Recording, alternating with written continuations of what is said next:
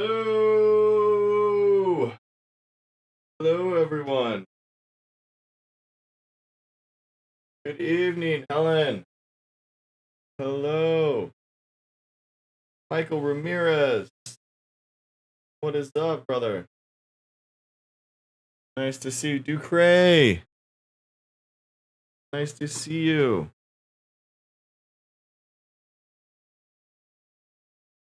How is everyone doing?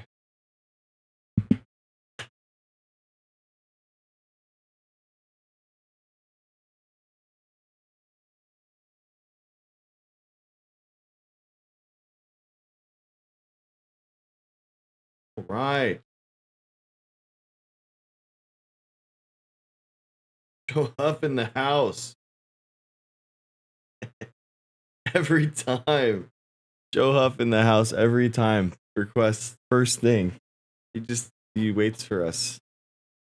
Not right now, bro. Right now. Yo, welcome. Oh, thank you, Brian. Thank you. How is everyone doing tonight? All right, guys. Got some news. Got some vaccine news. Got some tech news. You know how it is. Let's see. We're going all natural, guys, today. All natural.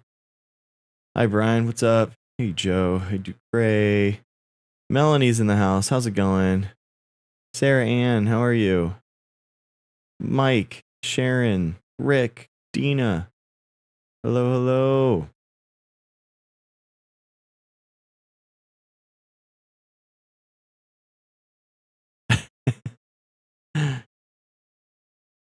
Today is rough, sad today. Oh, I'm sorry, Sarah. I'm sorry about that. I know. It's a weird week. A weird week.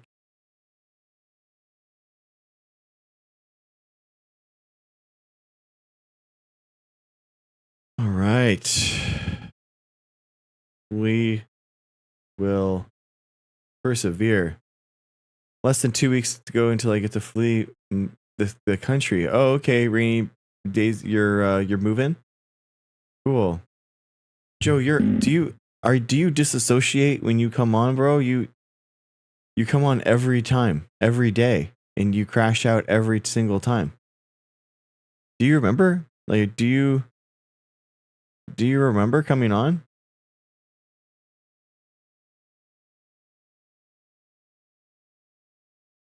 Oh, okay. He does, dude. He does. He comes on every time.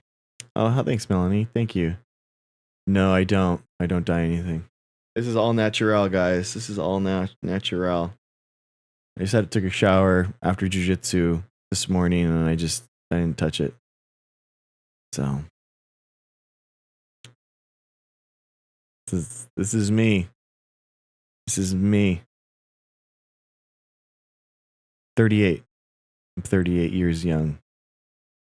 Still kicking it. Still got centuries left, dude. Y'all aren't even close to being done with me, Joe. You guys, I'm gonna kick it around for a real long time. Pizza, pepperoni pizza every time. Ellen, I don't know.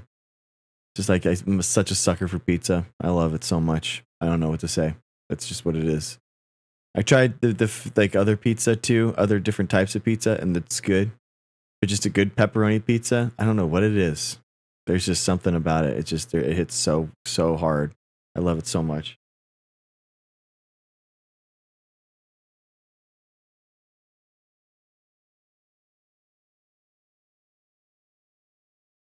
A lot of people are, Joe. A lot of people are older than me. Supreme Pizza is a good one. It is a good one.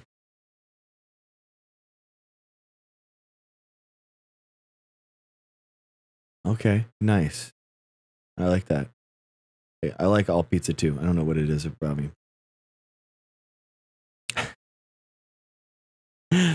I know. Joe, you come on every time, bro, and you crash out every time. I don't understand what's going to be different this time. I don't want to debate you, Joe. I want to get to know you. I want to get to know you.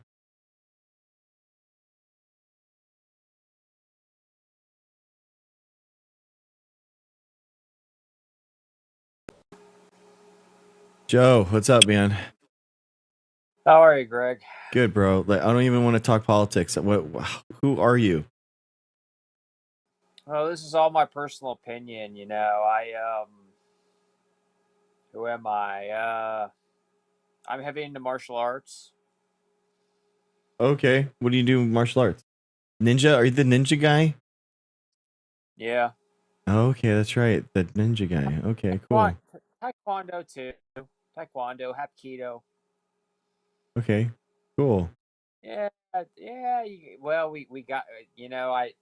I did jujitsu too. Grappling. It's necessary. Ground is necessary. Yep. Okay, cool, man. Cool. I, you're cutting in and out. Your mic is cutting in and out. It happened the same thing yesterday too. Can you hear me? There we go. That's a lot better. That's a lot better. Okay, I'll try and speak into the microphone. Yeah. Yes, a little bit closer. A little bit closer is good. Yeah, Why? So why are you? look. So I'm so curious. Why are you? Why do you always like come in within? You're always in here within the first 30 seconds, and you always request up. I love it. Really tenacious. I'm just so curious. Do you listen to the rest of the show, or do you go on these things a lot, like debating people, or what? Yeah, I've debated hundreds of people on TikTok. It's therapeutic for me. Okay.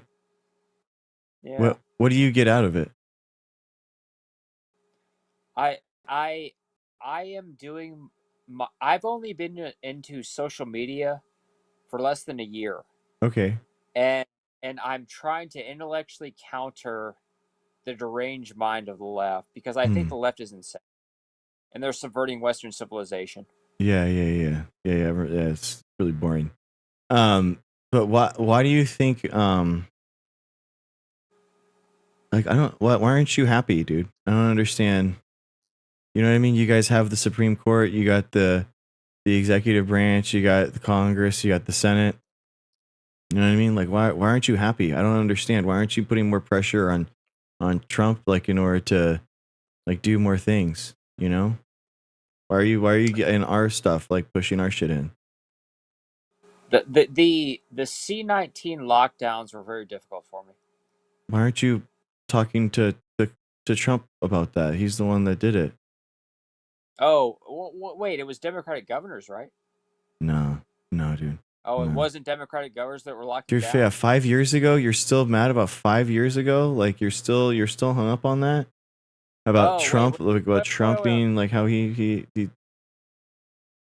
Yeah, wait. Slavery and Jim C were 150 and 60 years ago, but the left won't forget about that, will they? okay, so Because people bring that up because the institutional racism that existed after slavery, not just because of like chateau uh, slavery. Christ, Craig, do you want to know the worldview of the left? I'll tell you. You want to know the worldview of the left? Yeah, I'll tell the war on the left. I'm sorry, I couldn't. You're breaking up again. I'm sorry. you the worldview of the Okay, left. okay, sure. Okay, so here's what the left believes, okay? Along with the glamorization of homosexuality, what the left Wait, you thinks, mean ancient Greece? yeah, Sorry, you broke up well, again. Were you talking about ancient Greece? that ancient Greece glamorized homosexuality, but Yeah. Okay. So here's the ancient Greece, and then what else? here's the worldview of the left, okay? Greece? What the left believes is that Western civilization is an authoritarian patriarchy. Okay, that has engineered whiteness out of G-side, colonialism, imperialism, and slavery. All right, but all kinds of other cultures throughout history, such as the Aztecs, the Moors, Genghis Khan, the Persian Empire, the Ottoman Empire, Imperial Japan, all did very similar things. Okay? And there are approximately 25 million slaves in the world today, and they are primarily located in India, China, and Africa. The So left you're doesn't care. anti-slavery. So in your mind, you're anti-slavery, and you're trying to free the people's minds of slavery. Look, slavery is a terrible thing, but it still goes on in the world today, right? Yeah, and you're trying to have less slaves, but you think that Why the does left the is left mind slave. why doesn't the left care about slavery in the world today? In Yeah, India, China, Africa. Why is that? I'm pretty sure Because the that they villain do, bro. of I think white that they is the do. opiate of the left. Okay, Who's why advocating for slavery on the left? I'm just pointing out that the left doesn't care about slavery in India, China, and Africa I that think they goes on do. today, but they care about it 150 years ago in the US. Why? No, I think that they do. I think that everyone does, The man. I villainization think. of whiteness is the opiate of the left, okay? This is the reason, look, this is the reason for what we saw in the summer of 2020 when the Mhm. left was imposing totalitarian lockdowns, but then flips and does a 180 and encourages protesting and allows chaos and riots. Mhm. All right, in blue cities, right? The Democrats encouraged protesting and they allowed looting and rioting. Why? It's the same thing as Gaza now. It's the same thing as the ICE protests now. It's the same thing as the mass migration into the US under the Democrats in 2022 and 2023 and 2024 and in Western Europe. It's all the same thing. The villainization of whiteness is the opiate of the left. Mhm. Okay? And let me ask you something: is this racist to say? What is the average IQ of American Black people? It's 85. And what is the average IQ of Sub-Saharan Africa? It fluctuates between 59 and the mid 70s. Okay, why is that, Greg? Is that not true? Dude, I think that's completely wrong. I think that you're really like Oh, what's the misappropriating a average lot of IQ? stuff, dude. I don't understand what you're talking about. That's like What's the average super IQ? racist. Why are Oh, you so intimidated true, about right? black people, man? I don't It's understand. Why true. you I realize like like black people. so much of your I worldview like is all black. based on black people? I like Larry Elder. I wish Larry I like Elder and can Mark you name 5 black people that Glenn, aren't on Fox News or that I are like NBA are in the NBA or sports stars? Glenn Lowry, John McWhorter, Candace Owens, Harris Faulkner, Candace Candace Owens. I mean, come on. Oh my Pretty. god, that's what I was talking about. What Look. like I don't like why is so much of your politics so race based though? That's what I don't understand. Like what's the point, dude? I don't get it. I explained that to you. The villainization of whiteness is the opiate of the left. No, I don't think so, man. I think it's you guys. I think it's you guys pushing white Christian nationalism. And you were talking about yesterday, the one drop rule and all that kind Charlie, of stuff. Like you were pushing like all the racist, tropes. how do you feel about what happened to Charlie Kirk? Do you mean How do Matthew you feel about Silverstone? Greg? How do you feel about Charlie Kirk? Do you What happened? or do you talk about He Matthew Silverstone? Charlie Do you was a think do tragic you think that Charlie hero. Kirk's life means more than the kids that die at school shootings? School shootings are terrible, but Greg, Do you think this that has a lot. Charlie Kirk's life means more than a child killed in a mass shooting? Just my opinion. The mass shootings, SSRIs, Greg, Do the does have lives something. of the kids in the school shootings matter less than Charlie Kirk's? The kids in the school shootings matter. Yes, of course they do. Of course, Are they yes, matter the same? Do their lives matter the same? yes. Okay, so then why aren't we like talking about those though? You know what I mean? Why aren't we talking about those and how to minimize that? That we have like one a week, two a week, man. Like what's the hung up on this? Like you guys, you had a What? groiper, a ultra right wing person, which by the way, you actually agrees with you politically. By the way, Fuentes agrees with you politically, right on. And I you have a don't. right I wing do guy not like. shooting another right wing I, guy, and then now you're villainizing the left. That it's just I don't understand where like what's going on. I do not like Nick Fuentes. I mean, apparently Charlie Kirk didn't either, and that's why they fought so much, and that's why there's a Graper war, and Charlie Kirk lost that war against the Grapers. So I just do you what is your feeling about what happened to Charlie? Can you just tell me? Why don't you ask the What? Grapers, dude? Why don't you ask Not Nick Fuentes? I don't know, dude. Like this is a right on right like crime. Why aren't you? I'm focused on the school shootings that day, man. Well, technically, actually, I mean, there was two. Charlie Kirk's was actually a school shooting too, so I guess I do care about them, and so I care about both school shootings. You only care about Charlie Kirk. So. no. I care about school shootings. Then how It's are we going to terrible. stop school shootings then? I think it has something to do with SSRIs. Do you not? Other countries have SSRIs, but they don't have school shooting problems. We have a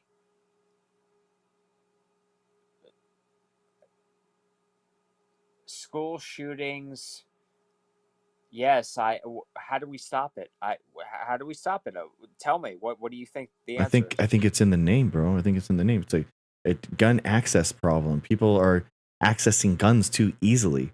So I think that we should have a way to make it a little harder to buy a gun in this country.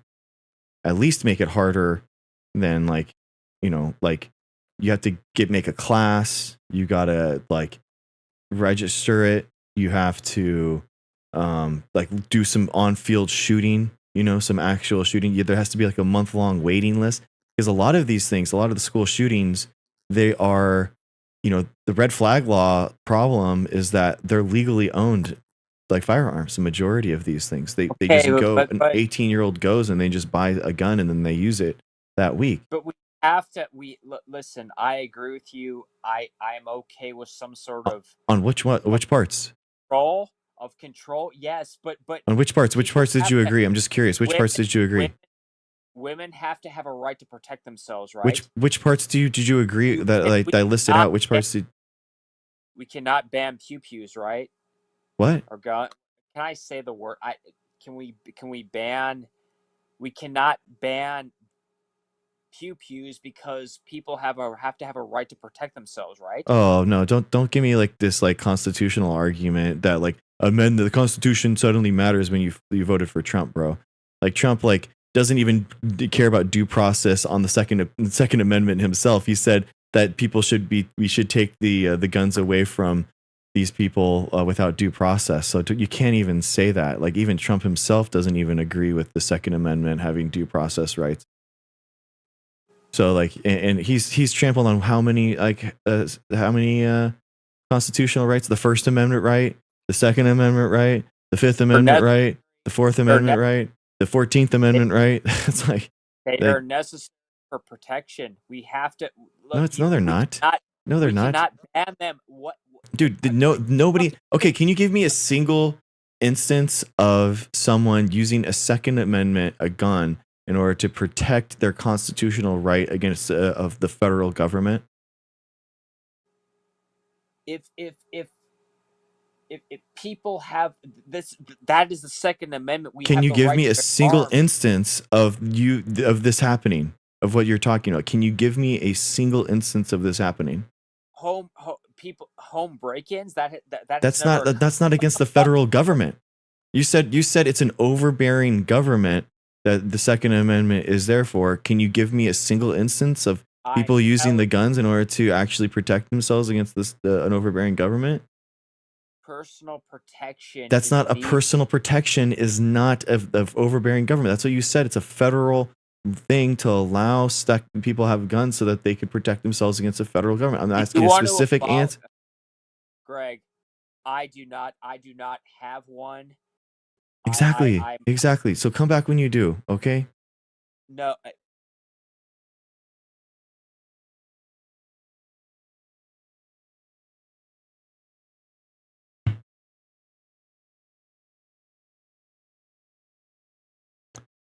I'm not platforming in them. So people have to come on here that disagree with us, guys. If you don't want me to talk to people that disagree with me, please unfollow me and stop watching. Don't you dare try to gatekeep and change what I do, or you are watching me. Okay? Unbelievable. The whole point of this channel is to actually engage with these people and to actually try to have a conversation with them. So don't sit there and tell me that I shouldn't platform anyone or talk to anyone. You're going to lose that argument every single time, and you're going to get blocked next time. Unbelievable.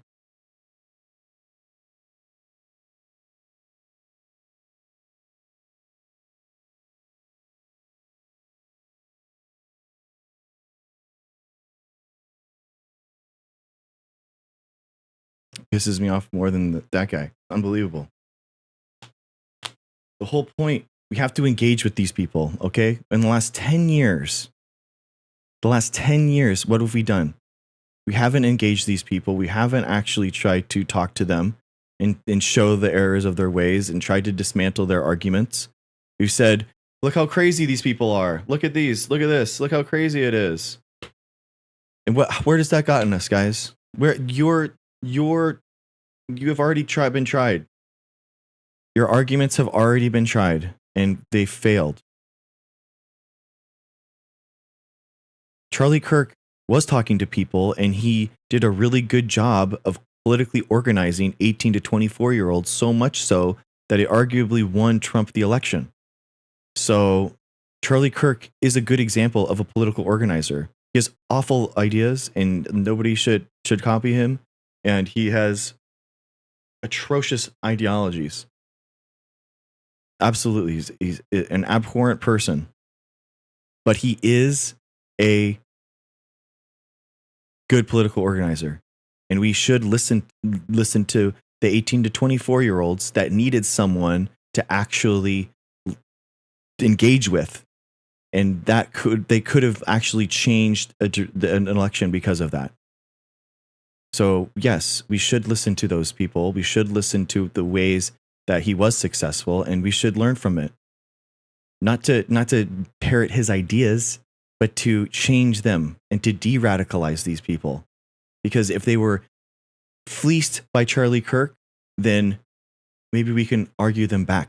Okay? Maybe we can engage with them so that they can actually be de-radicalized. Because the youth the 18 to 24-year-old males, 30 to 40 point jump towards the Republicans is not a good sign for the future. Ladies and gentlemen, I am telling you, it is not a good future that we have if we have a 30 to 40 point gap on men voting for the Republicans versus the Democrats. And you can just look at it. You can look at it. I see it, Tyler. You can look at it between 2024 and 2020.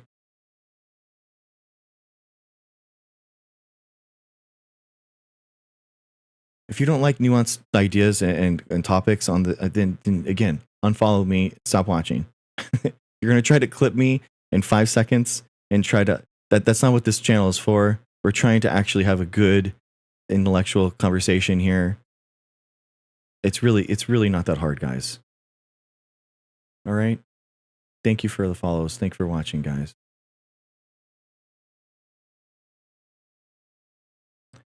Yeah, exactly, Patrick. They have a good way of organized. They have billions of dollars behind them, right? They have people behind them. I agree, Linda. I agree.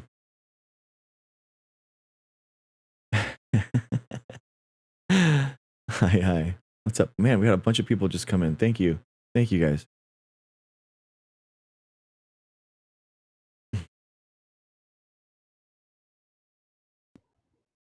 Hi, Tyler. What's up? Not much. I seem to always get in here really quick. Do you have like a short? Because you have like a lot of viewers. Yeah. So like I'm just wondering. Yeah, I honestly, for the I just started like 25 minutes ago, and we just had one person come on, and yeah, you're the only person in the queue. Just lucky, I guess. I don't know. Mm-hmm. But I don't know. This whole Charlie Kirk thing's got a really interesting freedom of speech conversation. I feel like that needs to be had, and I'm glad you said that about. What did you say? You said, I want people to disagree with me to come on. And that's exactly how Charlie felt, right? Yeah. Even though you might not agree with him. I think, dude. I mean, Yeah, I cannot use. the idea that there would I would not want everyone in the world to believe the same thing that I believe. That would be so. Where would I learn? That's the whole idea. Is Exactly. everyone has a diverse background, a diverse perspective, in order to understand the world, and that's how we can actually build each other up. And that's what diversity of thought is. That's what's good. And everyone has a bit different background, and I like think I there's think, a big problem with echo chambers now, and yeah, I don't know though, because I feel like Twitter is now. I'm afraid Twitter is now becoming somewhat of an echo chamber because you have for Elon sure. Musk behind it. For sure. I think So Grok is they're really all running interesting. off. I think it is, but I actually think that Grok is a really interesting example of like how, like, so I don't read X anymore, but I do get threads like linked to me that I'll go through, and it'll be like Grok is like the, the thread of wisdom that people ask, and they're like, give me the last one was like, give me a list of all the Democratic politicians that incite violence. And exactly OGs. And the and Grok's like, I can't find it. There is no Democratic elected politicians that were calling for violence. And they were like, stop using your liberal Well, mainstream like sources, Grok. Like what do people actually say? And then they're like, even using Breitbart and all these right-leaning sources, there is no record of Democrats that are actually using but if you violence. ask Republican, and it does give examples, Well, because yeah, that's the there thing. are You going to could be a ton of argue. Republicans. Yeah, yeah, that's what the whole point of it was. Is that I feel like AI and LLMs, how they work, the large language models, they play word association games. So I think that like the truth will just kind of like, it's like in biology it's called directed evolution, where you kind of like evolve the path for highest efficiency or fitness.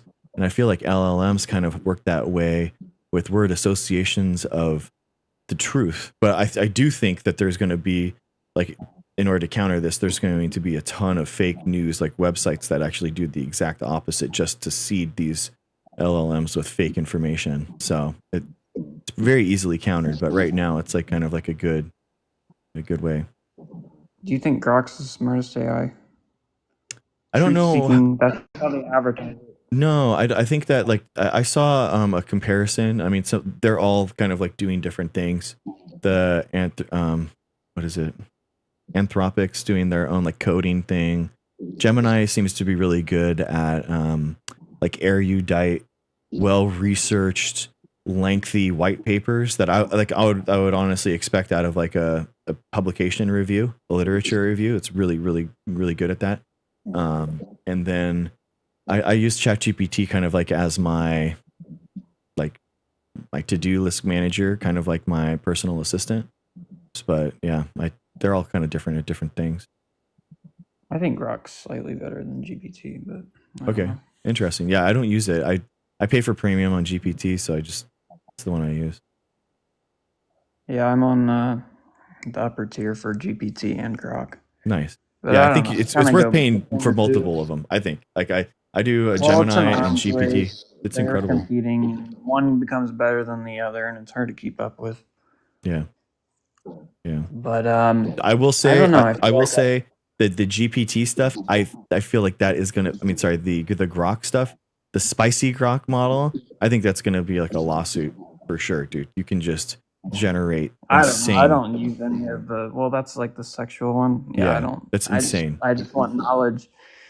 Yeah, it's crazy. It's crazy. If you I don't know don't about know. it, Well, it's they have it's like it's this everything that you goofy could like want. Yeah, the companion, right? You can get her to like swipe. yeah, I think. exactly. And yeah. That I feel like is way, that's a huge problem. But But I think it's smart. I mean, I don't know about that side of it, but I just use it for knowledge. Hopefully, I don't get involved in that. But um, I don't know what I was gonna say. you can ask it Oh to yeah. basically generate pictures of people or of whatever you want. Oh, That's the really? controversy. Yeah. Mhm. It's crazy. Well, I just like the idea of like Elon basically can't be bought out. I do like the idea of that. I, I, You know what I mean? Like, he can't be controlled by anyone because he's so rich, right? I mean, is it though? I don't think so. I think that there is like something. I think there's something going on where he is. If he has like fuck you money, then why does he care so much about like faking Diablo 4 ladder records? yeah, I heard about that. You know what I mean? that's Like just- in Path but- of Exile 2, like hardcore characters. Like he's buying someone to play his character for him, and then like he's a slave. Well, that's just to, him trying to be cool because he's kind of. Well, that's what I'm saying. That's what I'm saying. So there is something that he But that's is. not like. Yeah, that's just him being weird, I guess. I don't know. I think that what he is that he's noticing that there's an attention economy and that he doesn't have the attention always for him, and he wants these like young kids to really like just lock on his every word, and he doesn't have that. He hates it, and that's why he bought Twitter, because I mean he's paid $44 billion to turn it into a Trump ad so that he could like have better access to the for sure, dude. But the now whole I think I'm worried about the role reversing here and it being like, because of the Charlie Kirk thing. Now I'm seeing it being very like, oh, let's fire all these people. It's like, whoa. I get it. Yes, celebrating death is bad, but like, I hope it's a fine line is what I'm saying. I hope that it's not like, I don't know what they were doing before he bought them out, but I think he was trying to say that basically like, you know, it's a free speech platform, right? Which it should be. Sure. But I just hope that, I mean, obviously celebrating his death is terrible, but I just hope it's not like. But okay, so if I think he was celebrating the trying to death say is that terrible, okay, so if celebrating the death is terrible, then how about like inciting and calling for civil war against the entire left of the country? Like, what is that? That has to. That Is would that have what to. he's doing? Dude, that he said that the Democratic Party is the party of murder. He said that and all these elected Republicans were all calling for civil war, one after another. We're talking about dozens of them that were calling for civil war when you have Trump that's literally rolling like tanks down the roads of U.S. cities. I would think so, man. I think it's like how much more. Well, no, is he actually saying that? I know Trump gave up on. Well, he got like kicked off, but he's on Truth now, and he's saying crazy shit on that too. But yeah. I don't think Elon is directly saying that, but he's saying Elon freedom of speech. There are people that are pretty far right. I know, like Andrew Tate is saying like civil war. I mean, but there's a ton of, but it's not just far right people. It's elected politicians that are saying that. Elected Republicans. Huh? There's dozens of them. Yeah. Check it out.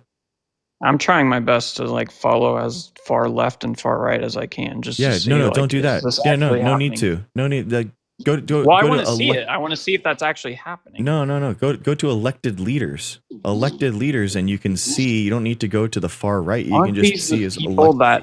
No, they're not going to do that. They're just going to fund people to do that. Let's go through it right now. Elected Republicans.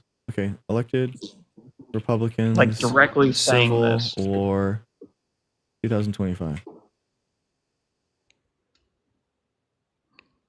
There's compilations of them that they're all calling for civil war. I think rich people are smarter to do that, and I think the rich people are the people that pay influencers to pull their strings. I think is what's more so happening. And that's like a conspiracy behind Charlie Kirk, I heard, was that he was fighting with that. And that's why some of these people, I guess, paid to have that happen. I think that's like kind of the conspiracy, is that he was like trying to fight against that because he was more like, whoa.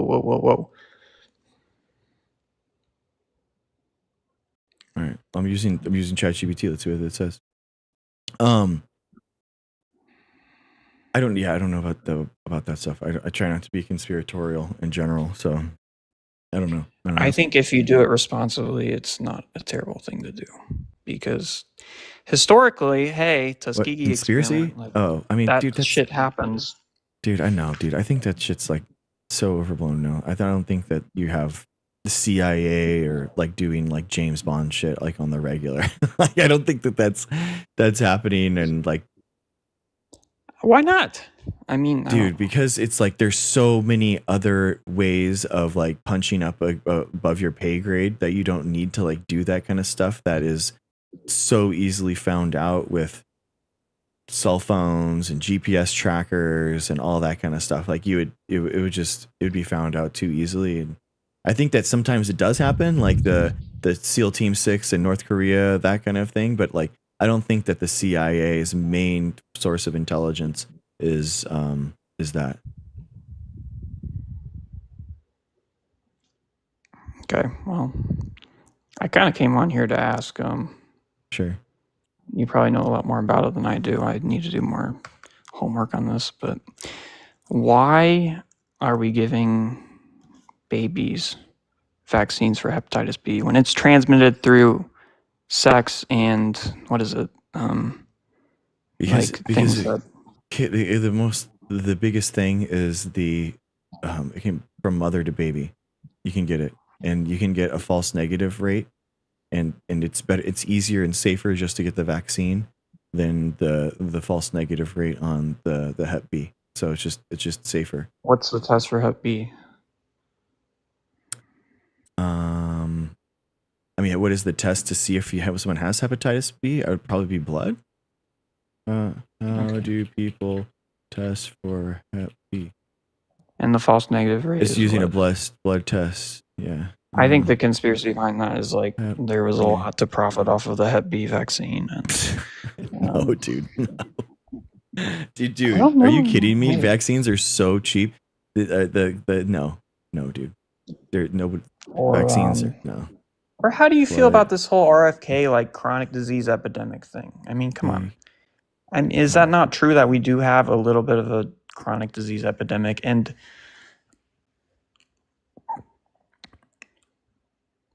hepatitis blood tests false negative rates vary significantly by test type, virus, and individual factors, ranging from 0 to 6% for Hep C. I don't know for Hep B though. I don't know. I mean, I think it's just like a why not thing. I think you wind up getting you're way.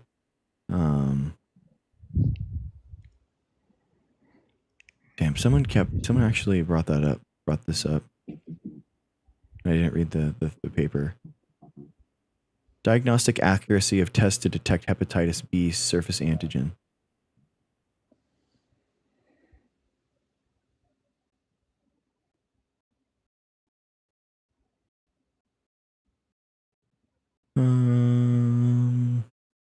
Let's see. 5 studies evaluated against the chemofluorescence immunoassay reference standard.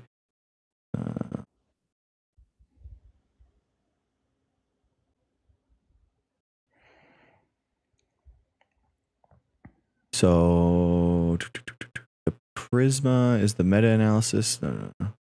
The enzyme immunoassay and rapid diagnostic tests and the nucleic acid tests. ELISA? ANA is like lupus. I don't know. A lot of these kind of like blend in together too. Like I know rheumatoid factor can test positive in lupus too. Like it can get weird. So yeah, here we go. 5 studies evaluated 8 enzyme immunoassays against a chemiluminescence immunoassay reference standard with the pool sensitivity and specificity of 88.9. So you get them, but like you might as well be the false negative is higher than the safety of the vaccines, and you just give it to them. CNC just confessed that autism came from the vaccine. Yeah, that's not true, Tracy. That's nonsense. What about the mercury thing? No, they just tested that in Denmark. 1.2 million kids over 25,000, 25 years, and they found none. No, it's not, Tracy. That's nonsense. Bro, why are you? No, I'm not, Tracy. You don't know what you're talking about. I'm jumping around a lot. I know. The thing is, dude, is that people focus too much on the side effects of vaccines and not the real effects of the 30 diseases that are protected Oh from yeah, the for vaccines. sure. And I mean, the actual fact is 5 million people would have died every year if it wasn't for vaccines. So, you know, I and get 4 that million of those are they're kids. important. So but that's the thing is that, like, Is it possible that we could maybe be overdoing it and maybe it should be somewhat questioned? NZ Girl, it's not, Is there it is no possible? Ford report. That's just nonsense. There is nothing published on that. That's just nonsense. No, I mean, the idea is, no, dude, molecular biology actually gave us the ability to have these vaccines, and we have them, and they're awesome, and they protect us against more and more diseases, which is a good thing. So Yes. yeah, there's nothing to fear. It's not like your immune system taps out. It only gets better and better. So it's all good. Yeah, Tracy, I'm sorry you're wrong, but I mean, Tyler, do you at least you agree with viruses being real, right? I mean, yeah. Okay. Shingrix vaccine, right, to prevent the zoster. Okay. I'm just making sure, because a lot of people that are anti-vaccine don't believe in viruses being real. They don't It's think not that. no vaccines. It's like possibly maybe RFK could. I don't. Who is paying you, maybe NZ he Girl, could other than your cause- mom every night? I don't know. Usually between, it goes. Usually your mom, Soros, Moderna. You know, it goes behind. It goes around. Let's see. What else was I gonna say? Like, okay, so that's a thing he likes to say is like the autism rate, right? And I think the counter argument to this is Not true. like, oh, well, maybe it was just not diagnosed as often, you know? Yeah, exactly. Right. So I mean, the biggest thing. You think that's what it is? Yes, it's correlation, not causation, bro. Like, it's like saying, man, out of every fire, there's firefighters. So obviously the firefighters are causing the fires. And you're like, no, they're correlated. They're not causate. They're not. There's no causation. And that's the whole point of science, is that, the whole point of science is to have that causation link, and that's the thing. That's why we have it. So I know Bill Gates said like, oh, I'm arguably like mildly autistic, and he was like, it's just wasn't as diagnosed. there's a lot of but then there's a lot of hate with Bill Gates nowadays too. So bro, there's a lot of adults being like late, autism diagnoses too. So it's a lot of these people that are like having their kids diagnosed early and earlier with autism, and then they're looking at the manifestation and going like, yeah, it's probably a little bit me too. Yeah, NZ Girl, it's nonsense. We looked into the report, and like, that's not true. It's not diagnosed by like blood or anything. It's diagnosed by just like developmental delays. Exactly, and it's happening at the same time. Difficult disease to even. It's not really a disease, but I understand what you're talking about. Yeah, what do you even call disease? I guess. Yeah, neurodivergence. Is that where you draw the line, like when you can check it in their blood, I guess. Yeah, I mean, it's just a neurodivergence factor. It's not like a thing. I mean, it's kind of like how there were 0 left-handed people 200 years ago because we just didn't allow it and we didn't recognize it in our society.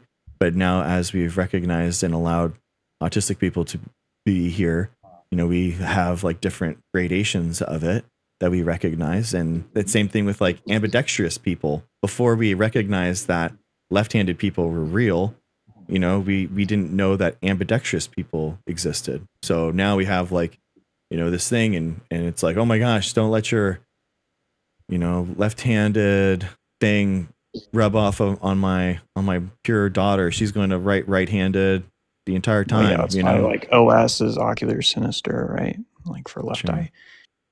So it's dude, there's no neurodivergence, no or autism. The whole idea of chronic disease being more prevalent, and the fact that we spend more money on chronic health conditions than we do. What else? Like, I think, bro, it's because of people being obese. I mean, that's why. Because people are obese and they have. So what? You fix that with Ozempic? I mean, Ozempic's that's good, the point. That's the point. People are getting healthier and healthier through Ozempic because they're eating less. They're not getting healthier through Ozempic because they're going to like, dude. That's the whole idea. No, of like, will you just listen? Listen to me. Listen. They are getting healthier through Ozempic because they're eating less, not because they're changing their food type. It's not like, Ozempic is causing people to go eat all natural foods. It's like, no, dude, they're just eating less portions and they're losing weight. So now they're less obese. So now they have less health complications. Well, the mechanism is it works on like the liver, right, to trick your brain into thinking like something, right? The ghrelin GLP-1 agonists, or I thought it was a thing that was I don't know exactly from You the probably know the better, but- intestine. right?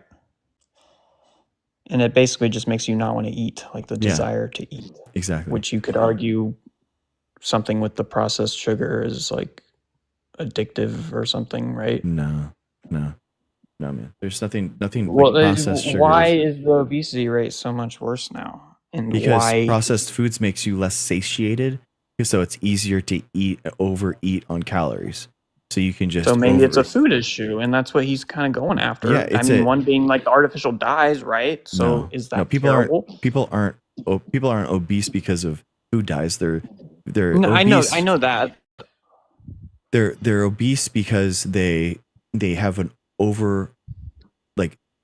ability to eat a lot of food easily through processed foods. That's what processed foods allow. They allow food to be more readily available so that they eat more of it. And processed foods don't satiate you the same, so you don't feel as Exactly. full, so you feel like So still what if sick. we fix the processed food problem? Like, what if we just? But do you know what like a processed food is? Do you know what the number one processed food people eat for lunch, for example?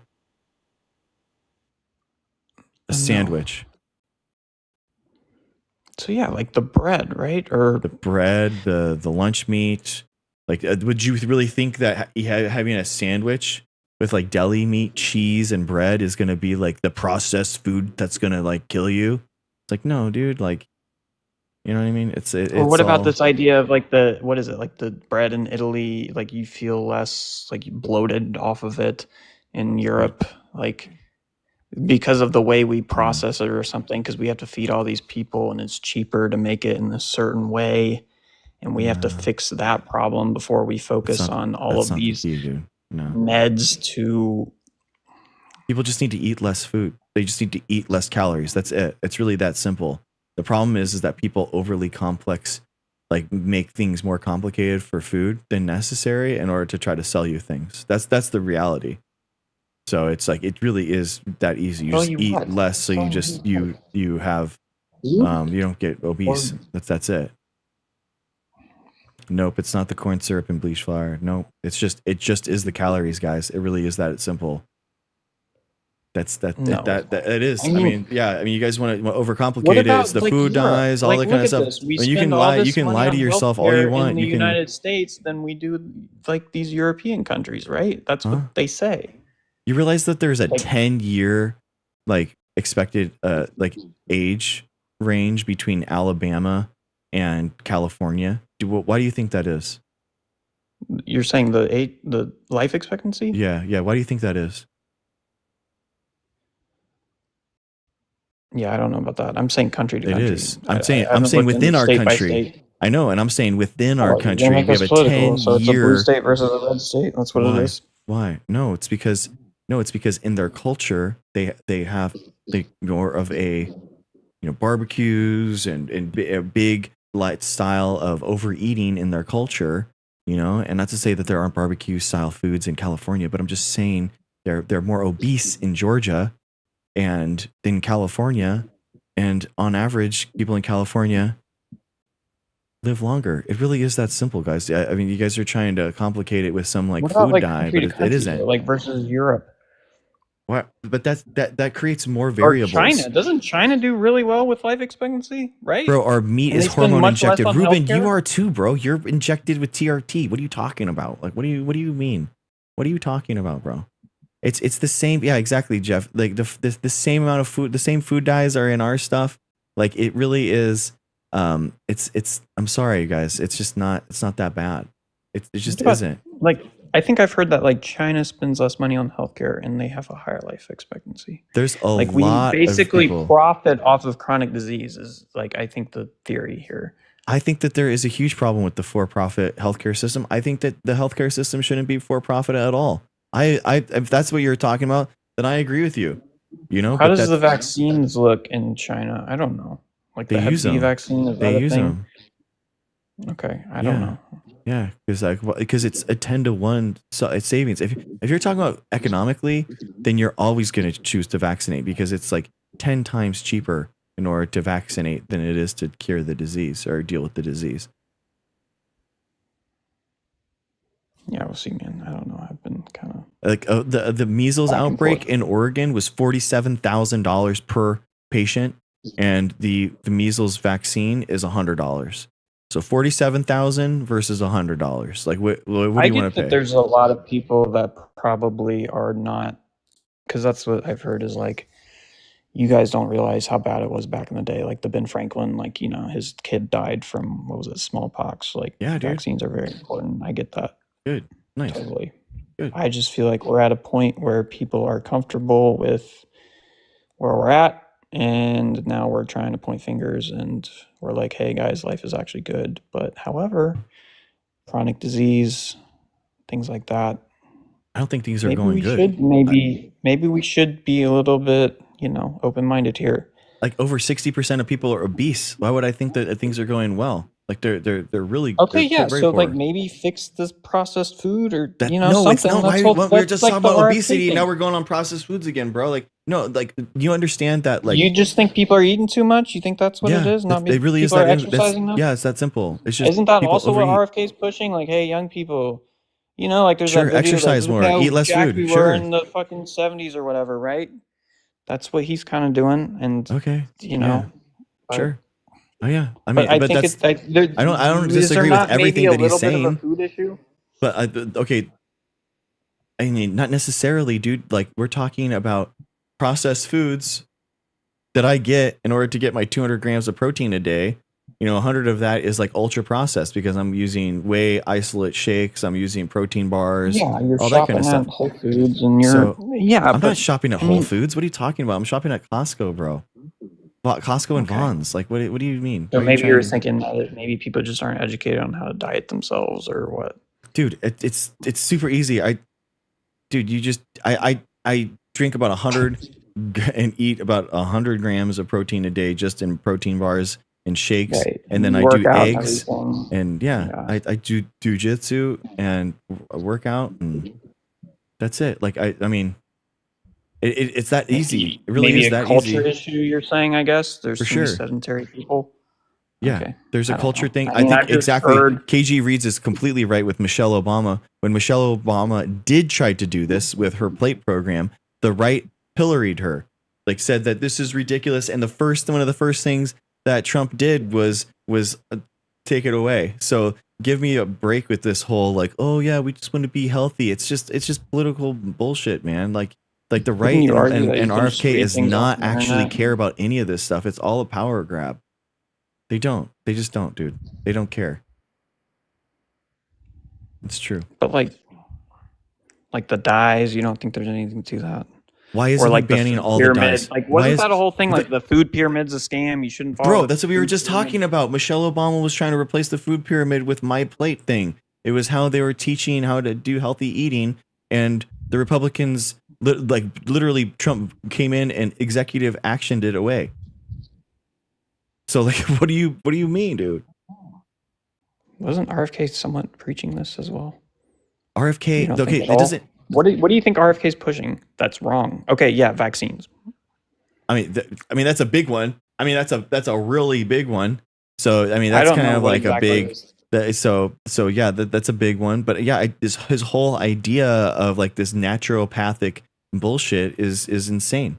I don't agree with it at all. I think that naturopathic. If your idea of naturopaths of the food industry being too profit motive driven, or the pharma companies are making too much profits, and then you go and buy a green tea, monthly service for $100 a month so you can get That's diluted influencers. rosemary tinctures. Like it's ridiculous. It's insane. He's not doing that. They literally are, dude. Naturopaths, NDs, That's naturopath doctors. influencers that are trying to sell their shit. Bro, I'm sorry. You're wrong. You're just wrong, bro.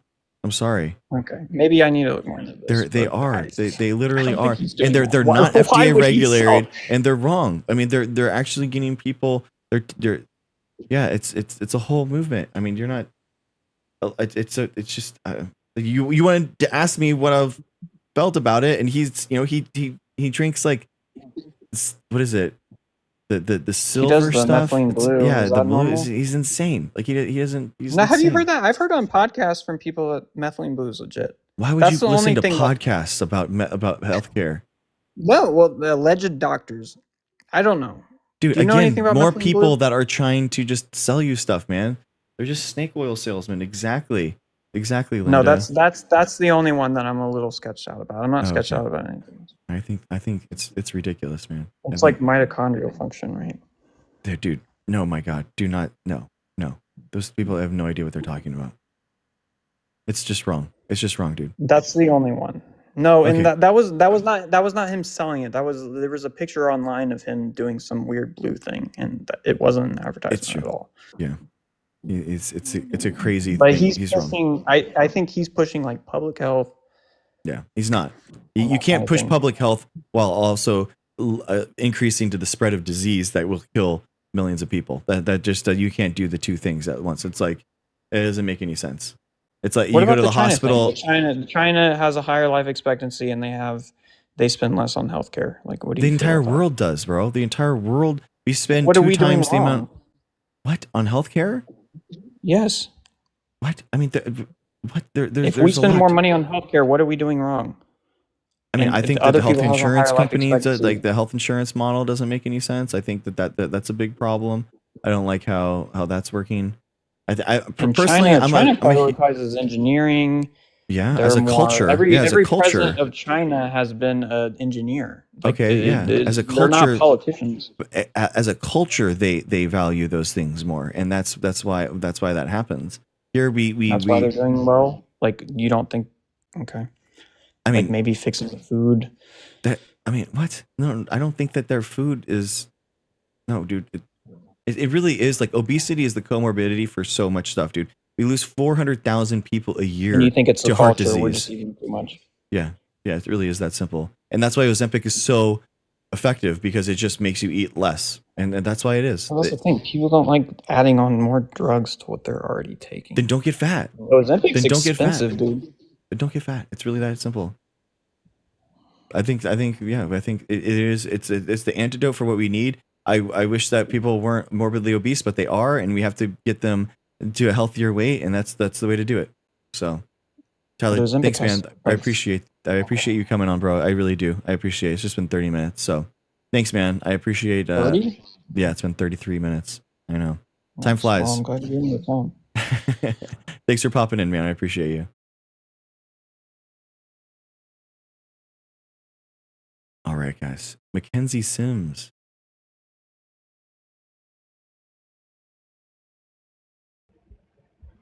Yeah, that's definitely not true, NZ girl. That's definitely not true. Mackenzie Sims, how's it going? Good. How you doing? Good. I heard the conversation with Tyler, and if I could kind of give some of my perspective on what Tyler was saying, sure, and what you were saying. So I think he got into some conspiracies. I'm going to give you the kind of the for me the conspiracy that's not a conspiracy, which is that, and let me explain what I mean by this, that the food industry is like this big for-profit industry, and then same thing with these health care, insurance companies and big pharma and things like that, for-profit companies. And we've gotten to a point in our world order where these corporations, they're all owned by, they're all owned by the conglomerations, and those conglomerations own parts of each other. Mhm. So it's almost like one big megacorp, if you will. How they all kind of own shares of each other, like the No, big you're conglomerates talking and about stuff like that. BlackRock being like the puppet master to all this stuff, dude. Is that what you're trying to say? It's not a puppet master, and that's what I mean by conspiracy. It's a conspiracy that's not a conspiracy. It just, like, because our society is set up, like our economy is set up in this like capitalist like framework where like you get these profits and you set up a corporation, and the point of the corporation is like increase shareholder value. You do the growth, you do the, you get the profits, et cetera, et cetera. You're just kind of like, you are incentivized to do these things because that's like the purpose of the corporations, right? You get the profits, you get the all that. So it's like these companies, they don't care about our health. You know what I mean? That's not their bottom line. Their bottom line is shareholder value. Okay, so So it's like how when you is get into- how is BlackRock manipulating food and pharmaceutical companies in order to make us more unhealthy? What's Right, the yeah, so it's not mechanism? so it's not like this shadow hand that goes in and manipulates these things, right? There's too many there's too many factors to control all that stuff. But like just So that you're talking about them. it's that macro. Yeah, and it's not just BlackRock. I mean, all those corporations, like I was saying, like they own shares of, like, they're diversified, right? They own shares of all the other big corps. Well, that's what you're talking about. The institutional So like when investors are BlackRock and things like that. Where right, yeah. So then, okay. and then when the S&P goes up, everybody goes up, right? Because a rising tide rises all ships and stuff like that. Yeah, but how is it controlling their like? Well, so what they're I'm not doing? claiming it's controlling. My claim is that they have found these ways to profit off of Americans, Mhm. and they are not concerned about our well-being. But And dude, that's my claim. the same Vanguard and BlackRock, like how many people have them in their 401ks? So it's like, so we're all in on it too. So So that's Do you know an what I mean? interesting point. Are you arguing that, because some people have 401ks that everyone profits?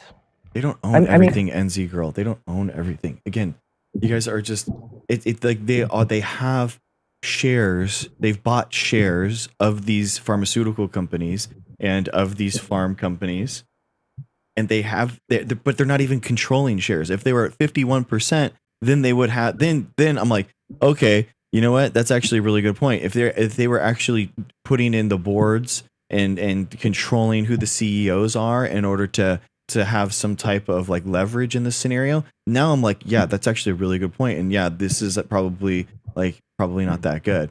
But like just the fact that they have like a 6% shares, they're not hidden, guys. They're not hidden. No, I think you're misconstruing. Hold on, Greg. I think you're misconstruing the whole argument. I mean, I'm not trying to. I'm not saying. Yeah, so like what I'm saying, and I think a lot of people are saying this. It's not just me. I mean, I think a lot of people in the comments, pop off. And I think this is kind of the stuff that Bernie Sanders' platform was kind of run on. And then on the right, there is the RFK stuff. He talks about corporate capture, right? But Bernie Sanders uses different words to describe these things than RFK does. But yeah, it's that idea that not only do they control. Okay, here I'll use a different word. Not only do they own, all this, like, and these corporations, and we have to remember that. See, it's all tied together. And again, I'm not trying to be conspiratorial, but like corporations are people. Okay, I hate saying that, but like there was a Supreme Court ruling. Okay. That corporations are people. So like if I talk about them as entities and I say things like they, like that's what I'm talking about. These corporations, like they exist as entities, and they do kind of operate like that, like an entity, like an agent, where they are, getting all these profits and things like that, and they're not concerned about our well-being. And it's more than that, because then they have the lobby ability, they have the PAC, the political action committee avenues, things like that. And that's dark money, because there was another Supreme Court ruling where basically the PACs do not have to tell anybody who their funders are, right? they don't. You know, Man. not This corporations. is Not okay. the corporations exactly. This is what I would, if I were making your argument, this is what I would say. So the for-profit capitalist incentive for a food company isn't necessarily to make the most nutritious item. It's to make the one with the highest profit margin. So what they're going to do is they're going to step up over to the line of the FDA, and they're going to put as much filler and non-nutritious items that they can inside of it. And over time, through capitalism, they're going to try to increase their profit margin over time, and not just a linear increase. Capitalism requires an exponential increase in profit, so that they're going to continually try at the expense of nutrition to drive profits in their product. That's what I would, if I was you, that's what I would be saying. Yeah, that's more or less what I'm saying. Okay.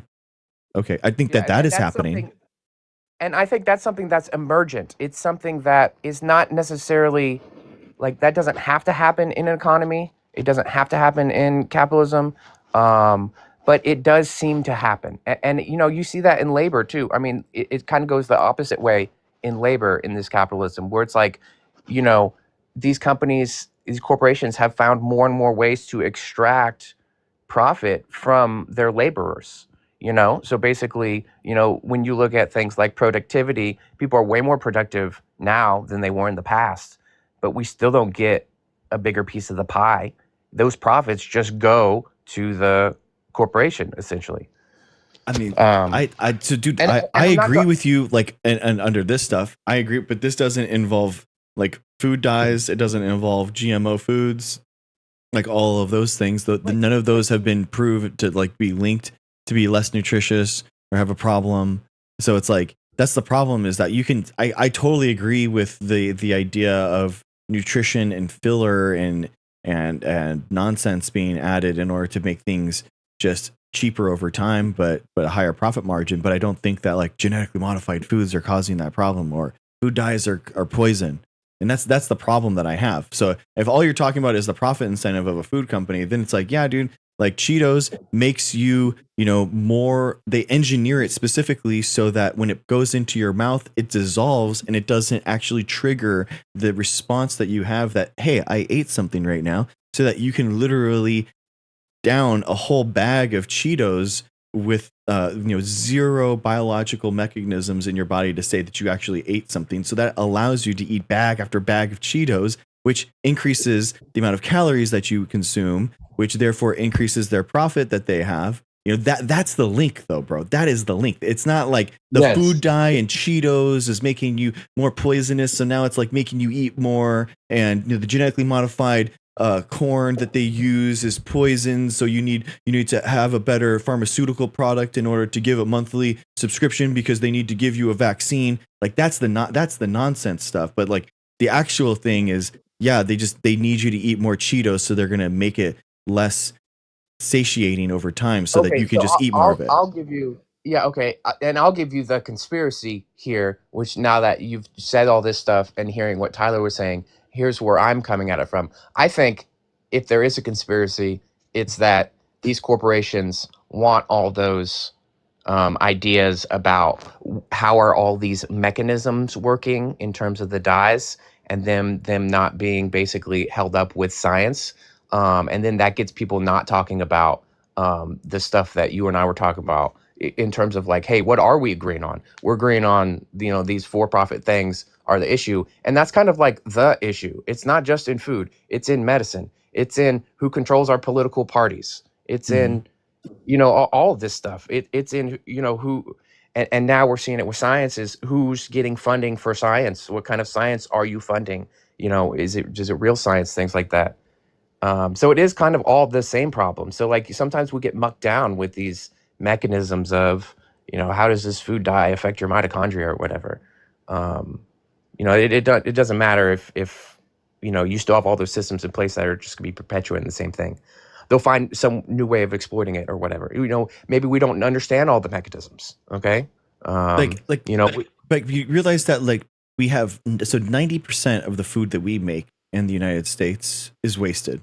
90% of it, the food that we grow, it goes to waste. So without like preservatives in our food, we would just have more waste. I mean, would it be okay if we removed all the preservatives in our food if we had 99% food waste as opposed to 90%? It goes bad, Ruben. It goes gets thrown in the garbage. Would that be Yeah, so I better? think So would it be better to have 99% food waste as opposed to 90%? so. Yeah, and I think the argument there. Let me back you up a little bit. I think the argument there is, we can imagine a different food system, okay, and that's a good thing. And should it be coming from the government? Well, I mean, it's not, because of all the stuff we talked about in terms of the corporate capture and all that stuff, and and the lobbyists and the politicians being paid off, So and overall, let's just be percentage here. Thank you for the Bill Z. Thank you. So while the overall food waste in the U.S. is estimated to be 30 to 40% of the food supply, the 90% figure refers to the percentage of food scraps from households ending up in landfills. So the more than 90% of food scraps in the U.S. go to landfills, representing a significant loss of resources, potential to reduce greenhouse gas emissions. So, I mean, that's specifically people throwing things away that they think are bad when they're not necessarily bad. Like, I genetically modified potatoes so that like they were less brown. When you get a brown potato at the end, you can get a bruise. It's the exact same nutrition value. It's just it turns a little different color so that people are less likely to eat it. So people throw it away. So you just genetically modify the potato so that it doesn't brown like that, and then people are they're not going to throw it away. So like, would it be better if we didn't genetically modify those potatoes so that there's more potato waste?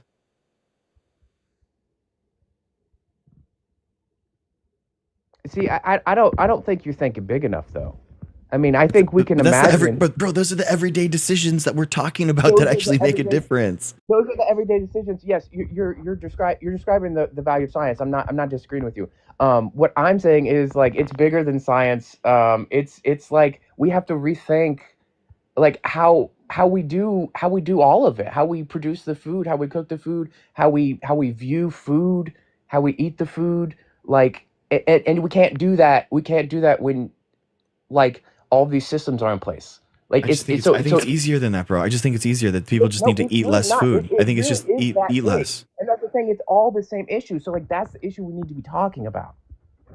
It's like these capitalist profits have, like, commandeered this country, and it becomes cultural. I mean, it's all like this feedback loop. You know what I mean? I agree that these institutions that the capitalist incentive and stuff. I agree with you that they exist. Okay, I agree with you. But the fact is, man, we can't just like wake up every day and be like, "Oh, hey, capitalism still exists." Fuck, like, I'm gonna be fat again. We have to like enable people and empower people to not have this learned selflessness. Where we can like actually say like, "Hey, you can make a difference in your life, and you can actually make things better." So. Like we're not going to overthrow capitalism like tomorrow, but we can tomorrow make a big difference in what your health is, and it's just like by not overeating like that. It really is that simple, and I think it's literally that simple. And the problem is that the grifters come in with these snake oil salesman stuff, and it's just so easy to be like, yeah, you'll never be fit and toned because food dye exists, bro. And it's like, oh, that's the excuse. There it is. That's what I needed. I agree with you, but I don't agree with you. I agree with you that, like, yes, there are things that an individual can do. Okay, absolutely, and people ought to be empowered and be taught these things. But I think it also needs to come with that dose of, like, hey, like, yeah, these systems are messed up. They are. I agree. Like, if you learned how to eat, like, in this society where you just eat like that.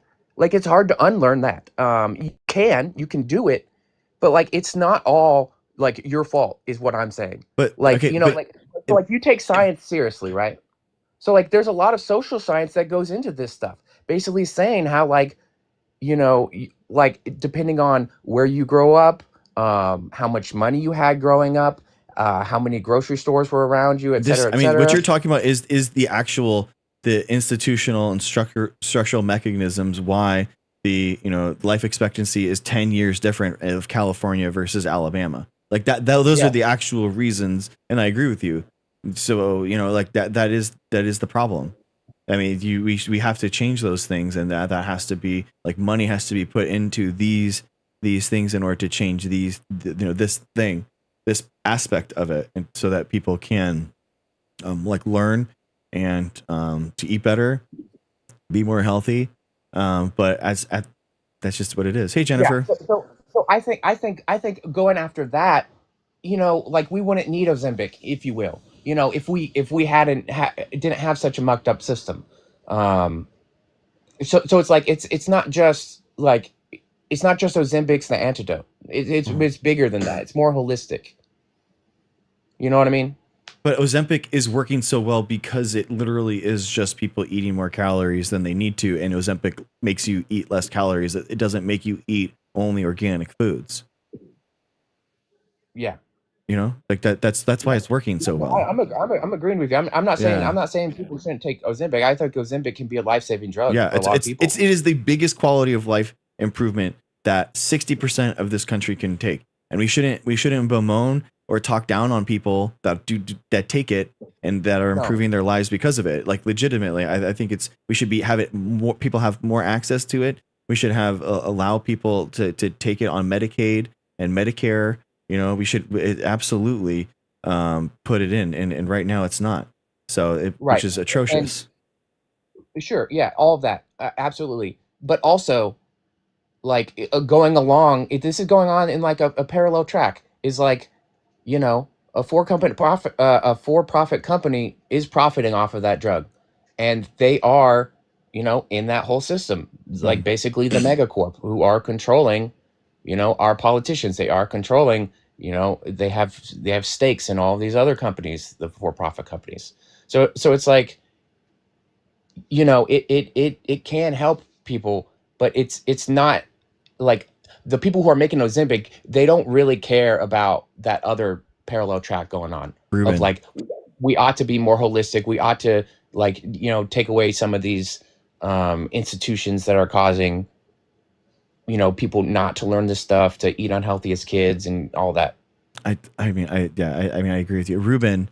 It's terrible, Greg. It will cause stomach paralysis and joint pain, bro. You know what causes joint pain? Being morbidly obese, bro. I mean, come on, like come on, dude. Morbid obesity is the number one comorbidity that we know of. Like 400,000 people die every year from heart disease. That a lot of that is linked directly to, morbid obesity. So it's a huge thing. So yeah, again, I don't think that like Pfizer and Eli Lilly, they're not. They have something, right? That is something that is a huge $1 trillion industry. Absolutely, like genuinely, especially that's why all this money is being poured into it right now. You have the single action, which is the Ozempic, and then you have this dual action with tirzepatide, and then you have the triple action, which is the retaglutide. Tons of money. It's in shot form right now, like once a week, and then it's going into like the oral form right now. I mean, but again, guys, this is something that's taken 30 years to develop. It started out in 1997 with Gila monster, like those lizards, with a Gila monster with a G. Looking at their metabolisms and studying their metabolisms, and we found out that these GLP-1 agonists work. And now we've had it's a science.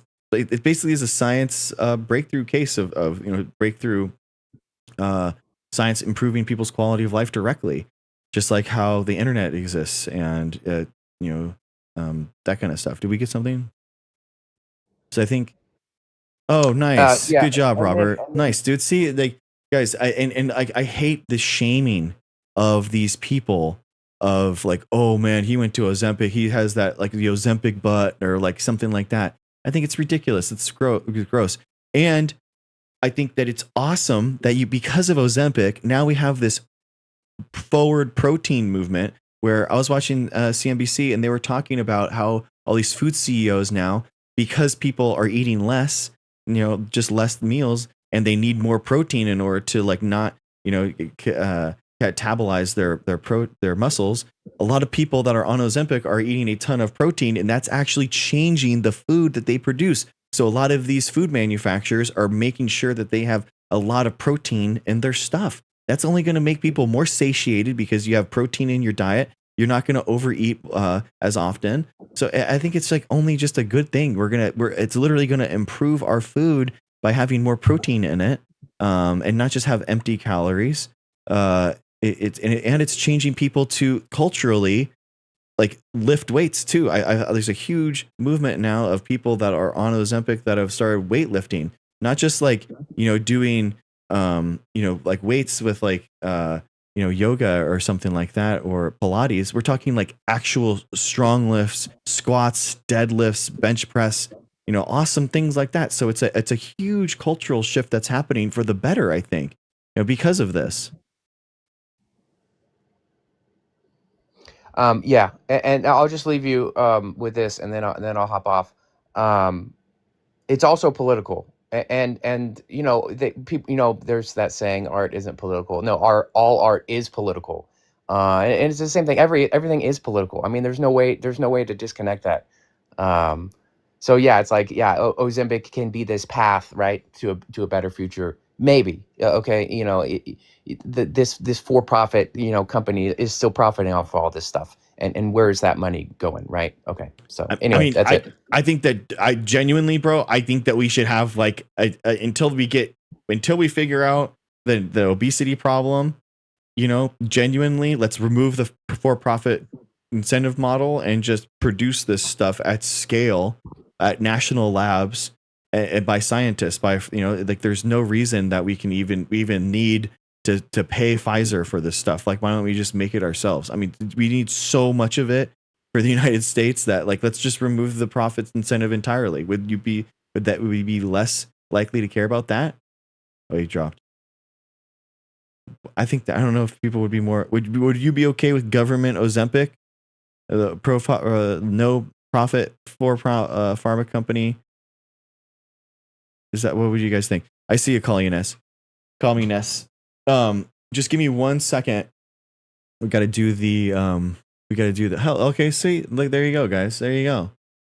All right, nice. I like it. Call me Ness. Just give me 1 second. We got to do, this is your time, guys. We got to celebrate you guys. Thank you guys so much. I appreciate all of you here. Yo, welcome so much. Well, thank you to our last subscriber, 5-minute sickle cell lessons. Thank you so much to the top gifters, Melanie, Priscilla, Kathleen, Ado, Jeff, NC210, Nick, Ducray, Marshmallow. Thank you to all the top likers. Thank you for 1,000 or 6,000 likes like Ado. Damn. Marshmallow, Jeff Sanders, Jared, Charity, Helen, Autumn Moon, Megan. Thank you guys. Thank you so much. Thank you for sharing and following as well. Sharing is a big way that we can get out to your friends, your community. We always appreciate the shares. And the link tree, that's where you can find the super chat if that's how you want to interact with the stream, and you can ask questions that way. We can super chat an article for me to read, super chat a question you want me to answer, and we'll focus in on it. Also, guys, in my link tree is a YouTube link. So in my YouTube is a best of conversations that I have. So if you like the long conversations that are good for doing chores or doing the dishes, check it out. Also, my publications. What kind of scientist am I? What am I doing here? What have I contributed to the world? Am I a scientist? What am I doing here? Do I pipette small amounts of liquid from one tube to the next, and then again and again and again? Yes, I do. Also, we do vaccine parties here. You heard that right.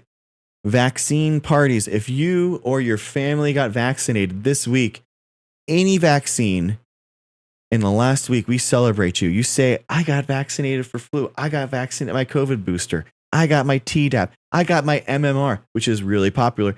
MMR boosters, so hot right now. It's like you just go and get it, because a lot of people that didn't have it since they were like 20 or 30 years ago, you just get a little MMR boost, a little boosty boost, measles, so hot right now too, guys. And that's the big problem, is that it's coming back. So it's not good. It's not good, guys. Yeah, get your MMR boost if you haven't already. All right. So after Call Me Ness, we're going to do some science articles. We're actually going to learn about science. It's going to be great. But one last call.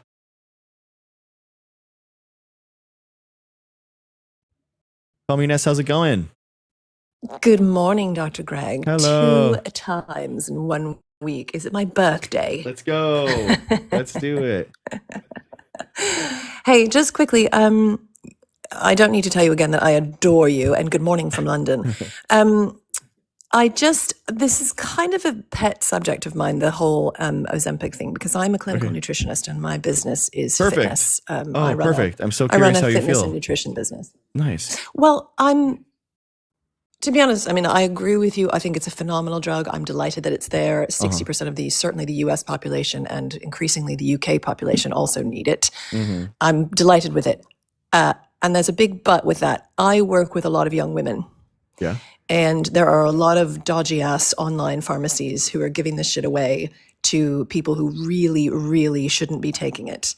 And I have seen, I work a lot with eating disorders. And I've seen, very sadly, a lot of young women and young men actually taking this stuff for vanity reasons, who have a healthy BMI and have no business being on it. And it's causing some real problems. I have a master's in clinical nutrition. I'm very, very much considering going on to PhD to study exactly this, the effect of GLP-1 agonists on people with a healthy BMI. Interesting. But the problem is it's not really reported on, and because the drug wasn't designed for them, it's not been tested on people with a healthy BMI. Yeah. So really, as far as I'm aware, and I wanted to come on and actually ask you if you've seen any research on the effects of these drugs on people with a healthy BMI. I have heard anecdotally and, read articles and things with people suggesting that people are having joint problems, kidney problems, gallbladder issues. Obviously, women, as we age, struggle with the risk of bone density, and improper nutrition leads to all kinds of, increasing risk of osteoporosis, et cetera, et cetera. So I am very, very worried about the effects of these drugs on women with a healthy BMI and men, humans with a healthy BMI. I work primarily with women. I would, I was just wondering if you have any thoughts on that or have seen anything. I would look for people that are like cutting weight for competitions. So like any type of, I'd be curious about like wrestling, high school wrestling or college wrestling or something like that. Or UFC or I work something a lot with like dancers. that. Yeah. Well, anything that they need to weigh in on at a certain time by a certain amount, like I think that you would have people that are like taking GLP-1s for that reason. So that's who I would like start asking around for to see. Yeah. Have you seen any research that's come out at all? No, I mean this is the problem. Exactly what you're talking about, like the gray market kind of. I don't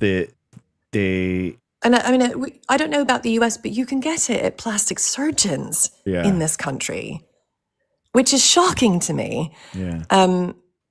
And I'm seeing a real resurgence of eating disorders anyway, which is something I thought we left in the fucking 90s. Yeah.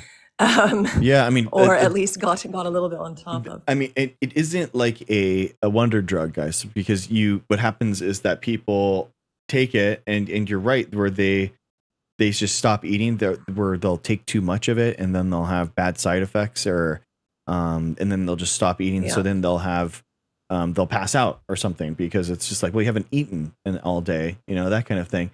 And then on top of that, your body's jump in at any time here, but your body's checking account is kind of like your muscles. So and your savings account is kind of like your fat. So if you're wasting away, your body's going to start taking that muscle away first. And what happens is that you start losing your muscle density, which is why I feel like if you're on a GLP-1 agonist, you should have that prescription of the shot and like weightlifting at the same time, because you need to be able to Oh, for sure. preserve that muscle tone that muscle mass while you go down and you're cutting. So a lot of times what happens For is sure. that And that, they're coming down, they're losing their muscle mass, they're going down in weight, and then as they get down there, now they've lost all their muscle mass, and it's like, well, now your yeah. metabolism is bottomed out because you don't have the expensive muscle cells to burn. So then boom, your weight shoots right back up because Yeah. 100%. yeah, as you don't have your metabolism isn't firing on all cylinders. You want to preserve your muscle mass as you go down, so then you can stabilize and actually stabilize your weight down at that lower weight. Yeah, and I think it's particularly problematic for people who just frankly already don't eat enough. No, but And Ruben, the it's not a fact that fat burner. these prescriptions are given without an accompanying nutrition plan, right? Like, okay, you can have this medication, but Yeah. you must be consuming X number of calories and or X grams of protein or whatever it is in your diet. But I'm particularly interested in the subject and its effect on you. I mean, I don't want to shit talk Ozempic. Like it's a wonder drug for so many people. So it's difficult to express concerns without people thinking that you're anti Ozempic, which I'm very much not. Yeah. I've just seen a lot of particularly young women who have absolutely no business being on it, effectively giving themselves a medically induced eating disorder, and it's terrifying to me. So from chat, Ruben, the fat burner. What I guess here you go. I mean, you're the expert on this. But like, what is the difference between what we saw and the fat burner stuff versus Ozempic? Well, so the fat burner, there were loads. There have been loads of different ones over the years. Remember, there was ephedrine and different things like just basically gave you more energy, so you had the energy to exercise and run around, and therefore you were logically burning more calories. Yeah. The thing about GLP-1 agonists is it mimics the satiety response in the body. So you're just not hungry. And a lot of people who are on it report that they take a single bite of food. You know how when you've eaten a big meal and you're like, oh my God, can I manage these last 3 bites? And that you feel like you're going to vomit. Apparently, anecdotally again, it mimics that feeling in the body. Not for everyone, but for quite a few people. You get just a single bite of food makes you feel almost nauseous because you're already just not hungry. So a lot of people feel like they're force feeding themselves. They lose the joy of eating. The food just doesn't give them the same joy anymore. You know, when you sit down to a lovely bowl of pasta or something and you're just like, oh yes, says the woman on her way to Rome today. Very much looking forward to that bowl of pasta. So it's different. It's not an energy source. It's not caffeine. It's not any of those things, which I think a lot of the fat burners tended to be. They kind of give you energy, and they're dangerous in their own right. But the GLP-1 agonists mimic satiety, so you're just not hungry. Yeah. So you genuinely, I really feel strongly that if people are going to be given this drug at any weight, they need an accompanying nutrition plan, or at least a check-in with their doctor to say, all right, if I see muscle wastage, if I see bone density issues, you're coming off. That's Exactly. it. So you have to follow this in order to do it safely. And I was just wondering if you had any opinions on it, because I did a feasibility study as part of my master's program, and I'm really, really keen to do a full study of this, but I'm just not sure. Yeah, I think that's a great suggestion, Dr. Any type Greg, of to talk sports. to athletes. Yeah, sports where they're cutting in order to make weight, like because they're not actually all the PEDs that they're checking for. They're not going to be checking for GLP-1 agonists. They're not going to be checking for those peptides. They won't be. So that'd be interesting. That's true. That'd be interesting to see. That's lovely. All right, my dear. Thank you very much. I won't take up your live. I just you touched on my pet subject. So I'm on my way to a Pilates class, though. P.S. No more hating on Pilates. No. Okay. So no, because I'm talking about progressive overload. That's why, like, what I'm talking about. I know. I'm just teasing so you. it's totally I'm fine. just Like teasing Pilates is fine, but the idea is that you need to have progressive overload in order to like keep your muscle mass. But anytime. No, I know you're absolutely right. I do. I weight train as well, but I'm a former ballet dancer, and I'm too fucking old to do ballet anymore. So that all I can get into is Pilates. Guys, I'm trying to do yoga for my jujitsu to try to like get my like mobility going too. So like it's all good, like whatever. Honestly, like whatever you do in order to stay active and stay going, then go for it. I think that's 100%. Yeah, that's the thing. Like everyone's gonna have their thing. Yeah, exactly. It's people make it too much like of it's too complicated. And it really is. It's a lot more simple than than people think, and it's kind of like an analysis paralysis thing where people just get locked in. Like, I'm not doing this optimally, and all these things, and there's I have all this preservatives in my food. There's no way I can be. And it's like, bro, you're just morbidly obese. You just need to walk 10,000 steps a day. Get a sweat on. Eat less food. You need some more protein. Exactly. Protein makes you satiated as well. Yes, exactly. It's the protein is so cool. The idea that these food companies now are now seeing like, wow, we don't have enough protein in our food. We need to start pushing more protein forward stuff. That is like an actual thing that is awesome, because I eat a lot of processed protein every day. I have a protein shake. I have protein. Me too. Me too. Yeah. So I don't think it's bad And also, just one last note, and I promise I'll shut the hell up and get off of your live. Oh, you're good. But I am a long time vegetarian. I'm probably about 90% vegan. It's an ethical choice. Nobody come at me. I don't have the fucking time. No, but good. It is entirely possible. I eat 110 grams of protein a day. I also exercise 7 days a week. Nice. And strength train 5 of those. But the point is, it is very, very, very, very easy to get enough protein on a vegetarian or a vegan diet. So the other thing that worries me is that people go out eating, steak with every meal, which also isn't good for you. But yeah, what is it? What are your keys anyway, then okay, to I get that? I'll go now. What is it like lentils, quinoa? Like what's your main protein? I am a huge fan of tofu. Nice. And P.S. tofu is perfectly fucking safe for men to eat. It's not going to give you man boobs or whatever rubbish people talk about. Like you'd have to eat literal kilos of it a day. I'm a big fan of tofu. I have a plant-based pea protein shake that I take. I drink a lot of protein yogurt and things like that. Yes, beans, lentils, all of the things, quinoa, all of that. It's very, very easy to get enough protein from plants. Cool. There you go, guys. Anyway, I promised you I'd shut up and go now, so I'm going to do that. Is it Ness? Thank you for having me up again. Is that how you pronounce it? What's that? Is that your name, Ness? Is that how you? Oh my God, do you know what? My name is actually Hillary. Hillary. Okay. But years ago when I started training and doing dance again and Pilates and weight training and all that stuff and became a trainer, I was working with the military. And I did not want the head of the Royal Navy to Google me and see me smiling in my sports bra. So people call me Ness. It's an old nickname that used to be only about 5 girlfriends called me in the 90s. And now here we are. Now everyone calls me Ness. Oh, interesting. Yeah. Well, it was great when my husband found out about it. He was like, I'm sorry, what's your name? So that was awkward. But anyway. Well, you're always welcome to come on anytime. Thank you so much for requesting. You're such a joy, Dr. Greg. Thank you so much. I appreciate it. All right. Bye, Hillary. All right. Take care. Bye. Bye. Dude, amazing. Hillary, thank you so much for coming on. So cool. So fun to have experts coming on, guys. See, I'm not crazy. I get lucky sometimes. You know what I mean? I'm just spitballing out here, and we get experts coming on and say that I get 1% of things correct and I'm 99% wrong. It's good. I like it. This is what I'm doing. Right? I'm just kidding. All right, guys. All right. Thank you, Marissa. I'm joking. All right. Okay, so we're actually going to do science news. Imagine that. I know. Stop. Hold the press. I know. We're actually going to talk about science here. Imagine. All right, guys. So should we do... Let's see. All right, guys. Let's do a quick poll. I got 2. Okay. I got 2. Is that going to work?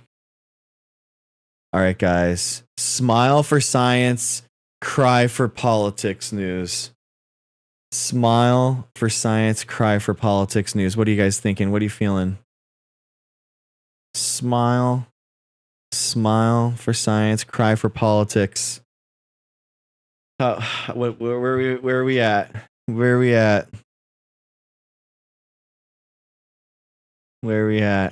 All right. Okay. All right. It looks like we're doing the first one, science. Okay. That's nice. Okay. Well, guys, this is a cool one. I'll be honest with you. As you know. Oh, wait. Sorry. 1 second.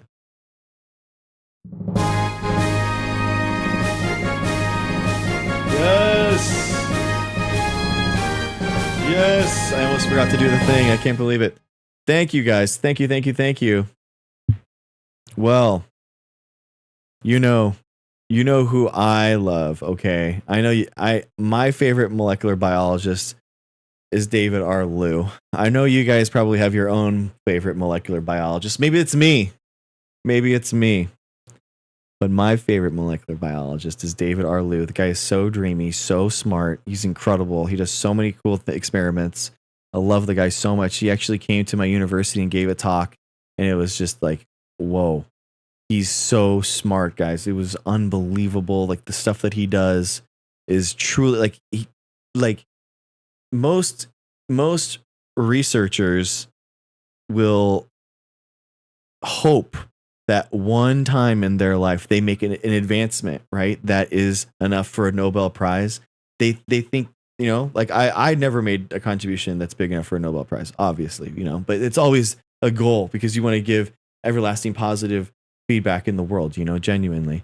And basically, David R. Liu, the question is not how many Nobel Prizes will he get, but which of his breakthroughs will he get the Nobel Prize for? Because he is inevitably going to get the Nobel Prize. You can clip this. You can clip this right here. He will get the Nobel Prize one day for sure. It'll probably be. I'm just gonna for the pin. It's gonna be for his human gene editing with his direct evolution CRISPR-Cas9 that he made himself. That he's doing the single nucleotide changes in humans. So that's gonna be the Nobel Prize. So just clip it. We're gonna clip this. Right here. All right. Okay. Anyway, sorry.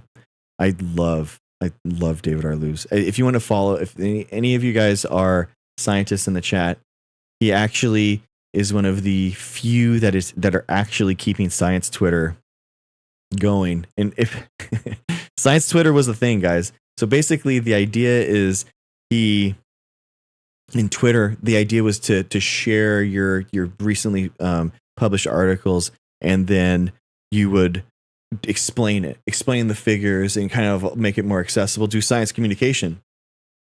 And he's one of the few that's still doing that. He hasn't migrated to Blue Sky yet. So he has an incredible science Twitter follow. Yes, Ducray. Yeah, remember those times? That was crazy. Those are really fun. Yeah. Yes. Yeah, we got our science Twitter enjoyers. Yes. All right. So this is a Wired article about him. How cool is that? David R. Liu.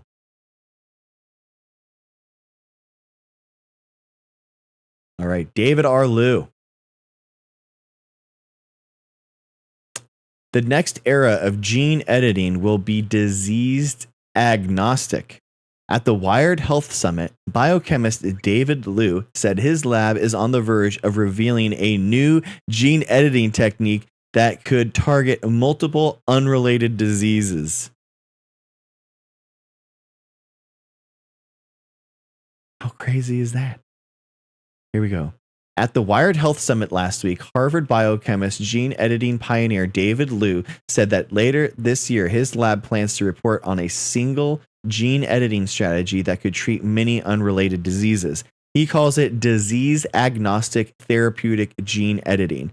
It sounds sort of crazy, but there's actually a very good molecular biology reason why this could be possible, he told the audience in Boston, stopping short of details. Gene editing treatments are currently being developed for several rare and inherited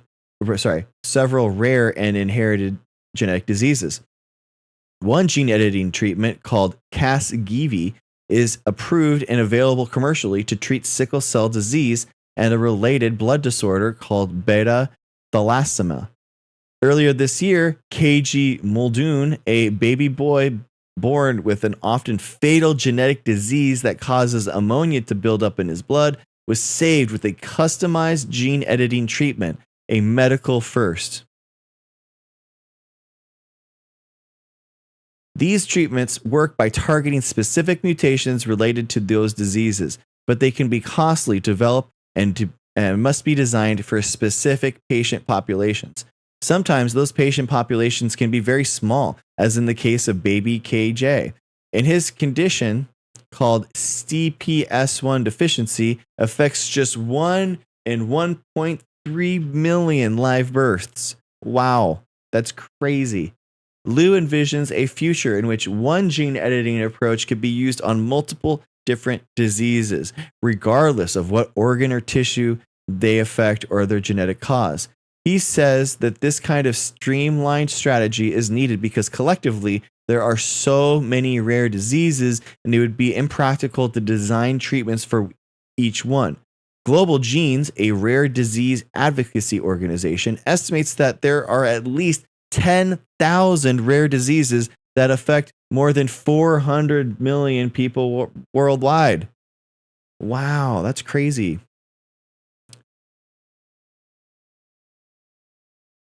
Oh man, are you serious? 1 second, guys.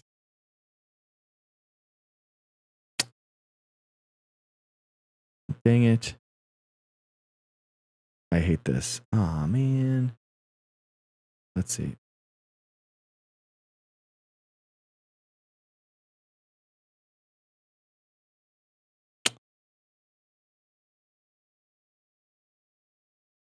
$10,000 rare diseases. That's a lot of green tea. Sorry. I'm sorry, guys. We're going back to it. I'm sorry. Sorry, I kid there. This isn't the right one either.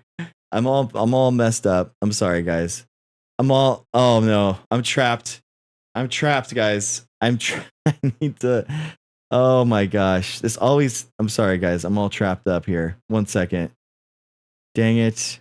1 second, guys. This isn't. Guys, stop. Why can't I stop this? What is going on? Okay.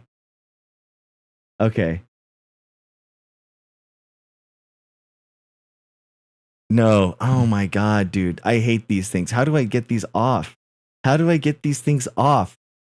Okay. Oh my God. This is so crazy. I hate it so much. Okay, finally, here we go.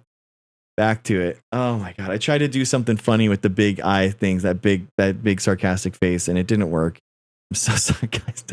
Don't. Okay. All right. Anyway, sorry. Genetic disease, quote, back to David R. Liu, okay? Genetic disease as a whole is not so rare. It's actually many times more prevalent than cancer or HIV or AIDS, Liu said. We urgently need these ways to directly treat the root cause of these genetic diseases. Do you think that he was trolling? Do you think that he was trolling the anti-vaxxers there? When he said the root cause? No, he has to be like, there's no way. The root cause of the disease. Because that's what all they say. They say, like, what's the root cause of all, why people are sick, man? You know what I mean? You guys know what I mean. Liu's lab has developed 2 ways to tackle rare diseases: base editing and prime editing. These next generation versions of CRISPR are already used in around 24 clinical trials around the world. Base editing involves lab-made proteins that can change one base or a letter in a DNA sequence or to another, such as changing a C to a T. They are akin to pencils that can correct single-letter misspellings. Baby KJ's treatment was a base editor to treat his disease. Prime editing, meanwhile, functions like a search and replace system for DNA. While traditional CRISPR gene editing creates double-stranded breaks in the DNA, prime editing allows for precise additions, deletions, or swaps without making that break. A prime editor, he explains, synthesizes a new segment of DNA and orchestrates a repair process in the cell so that the new piece of DNA replaces the original piece. Essentially, it's a DNA word processor. At Wired Health, Lee teased that his lab has found a way to use prime editing in a disease-agnostic manner. What? Taking advantage of the ability of prime editing to do search and replace gene editing raises the possibility that a single composition of matter, potentially a single drug might benefit many, many more patients than going after the disease one mutation at a time. That kind of future for gene editing, I think, will amplify. How would that work? So agnostic means that that it could be used for like one drug could be used for multiple diseases. So it could just fix that portion of the DNA. That they must be doing places that are similar on the genome. Okay. All right. This is my theme. This is my thing. This is my hypothesis. This is my hypothesis. Okay. I think that he's going to be doing. He'll have 2 different editors on each side, and they'll bookend a portion of the DNA, and that section will be linked to multiple diseases. I think that that's how they're going to do it. They're called agonists because they interfere with the binding of GLP-1. Well, yeah, Honolulu girl, we're trying to help people with diseases as opposed to naturopaths that are just trying to grip people and make money off of people that are in the unfortunate position of having a disease. So, yeah, exactly, Ducre. Yeah, isn't that cool? That's pretty sweet. I like that. That is a pretty cool idea. Let's see here. All right, guys. Sweet. Thanks. No, thank you. Trying to find. Okay.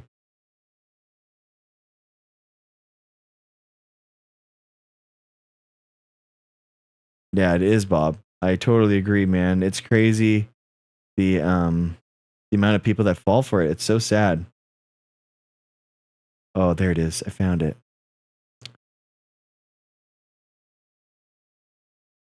We're back. Oh, I love this one. This is my favorite one. We're back.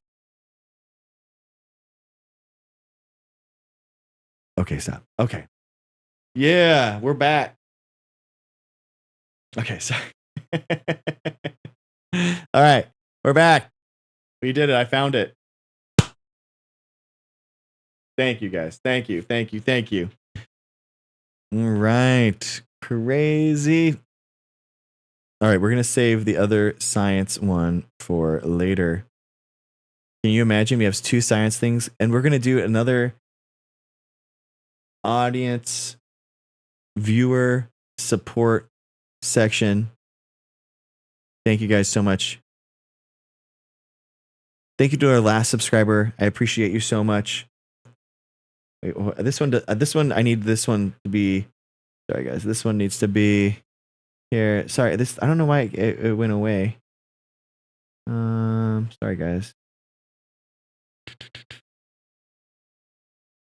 Let's go. Actually, you know what? I like this one here. This one. Hey. Thank you to Sickle Cell. Hey, thank you so much to our last subscriber, Sickle Cell. I appreciate you. To our top gifters, Kathleen, Ado, Ducre, Jeff, Helen, Dark Horse, Jared.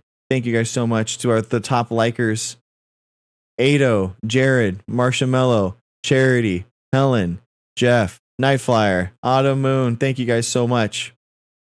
Appreciate you. The link tree in the above me. I can't use my hands. I'm floating in space. It's a YouTube revamped just on my highlights. So if you like the highlights, if you want to check it out right now. Also, if you have vaccines, if you gotten vaccinated this week, let me know. All right, guys, I'm coming down. I'm coming down in 3, 2, 1. All right. Whew. That was crazy. That was wild. I'd rather you be silly during the possible logical conversation. I did, Light. I did.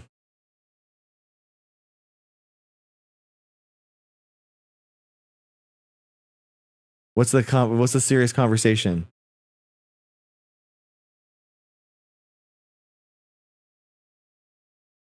Dude, Croxy. I know that was the first time that I called her that, Bob, and she was like, "No, she's like, no, that's not right. That's not right." I was like, ah. Well, when we're done with the silliness, could you explain more about the therapy of bone marrow disease? Oh, I have no idea. I'm sorry. I have no idea about that. I'm not a medical doctor. I'm a science doctor. Sorry about that. Oh, Lauren, no way. Which ones? How many did you get? Lauren, thank you so much. Thank you for coming back and telling us. Oh my gosh, my hair. What was that? I don't know. What was that?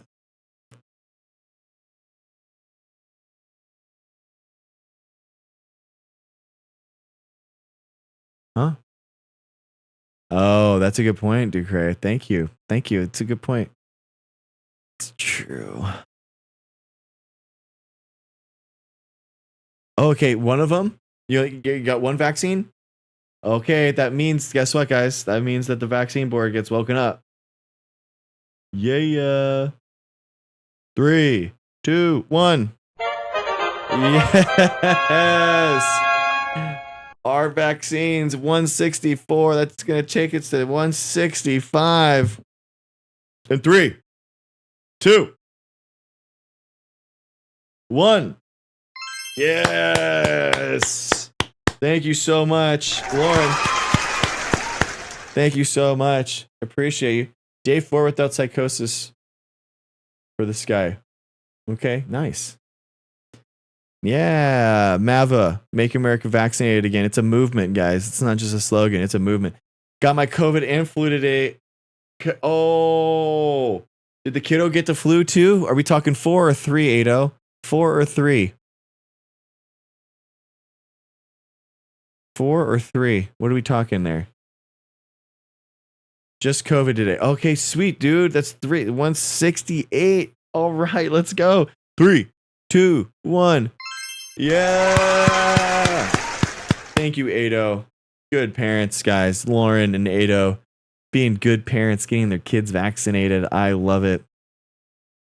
Families who vaccinate together, grow old together. I love it. Wait, you've flown many times, Light, and you don't even seen the curvature of the Earth? You don't have any qualms about it? Oh my God. This is about programming, not education. What do you mean, programming people to do the right thing and look out for one another? Wow, Light. That's crazy. What did you think about the new, did you know about the flat Earth people that went to Antarctica? And they did all their experiments, and the guy like showed that the experiments actually proved that the world isn't flat, and he was ostracized from the flat Earth community. He was like one of the biggest flat earthers in the entire world. Isn't that wild? What's programming? Oh, okay. Hey, Sickle Cell, how's it going? Hi, Marissa. Oh, users 139, guys. We got a lister. We got a list. Hi, Rosie. How's it going? Exactly, Marissa. Exactly. Oh my gosh. Oh my God. I have to read this. Oh my God. Yes, it was total BS. We even interviewed them and they are full of it.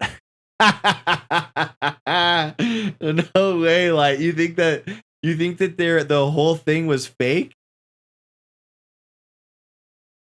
You know, I actually had a lot of fear getting my oldest vaccines. Okay.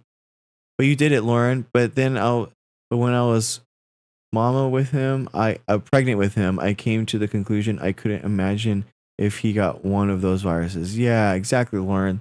You did the right move. We're talking about flat Earth right now, Rosie.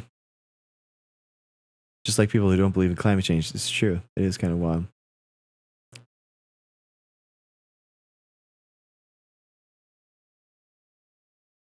Wait, Light. So you thought the entire thing was a set? That the whole thing that they had the video and everything. Whoa, Yestertech. I got COVID, booster, flu, and pneumonia this week. Let's go. That's 3. Let's go. Okay, everyone.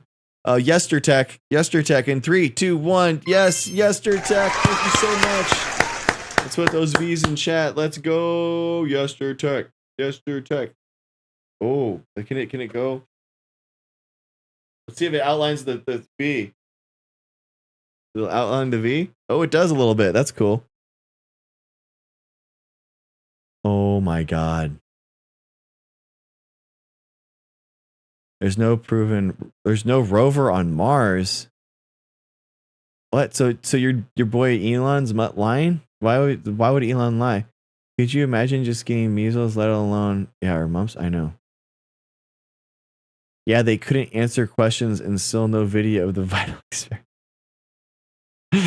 They did everything light. They literally did everything. They had a drone like flying. They had like 2 independent drones and videos and oh my gosh. Right now, sickle cell. Yeah, we're just talking about flat Earth. Flat Earth is so easy to debunk. Believing it is so intellectually lazy at this point. I agree, Marissa. I agree. Measles is no joke, Romy. It is no joke. It's serious.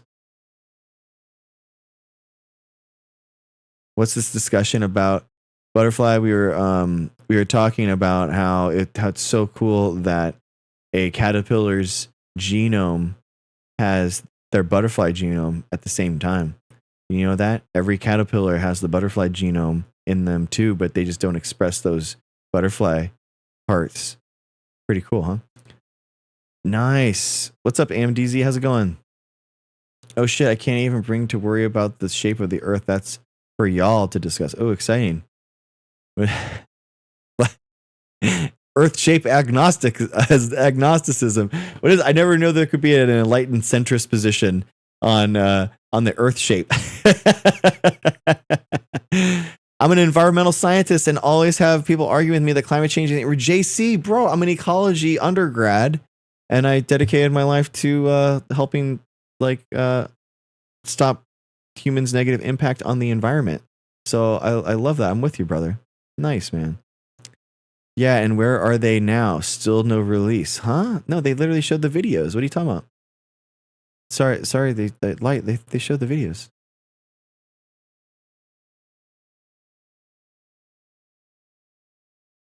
Oh, what's up, sickle cell? All good.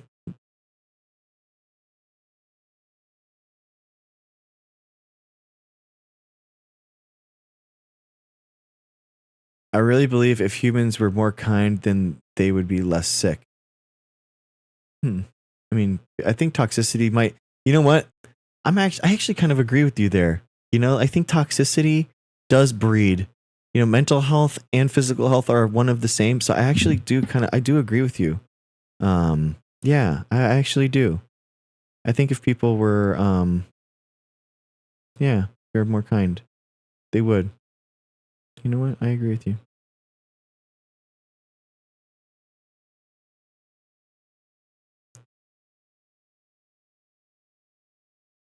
We solved the climate crisis. No, we didn't, Ruben. That's not. Carbon scrubbers aren't the solution to the climate crisis, bro. Hi, Jennifer Garcia. How's it going? Welcome in.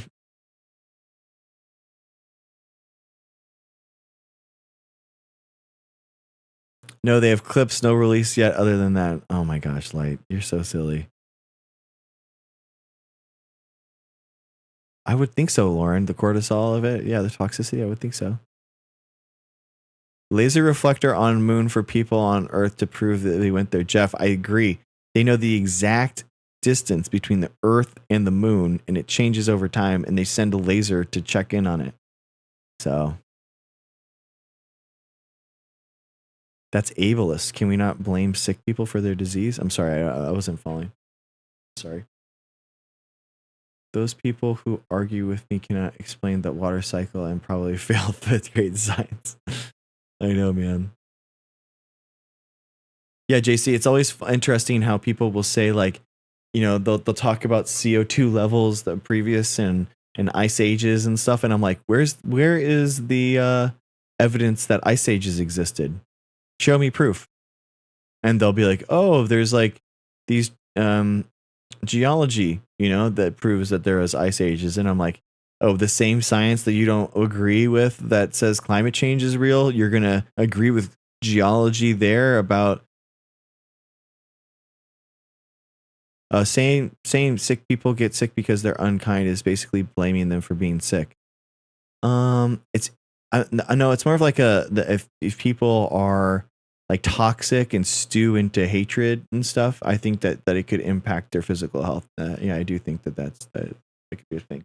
I'm not saying that's the primary reason that 60% of the United States is morbidly obese, but I'm thinking, I think that mental health and physical health are one and over the same. I don't think they're separated. So yeah, I do think that it's getting sick is not a moral failure.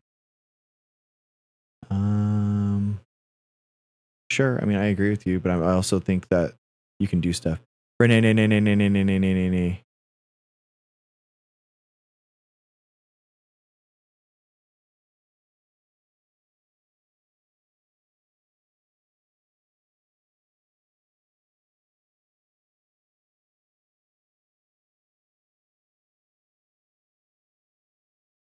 Okay, Sky, that's fine that you believe that. That's all right. It's all good. Polystrate fossils debunk carbon dating. What? What are you talking about? There was a study about like straight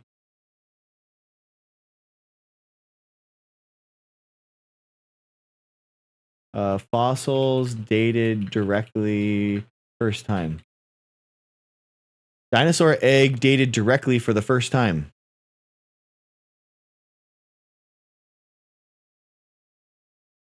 Okay, Sky. All right. Have a good one. If you think that I'm like being unkind or unapologetic, or I'm not, like, I literally, it's okay. All right. You can do what you want. It's all right.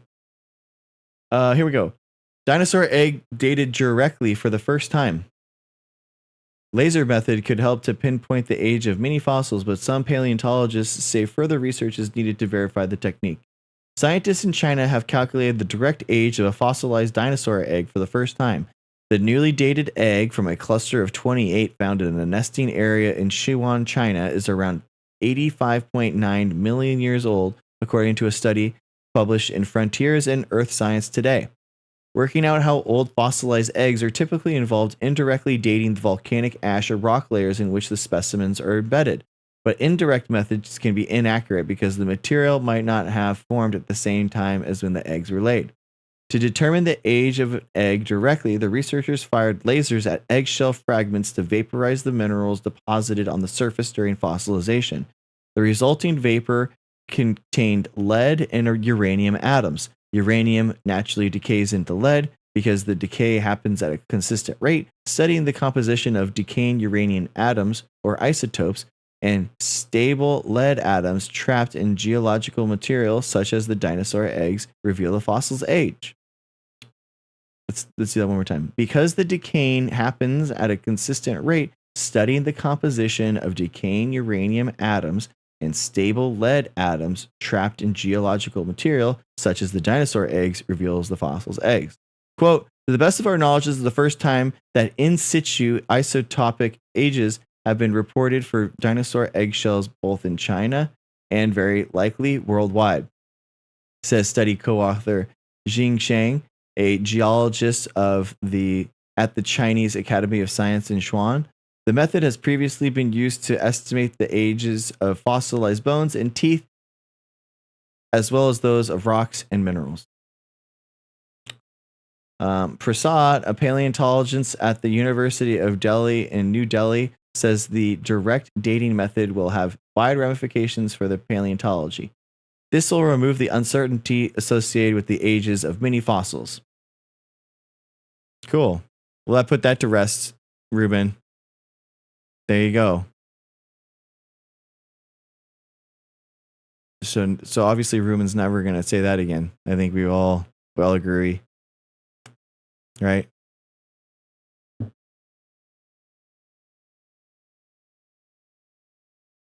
Yeah, I don't know why Sky was upset. I'm sorry that anyone feels that I'm not like seeing them, but I was trying to understand. But Being hateful can raise the cortisol levels within the body with damaging free radicals. Yeah, I agree, Romy. Yeah, yeah, it's all, guys, don't.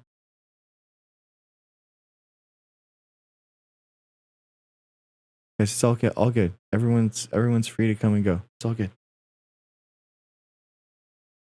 I think it was a misunderstanding, but you know, it's okay. Everyone's all good. I agree, Ducray.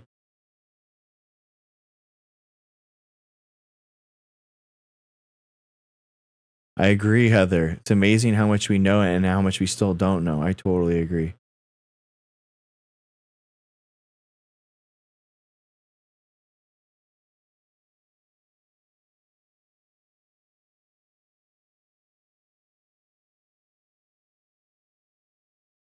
Are there any available COVID vaccines in Florida? Pinky, I don't know, man. Ruben, are you serious? Can we trust China? Dude, Ruben, it's not about China, bro. It's about the data and the publication. It's not about China as a country, bro. Dude, come on. No, I will do great. I had to read the entire article, so I'm catching up. All right, we're good now.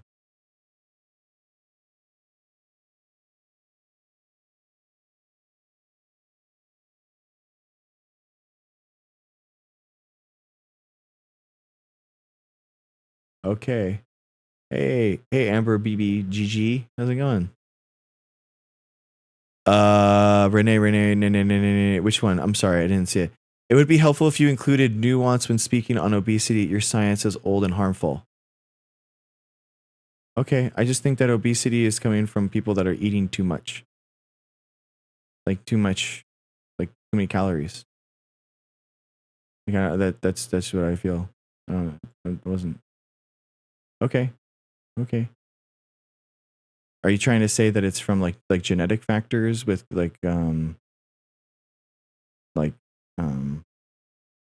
yeah, I'm sure.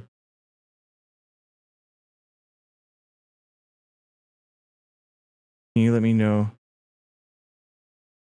Okay, what are the factors? I mean, I'm sure there's a lot of genetics that are involved in with it. Yeah.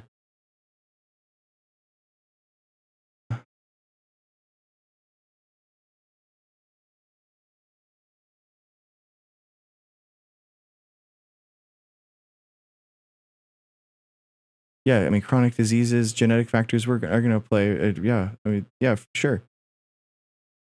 And overall, guys, the genetic factors are going to cause you to overeat, right? It all is a.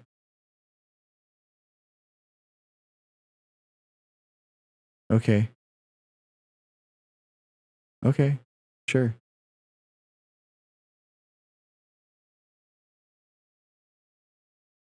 Have a good one, Night Flyer.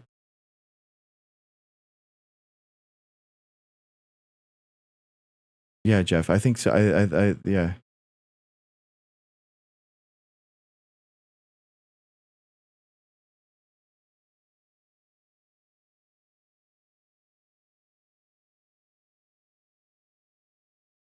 Okay. All right. Okay. Let's look at it. Smaller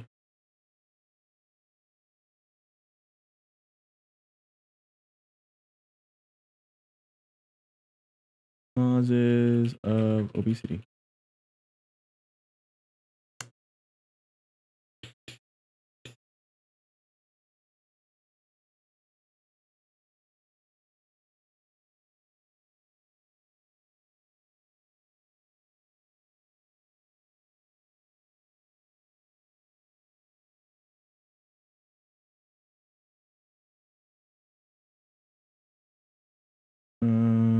Genetic and epigenetic causes of obesity.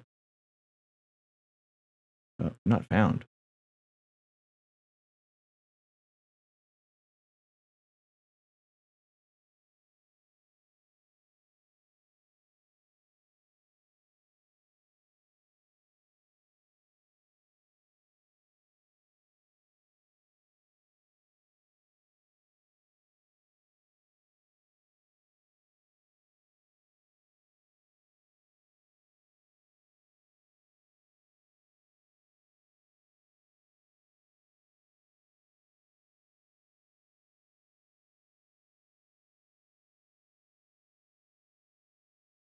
Okay, so this is a comprehensive diagnostic approach to detecting underlying causes of obesity in adults. Cited 181 times in 2019. So this is the most recent comprehensive review that we can talk about.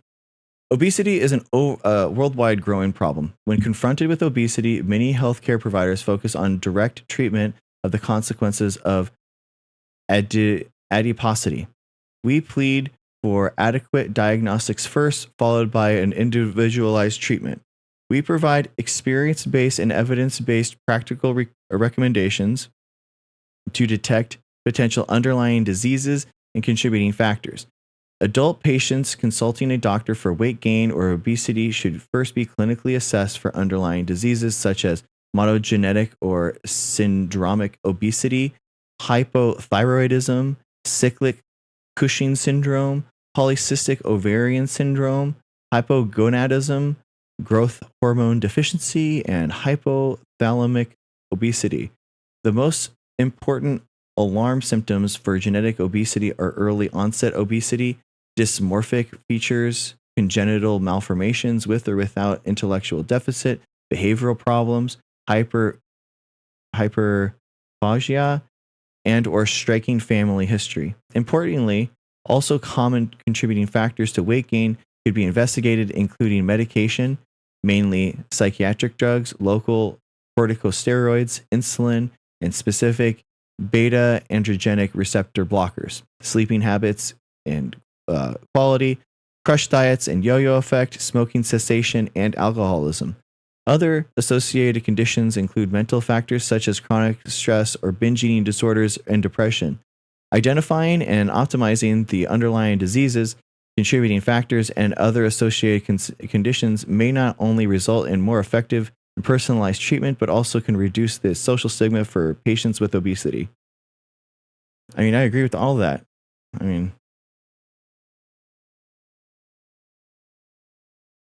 I don't understand. I just don't think that that's the majority of people with the things. I think that I agree with all of this. I don't have anything problems with this.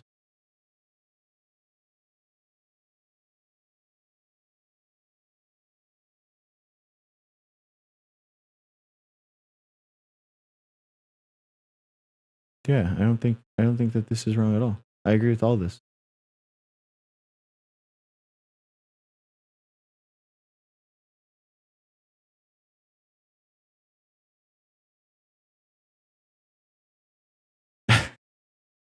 I think that like there are tons of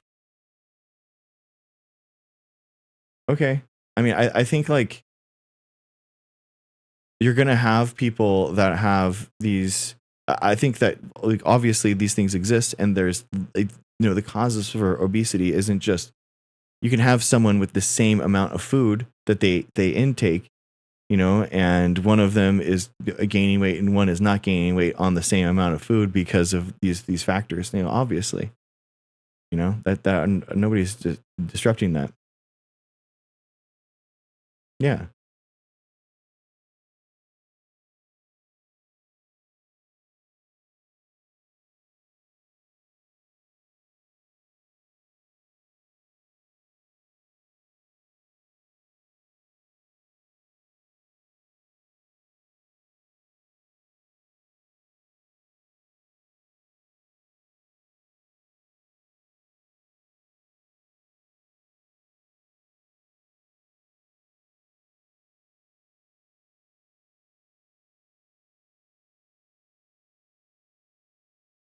I mean, I was talking to Tyler. We were talking about like systemic problems of,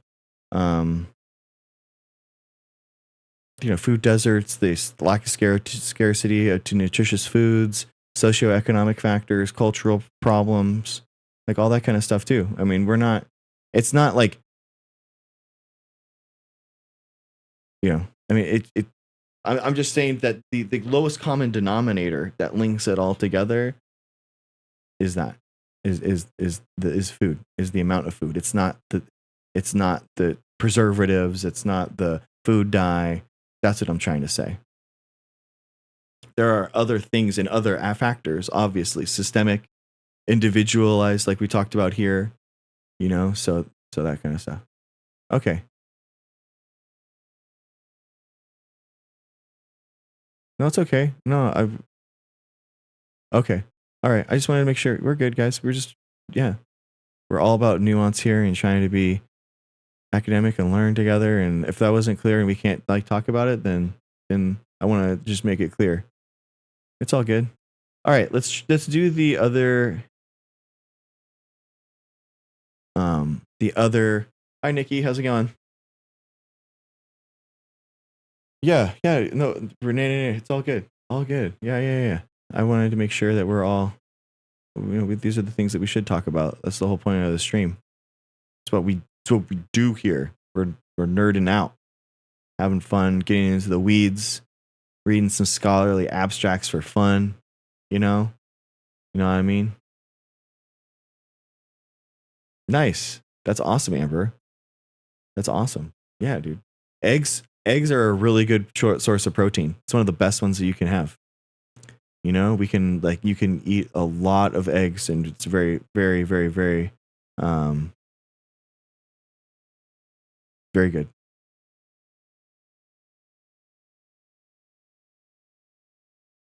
Yeah, do Craig. We gotta nuance it up.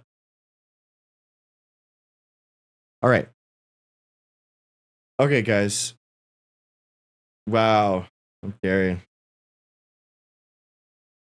Oh, I got you guys. I know you guys. I know a bunch of you guys like Good Trouble, so I got. These are actually my lab glasses. I wanted to make sure you guys felt comfortable. Okay, I know you guys come in from Good Trouble stream, so I just wanted to make sure everyone felt really comfortable watching my stream. Okay, guys. So, you know what I mean? So I hope if this is okay with you, is everyone a little bit more?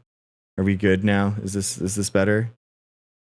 Is that? There you go. See? These are my lab glasses, guys. See how they're like protective? These are prescription lab glasses. This is what I actually wore in lab. Yeah, they're prescription. Yeah. Isn't that cool? These are my lab glasses. I know. They're light blue. I don't know if you can see the light and blueness. You know what I mean? But they're now I just need a hoodie. No, oh my god, I got you. He always wears the trucker hat.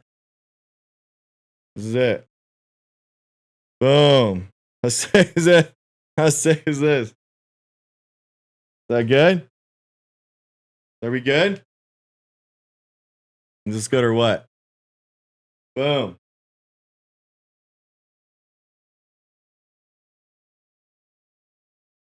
I just need a cat. Yeah, exactly. Hey guys, how's it going? Can you believe these Republicans today? Can you believe these Republicans today? Can you believe these Republicans?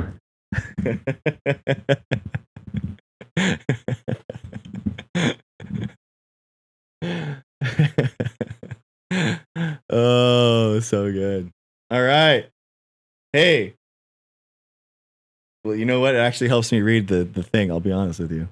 I do wear glasses, guys. I do wear glasses. I don't know.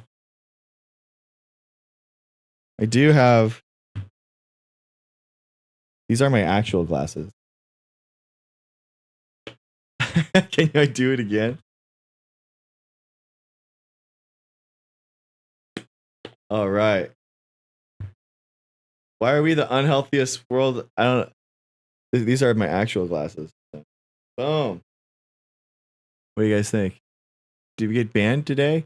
Hey, you nerds. Hey, you nerds. All right. It does help. This does help for me. I think these are my old glasses. No way. Wait, GT got banned for real? Oh, no way. Relax. Is that what people say? Relax. Dang, dude. Oh no. Oh, thank you. It looks, I don't know, on camera it does look weird. I feel like the glasses look weird. But it does help me like read chat. I will relax. Is that right? Is that what he said? Okay. I'm learning, guys. I'm learning. Oh, weird. Okay, interesting. Well, you guys can hang out here, I guess. I guess we'll let you. I guess it's not too bad on just a monitor, Ruben. So Frankie going to Hollywood. I guess you guys are welcome here. I guess you guys are welcome here. I don't know. We'll see.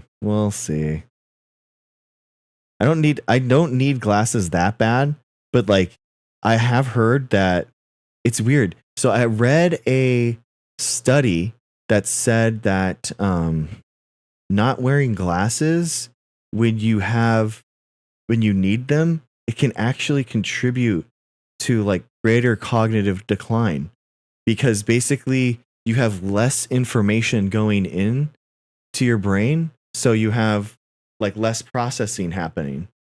Yeah. So I was like, oh shit. I was like, maybe I know, dude. Yeah, exactly. Yes. Have you heard?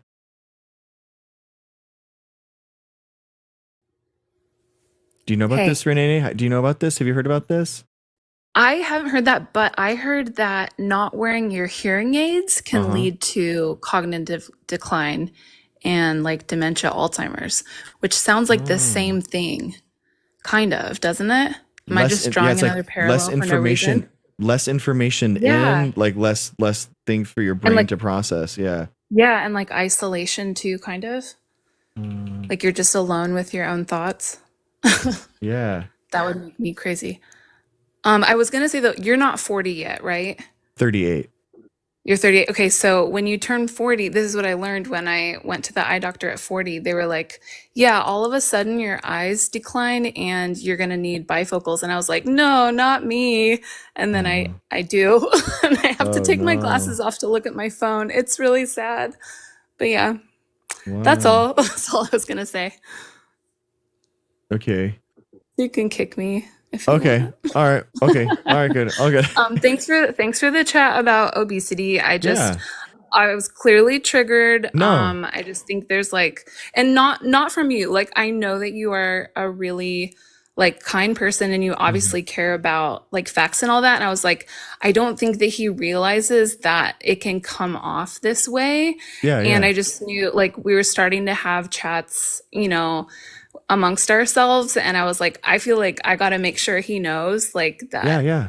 I don't know. Yeah. Cause it's just not very nuanced to be just calories in, calories out, especially Sure.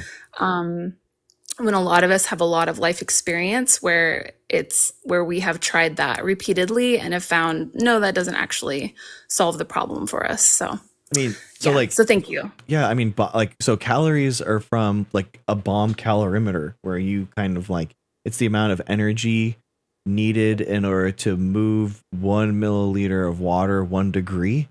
So it's but we're not a bomb calorimeter. So you're gonna need like proteins and your hormones in order to do that. So for sure that's gonna be a big factor of it. I'm like more like talking about that in the context of like preservatives and nutrition, Right. and Yes. food dyes and I stuff did like notice that, kind of like, Yeah. but not as like a total health thing, Right. So that's, Right. no, You were addressing somebody yeah. who was talking about like, oh, here's the reason why you're fat. It's because you're having red food dye. And it's like, no, yeah, that's not the reason. exactly. Yeah. No, I get it. I think though, just some other comments made, and maybe I'm not remembering correctly either, but I don't know. Yeah, I appreciate it. Thank you. And all good. That's all I have to say about Yeah, thanks for clarifying and like, yeah, no, thanks for Yeah. like saying something. I appreciate it. Yeah, thank you. Okay. All right, thanks, Bye. Renee. I appreciate you. All right. Okay, well, here's the science. Here we go. Let's see what someone says. I love it when you guys link PubMed. Thank you.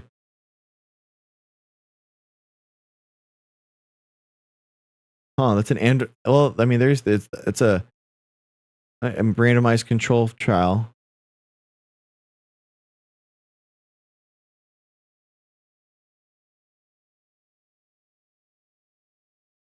But this is the study showed that independently of the method for weight loss. So this is just weight loss method, I think, versus cause of obesity. I think we're both, Jeff, you're right too. But then also there's different reasons, and like their resting metabolic rate is going to be able to be different based off of a lot of different factors. I think that's what people are saying. Okay. Real quick, vision impairment and cognitive decline among older adults. Conclusion, abstract. Our systematic review indicates that a majority of the studies examining the vision-cognitive relationship report that VI, which is vision impairment, is associated with more cognitive decline and cognitive impairment or dementia among older adults. This synthesis supports the need for additional research to understand the mechanisms underlying the association. So basically, if you wear your glasses, you're going to have less vision impairment and less cognitive decline and rates of dementia. So I'm worried about that, guys. That's why I'm like, maybe I should wear my glasses. I should, you know what I mean? Especially doing this, for 5 hours. Sometimes I'm here for 5.5 hours, guys. Honestly, I'll be honest with you guys.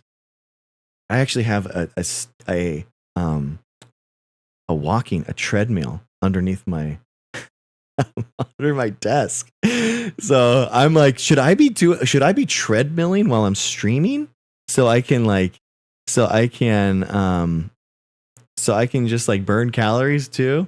Should I be glasses and treadmilling at the same time? So I'll just be like walking, like, hey guys, how's it going?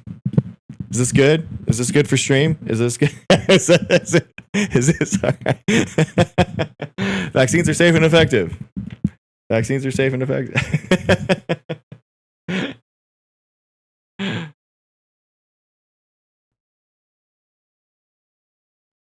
Just wearing so, but yeah, I hate sitting down.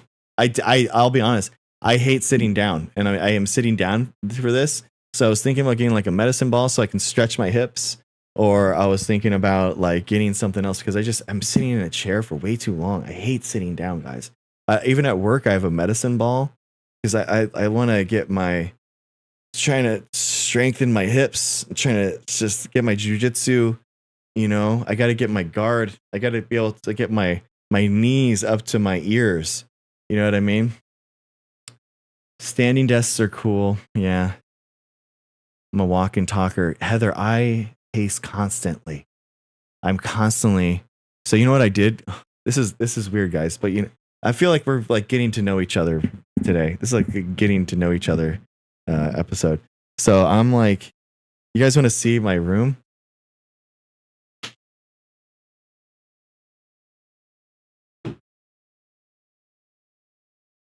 We're like really getting to know each other here. This is what I do. I have like let's see here. Hello. See here? This is a pull-up bar. It's a pull-up bar with an ab slings and then some gymnastics rings. So then I can like, instead of just like going on a walk, I can just like do some pull-ups. You know what I mean? Yeah, easy peasy. Just like go over here, get some pull-ups in, get some ab works or ab rollouts going. Kind of weird, guys. You guys are falling up. You guys are falling upwards. You guys are falling. Oh, no way. Are you serious, F1? I unironically want to do that. I'm not even kidding. Oh, Kathleen, thank you. Guys, I would honestly, I actually got a second. Okay, this is, man, we're really going through it, guys. I actually got a second camera. I got a second camera. The idea being that it would be like a thing where I could be like, for every sub or something, I would do 10 pull-ups or something. So it's something like that, or like some break where I'm like I have to go and do my thing. Because it's been fun. It's fun. I don't, but also I'm like, do I really want to be streaming for this long? Maybe I just stream for like 2 hours a night as opposed to like the degen 4 or 5 hours. I don't know. Guys. We're having fun though. We're talking. We're spitballing, having fun.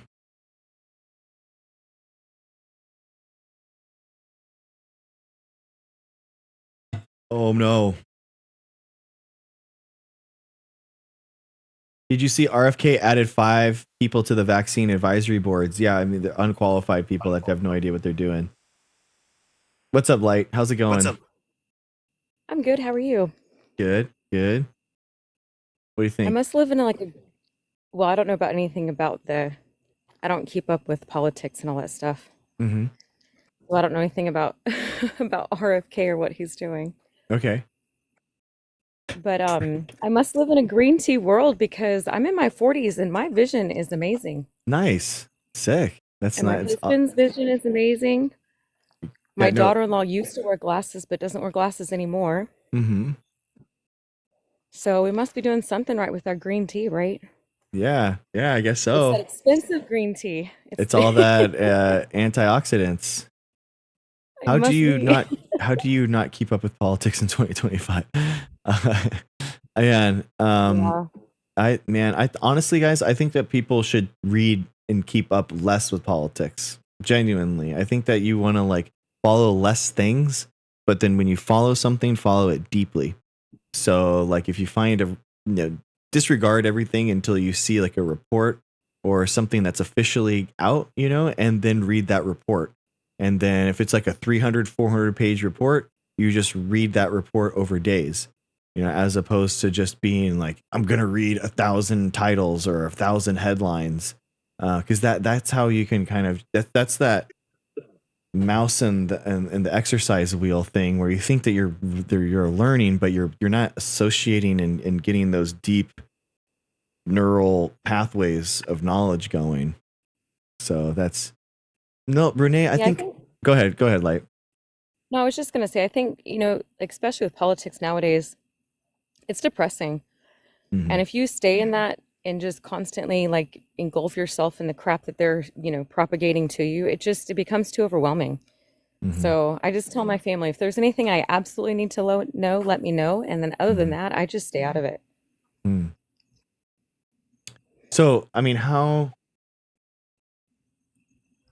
bet like, how do you, there are things, I do think that there are things you need to pay attention to be an informed citizen in the world. I do think that there is an informed citizenry that's necessity being in a democracy. You know what I mean? Like there has to be some type of way that you're involved, like, and the democracy outside of just voting once every 2 years. Well, I don't even Genuine? vote anymore.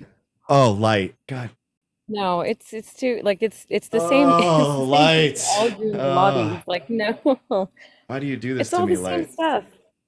Well, you get someone who really can try to make a difference, right? Like there was the guy in California who was really trying to make a difference and he got squashed out. Who? Like he even tried, like people even tried to sue him to where Who? I mean, this was like 4 years ago, but I What's don't his remember name? his name, to be honest. Is the one guy that was trying to make a difference? You don't remember his name? No, there's a lot of them. I don't remember, to be honest, but I'm just saying at the end of the day, like, they all have their lobbyists and I mean, it's all the same side. What's They're all a your group. voting pattern? Who would you vote for? Can I ask your age? Yeah, you've asked before, 41. Okay. All right. Yeah, we're in the same high school. You would have been giving Yeah. me swirlies Yeah. at you're a junior, I'm a freshman. I'm the nerd on the side and you're hanging out, you're drinking your all natural Yeah, I'm kind of leading you. It's okay. cheerleader, That's okay. I understand. What was your I mean, as voting far as history? Like, did George? So you voted in 2004. Then 2004, George W. Bush re-election. That was your first election that you could vote in. Did you vote in I mean, obviously, 2004? I'm a Republican. If you had to like put a title on it, I would Okay. say that I swing more Republican than anything. Okay. Just So because, all the way for everyone. mm, yeah, probably, pretty Okay. much. So that George W. Bush, McCain. You're a fan of McCain over Obama? I mean, listen, I wouldn't say, I guess you have to use special words here. I was very uninformed, Mm-hmm. obviously. So It's yeah, I okay. mean, I honestly think if I had to look back and remember all of them, I bet it was Republican straight. So McCain over Obama, Romney over Obama. And did you voted for Trump 3 times? No, that was before I stopped. What? Or sorry, that was, yeah, so I stopped right before Trump, like as far as voting goes. Wow. Wow. So you've been apolitical for 10 years now? Or better, yeah. Wow. Does your husband vote? I know you guys were like middle school or high school sweethearts. That Yeah, no, we're all on the same page. wow. Do your Yep, friends even or my do your son. friends not vote? A lot of them don't. Wow. That's interesting. Yeah. And you Sorry, no, I'm in my kitchen. I'm moving around. Sorry, it and, wasn't and you lighter. said I'm sorry, I don't want you to review where you are, but you said you lived in Texas, right? Yes. Okay. Wow. Yeah, no, there's a lot of people who are open to, I guess, the idea that, it's the lobbyists, like it's the same side. I Mm. mean, you're voting for the same coin, right? No matter what side it is, they're all in the same group. It's the same construct. That's why if you ever, I mean, really look at it though, like is the world getting any better? Like really look at it. Okay, so Are I people so I agree, all right, that they are the same side of the coin. If you want to talk about like me and you and how much we have in common versus like me and you versus the billionaires and like Elon Musk and Bezos and all those guys who have like their incentive motives. And I think that those guys are looking out for themselves and like taking the power and the government and pushing their own interests, and they're in direct competition with like me and you. But like, do you agree with that? No, absolutely. I mean, Okay. and look at all of them. How many times have they switched to political side? I mean, Trump used to be best friends with half these people, supposedly, right? Okay. Yeah. Exactly. So Well, that's I'm the just thing. saying. So like they flip sides all the time. So that's the thing. And I think that like in 2004, when you started voting, I think that like the billionaire class was like more on like both sides. I think that you could make that argument, and that's the whole like, you remember the South Park like douche versus the turd sandwich? Like everything is like on both sides, and who knows? But like Well, I and think then think about, now though they're pretty squarely with the Republicans. Like the Republicans and the billionaire class, like they like Elon literally bought a seat in the White House in order to go through and pillage the government of like services and stuff like that. Like, so I think that like both of the sides, if we're talking about us versus the billionaires, which I think is the real disagreement, I don't think that each party is the same in regards to how they treat their billionaires. Does that make sense? well, I mean, it would be like me having a big group of people around me who are similar in whatever way. You can define it as money, you can define it as a business owner, an idea. We're not going to all think exactly the same either. You know what I mean? The So like, billionaires or yeah. us? So like they're all, Well, no. I'm talking about like, well, whatever group you want to define it. If you can say, okay, let's talk about the billionaires. They're not all going to have like the same alignment with everything, and they're all still fighting, even though they're all billionaires. They're still fighting for like the top. Money is just a construct for them. It's just a tool. No, Money is not even a thing for them. It's just control. They're it's wanting everything. control. No. It's everything. Because with power, they get more money, and more money they get more power. So Yeah, but that's it's the point. It's the tool to get more power. They just utilize it. okay. I mean, Like money is used to get power. That's why they even constructed the money. Like that's why we have the Federal Reserve, which is no. neither federal and there's no reserve. I mean, it's a No, I've been poor and hungry before. that's 100%. like that exists, but they don't have like a direct relation to that. They more have like a direct relation to the political side. Like Jerome Powell isn't taking like direction from, Elon Musk. Like the Trump is taking direction from Elon Musk and those guys. And the Republican Party, all those guys are directly scared for their political lives because Elon Musk is like, if you don't agree with me, then I'm gonna primary you in 2026, and they're critically like endangered for their political lives because of that. But the Democrats, when Elon Musk is like, I'm going to primary you, they don't care. It's like, okay, well, you were already against us, bro. Like, what are you talking about? Do you know what I mean? Like the threats for the Democrats were already there, and they didn't really, they didn't they are already existence, and Elon Musk was already against them, versus the Republicans are deathly afraid of the billionaires, and they are definitely the billionaires. Like the Republicans are happily the puppets for the billionaires. Does that make sense?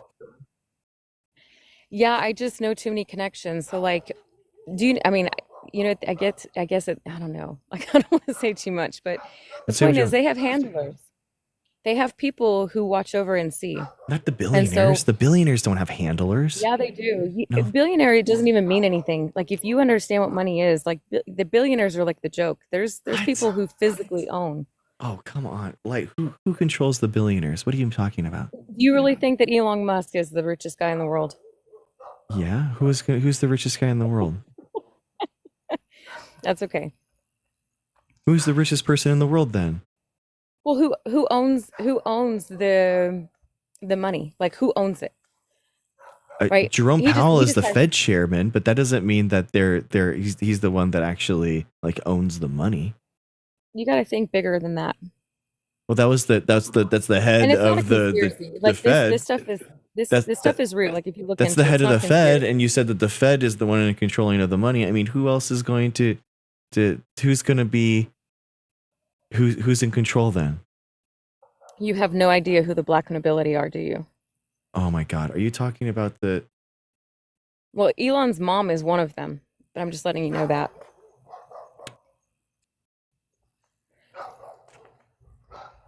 And this stuff is not like the conspiracy is against you Oh my guys, God, right? this It's is like against us. this JD Rockefeller is the one that's controlling the science. It's like come on, man, this is all so tenuous. Like why are we talking about these Well, here's type my of? point. Has anything gotten better? No, because billionaires are sucking in like parasites hundreds of billions of dollars from us. Like that is like, Well, I that's the mean, point, though. yes, exactly. I mean, these guys like the amount of billionaires and their wealth has increased like tenfold and within our lifetimes. And that's the problem, is that like we're Yeah, talking it's just like it's just growing, right? exactly, the billionaires are taking away like 20 to 30 years of scientific funding, just them and of it themselves. So yeah, it's a huge impact. It's generational scientific wealth that they are taking, and they're not contributing it back into society. They're not paying that forward into research and development. Yeah, but that's my point. Okay, so then exactly, so it's the billionaires that are taking the money, and that is the problem. Yeah, but I'm just saying it's like I mean, you have to understand that's the point of it. Like, all of this is a game to them. It's not a Like, and so you're game. not It's making just the connection. gluttony. It's greed and gluttony. That's the problem. Well, yeah. They, No, they, well, yes, but to them, it's a game. I don't think that it's a game in much as it's everything to them. I don't think it's greed. I don't think it sound. I know what you mean, but George, I think that it's more. It's more than greed. It's gluttony. No, it's control. It's complete gluttony. control. No. And actually, it's complete control of your body. Gluttony is the idea that you can't just have. You want something because everyone has greed, right? Everyone has greed. I want more. I want this. That's fine. It's gluttony, guys. Look what the definition of gluttony. Gluttony is the idea that I don't want more. I want everything. I want all the cake. Everything has to be mine. There's no one else that can have anything else. I have to have it all. And that's the sickness of it. It's not just greed. It's something else. There's a thing that happens on them that they just exactly, Kathleen. They want yours. They want everything, and it really is a sickness that they have. Well, wouldn't that equate to control? Renee, exactly. It is control. It is power and money that permeates from and that's how they want more and they want everything is through politics, and that's how the mechanism that they use in order to take it. Yes, Afan, of course, the more money is more power, and more power is more money, and inherent to capitalism is the idea that money congregates, right? That is the the bad businesses inherently go out of business, which congregates into fewer and fewer businesses, and then those businesses create more market share. And the whole idea of a well-regulated capitalist market, which well-regulated capitalist, is that that's what you chop off these monopolies and the congregation that happens naturally within capitalism is chopped down. And we don't have that. We don't have that anymore. We don't just have monopolies. We have mega monopolies where you have businesses that aren't just monopolies in one thing. They're monopolies in, like Amazon, a monopoly in web hosting, a monopoly in business online marketplace. Multiple different ways and avenues they're actually monopolies in. It's disgusting. Even look at the whole tariff thing that just happened as well. I mean, we had our last shipment come in, and they changed the way they define it as far as the labeling, and so we got charged 67% on all of our stuff. So our shipment was 30,000 more than typically what it would be. And now they raised tariff taxes. Yep. So they raised tariff taxes, right? Yeah. And that's just on plastics. But the point is that, and then so let's do this. So they raised tariff taxes, which means now it's no longer, unless we completely remove like how we manufacture everything, we have to go to the States, right? Unless we find another country and redo all of the work that we've ever done as far as, you have to understand, you have to physically send all of your measurements and everything to remanufacture something, right? So let's say we move it to the States. Well, then I'll call around to the States who actually manufacture in our states, which is owned by a Chinese guy overseas. And if you try to get in with them, unless you have this huge $1 million supplier platform, they won't even let you. They own the market here, and they'll say no. So they're really cutting down on your ability to even have a free market here. So even smaller businesses are just getting hammered with this stuff, and people, and then he said he's going to raise tariffs and cut income. Well, where's the income tax being cut yet? I don't see any of that happening. So all I'm saying is, brilliant. Oh my gosh, this is incredible. They think he's, they think he's for. And I'm just saying, like, I do have legitimate things that I bring to the table, especially being a business owner. And I know, I love this. I love this. Is incredible. Yeah, legitimately, it's really sickening. Yeah, it really is. And then people are like, well, I just got 2 calls last week, and they're like, well, we used to get a water well, and it would cost us like $6,000 or $7,000. Well, yeah, it did. But now what they've done in the 90s is they put state regulations. They've owned, they basically have partnered with a couple of corporations, and they sell a specific material that they want you to use in a well to basically seal all your packers and everything, and only one company sells that. And at the end of the day, you have to end up paying for all their plastics. You have to pay for all of the way they want everything sealed. Is it necessary? Absolutely not. It's just their way of basically costing more people money. That's just it. What's what it comes down to. So is We it could big remove enough? all of The question is then, is it a big enough deal for you then to vote? Well, that's the thing, though. If you're getting the choices of the front or the back coin, but they're from the same corporations, they're going to make the same decisions. And unless we, the people, start understanding that we actually have the power and start putting our money into something that we could have control over and do our own lobbyists, right? And actually vote for someone that's going to physically matter, then it's not even worth it, because it's all going in the same direction. Here's the deal. People got sold a long time ago that this guy is a business guy, right? He had his own TV show. What was it? What was this TV show? Apprentice.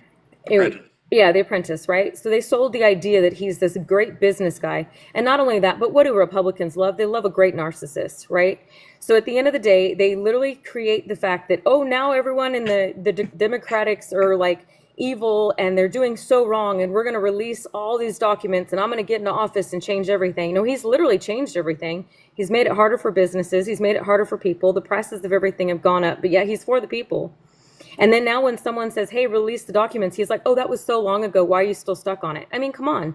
At the end of the day, that he's exactly what you asked for. A narcissist that literally hates on people while saying, I'm going to be here for you. Like, it doesn't make any sense.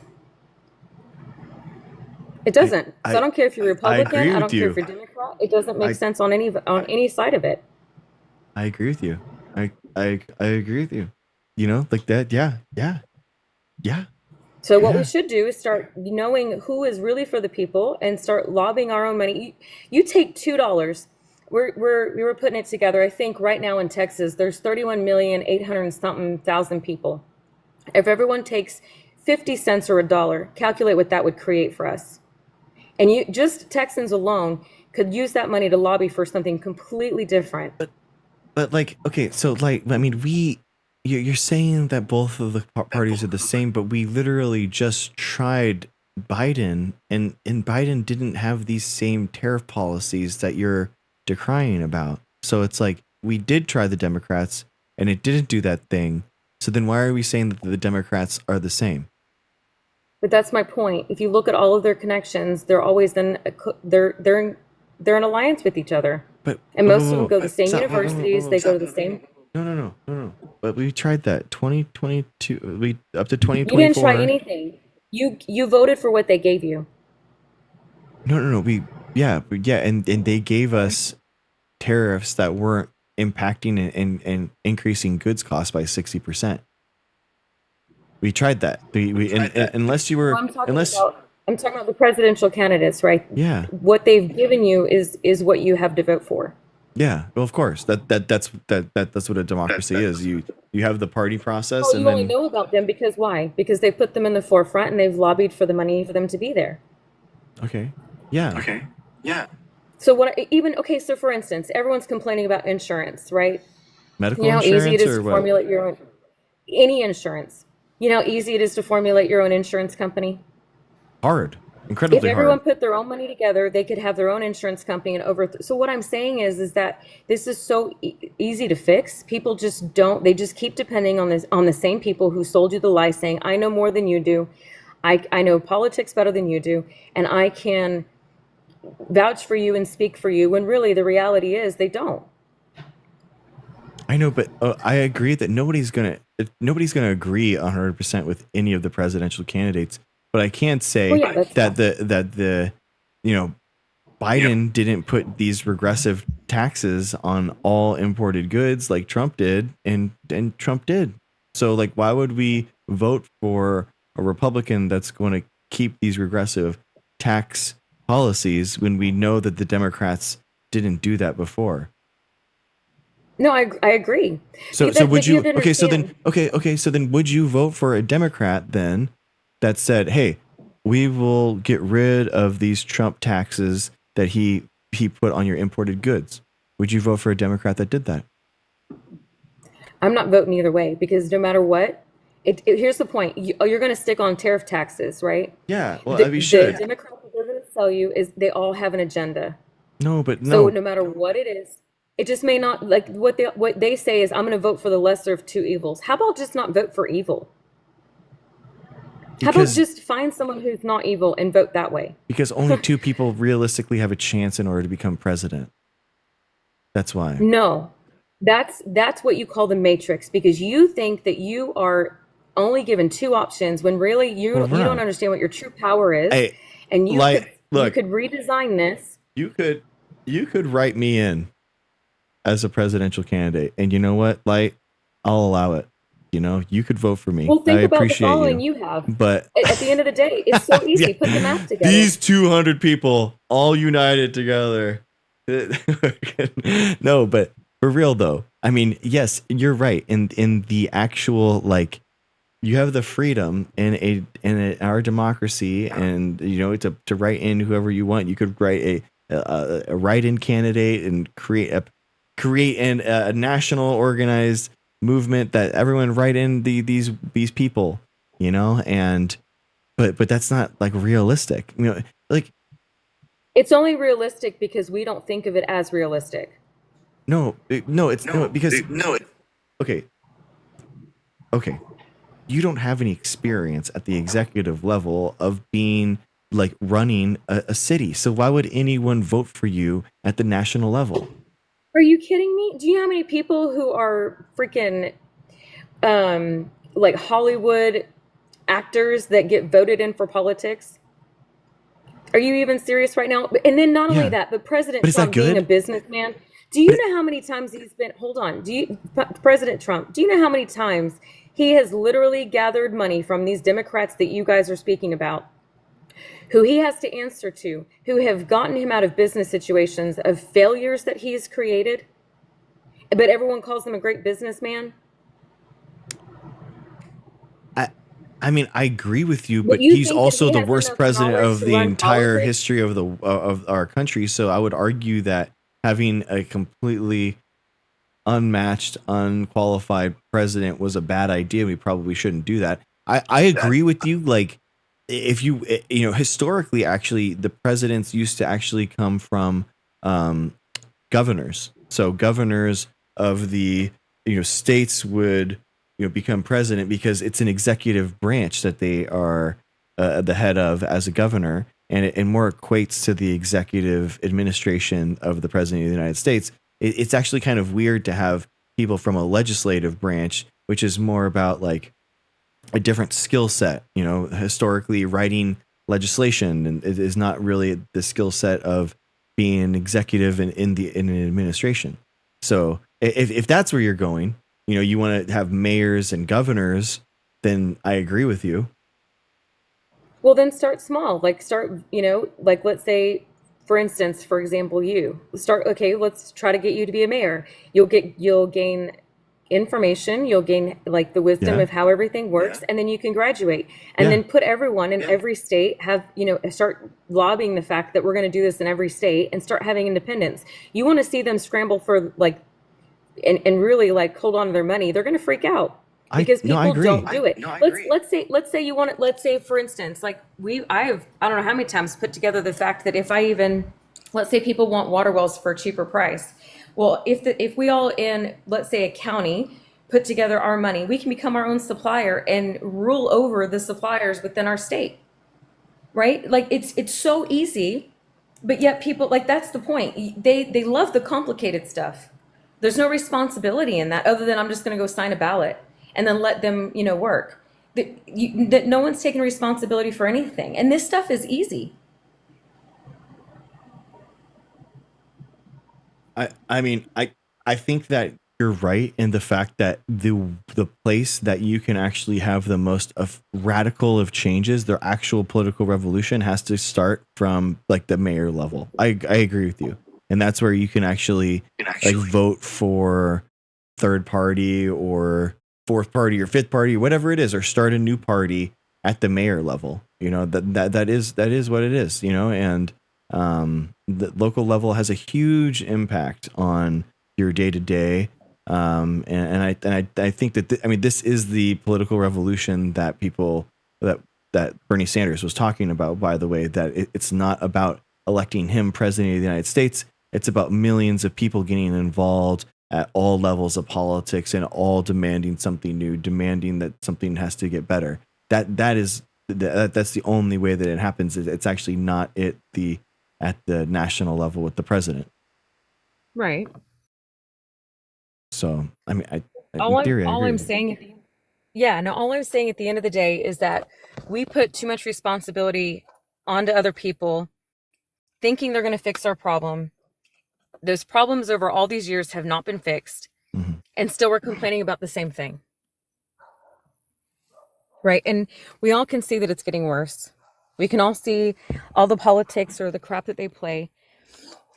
People's mindset is getting worse because they're like, I don't know, I guess in constant fear, right? Of like what's going on or what's going to happen with the economy or their jobs or whatever. And it's just, you could fix it. It's like the whole like, I don't remember what movie it is, but the ants, like if you team up together, like all I'm saying is just as easy. You're right. You know what? I love this. I think we should end it here because I think it's a great kumbaya moment that we can all come together light. I do. God, I do want to ask you. I'm so curious your opinion on gun control, though. I'm sorry, just to jettison the whole thing. I am really curious about what your opinion is on how to solve specifically the do you have oh, you have kids, so like school shooting problems. Like, I'm so curious. What do you think? Sorry, I have a lot of dogs. It's okay. Okay, so of course I'm in Texas. My dad and my family are hunting and fishing tour guides. My dad's a captain, and so I was raised with guns.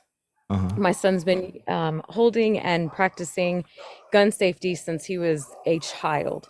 We don't have to put any of our guns up. Everyone's well aware of what they are, but I do think that there's two things you have to think about. First of all, there's the gun, right?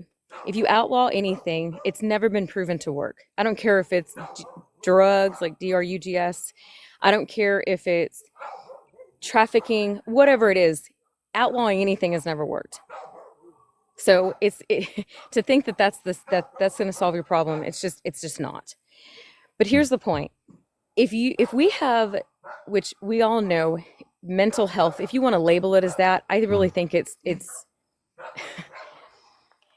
I'm not going to get on the topic of what mental health is to me, but at the end of the day, if you have people who can actually handle themselves in a way and start being more responsible and start being better leaders, right? And start having accountability, then you have a healthy mindset that when things are around you, whether it's, your parents having pharmaceuticals in the house or, firearms or whatever it is, you're going to be able to handle that situation better and not go to that. Because at the end of the day, people, your kids even take knives and cut themselves. Like, we have to think about all these things. It really stems down to where's your mindset at? So yes, do I have guns? Absolutely. In fact, I have just the one pistol that I have. I absolutely love it. I have 3 of them, just of that one pistol. So, at the end of, I don't know, I'm just saying, really it comes down to the healthy mindset. It's how you're going to be able to. How do we fix mental health then? If it all comes down to mental health, then how do we fix mental health? That is over the period of 30 or 50 years or better, they have programmed us. And when I say programmed us, you are living in fear constantly. You have kids that lack responsibility. I mean, think about it this way. Have you ever seen an interview with a child back in the 50s versus a child nowadays? Are you telling me that they're more articulate and can carry a conversation better? There's more responsibility. Even the kids nowadays, they don't even want to get jobs. Like, people say, I can't even hire anymore because they don't even want to work. So if you can't even get a kid that knows what responsibility is and can't even hold a job, how are you going to even trust them with a firearm in your house? Yeah, I'm in a town. Sorry. I do have a lot of dogs in the background. But do you get what I'm saying? Like, at the end of the day, you got to take it down to the root cause. And if that's the case, I mean, a lot of them are really unstable with vehicles too. I mean, how many times have they just a town over several months back, a girl who had no responsibility. Her dad owns a car company. She was driving. I mean, she has been arrested, I don't know how many times, driving under the influence, and she got in an accident and unalived a whole family. Mhm. That right there, like the mental, at the end of the day, there's this responsibility. Like you've got to understand that people need to be healthy in their mind. Even here, when I'm talking to you, how many people spat off hate, and this may be they're out, but how many people spat off hateful stuff here? That's not even healthy. So they're going to sit here and talk about gun control for kids. What about their own mental health here? They're not even healthy on your life half the time. I agree with you that there is a mental health problem, but then why give people with a mental health crisis such easy access to a firearm?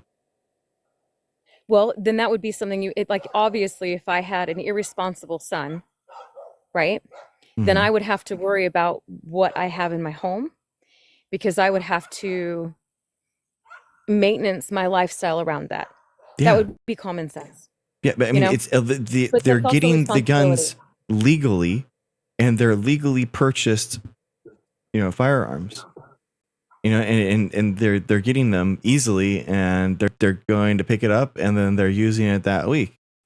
So that's what I don't understand. Like, why, if it is a mental health crisis, why are we giving kids that have a mental health crisis such easy access to these?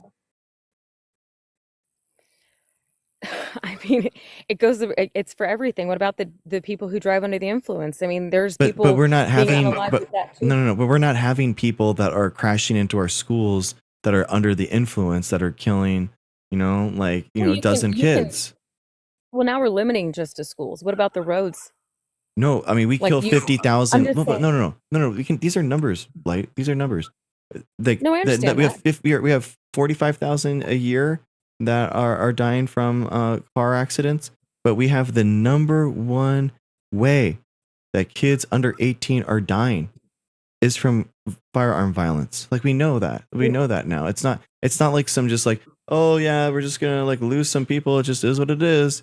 It's like Well, I it's get that. it's You know how many very teachers are dropping out of school and not even wanting to teach anymore because they can't handle the kids that are even coming into their schools? well, I mean, that's because of like a lot of people that they don't have the funds in order to actually like help them and to actually make them the rates are are awful, and they have no financial support, and You it's think that? atrocious. But then Because on top of in that, our we're towns where we have tons of financial support and everything, if you go talk to these teachers, the number one thing is the kids are out of control. They're very disrespectful. Okay, go talk to the cops just in town.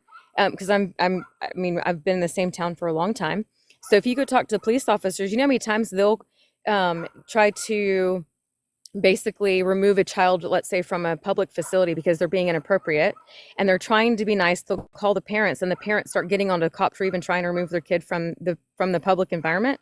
yeah. Not what is my kid doing, not what is going on. It's always someone else's fault. So my point is, where's the responsibility in these children? Where are the parents teaching these kids to be leaders and Okay. trying to sit down with them and figure out what this mental health looks like?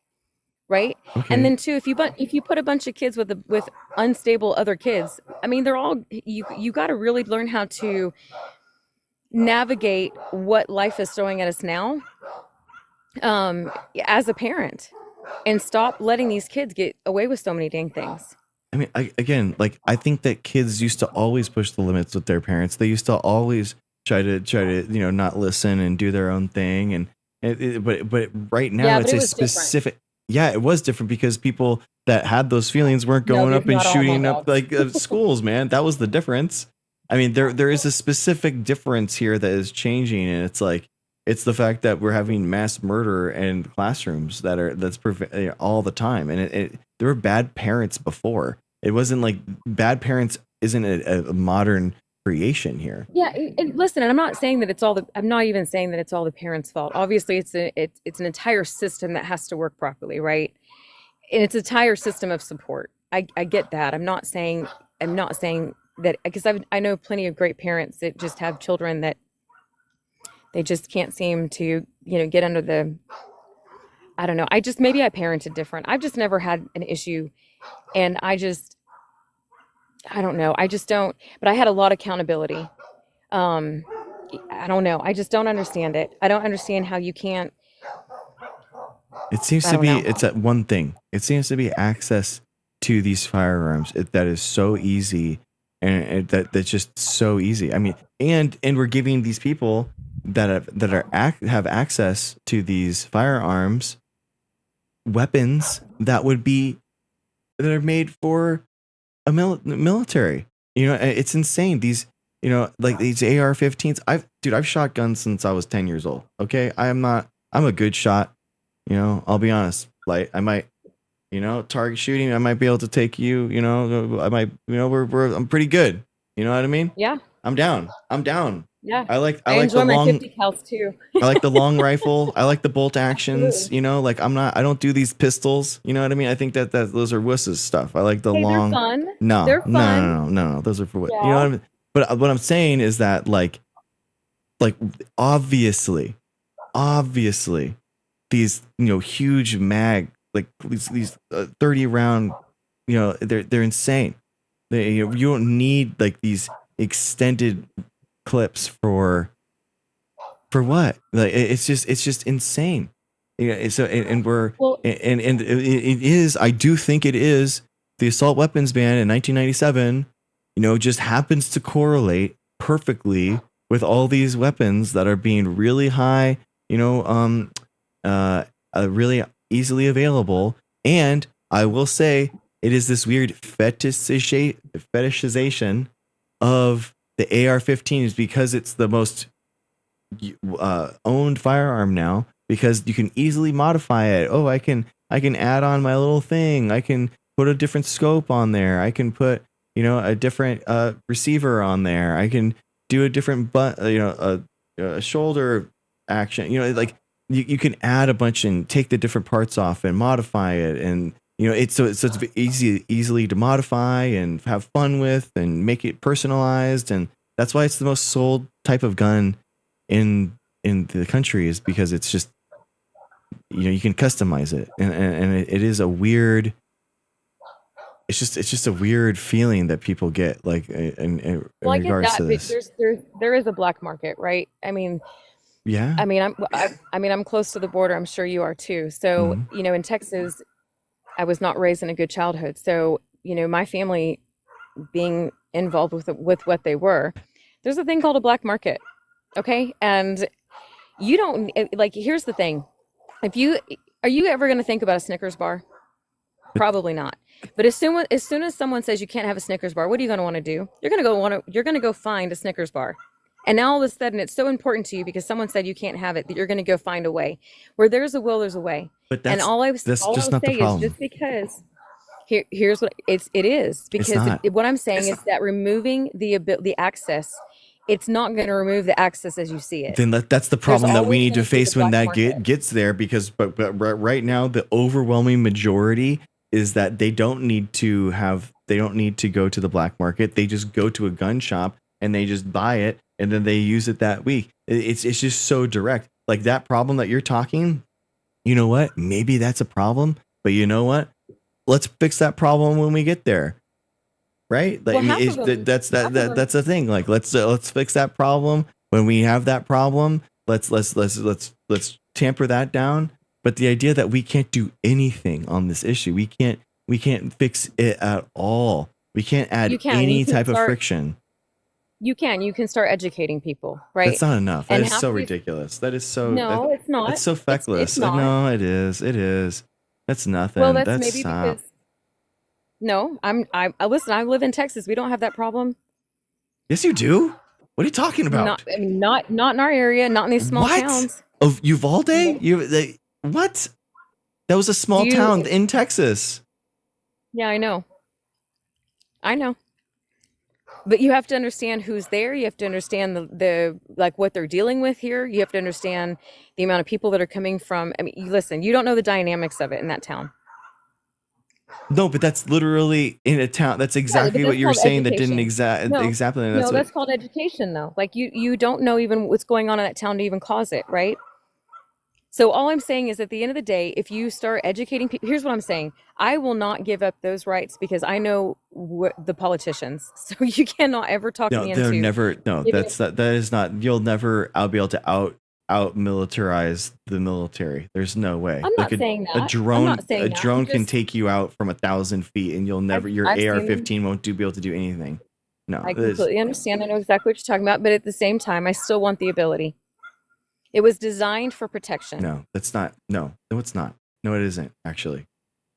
No, Yeah. there is no individual right to bear arms. It's the federal ability for the government in order to stop you. You have no. The state, it can absolutely regulate the firearms that are sold within it. Absolutely, it's true. It's true. Listen, That's how it is. That the 1783 personal defense law that the Second Amendment is referencing, which is an English common law, is talking about a personal. It's a self-defense mechanism that. Okay, I'm going to stop being so cordial. Here's the point. There's propaganda going on in America, right? Our kids are freaking ignorant. They're even trying to put like fucking like kitty litter boxes in bathrooms. We are What are you propagated. talking about? We are unhealthy. What are you? Our kids are freaking nuts. What are you mean? Overseas, where they say, well, we've taken the guns away, so it all works here. No, it works there because you're healthier in your mindset. If you go into a lot of these other countries and they talk about America, they think we're freaking crazy. Yeah, because of the guns. Because of the guns, No, and it because has of the nothing to do with access the to the guns. No, in fact, Yes. a lot of them even think It's we're because crazy of the to be abused. guns. It has nothing to No. do with trans issues. Oh my gosh. You think Oh it my has God. everything to do with the overall issues. No. Even our health, which regulates our mindset, right? If you're you can actually have an unhealthy mindset and it'll cause issues in your body. Oh, You it is correlated not- that earlier. No, it is like So at the end of I'm just saying. So if you can't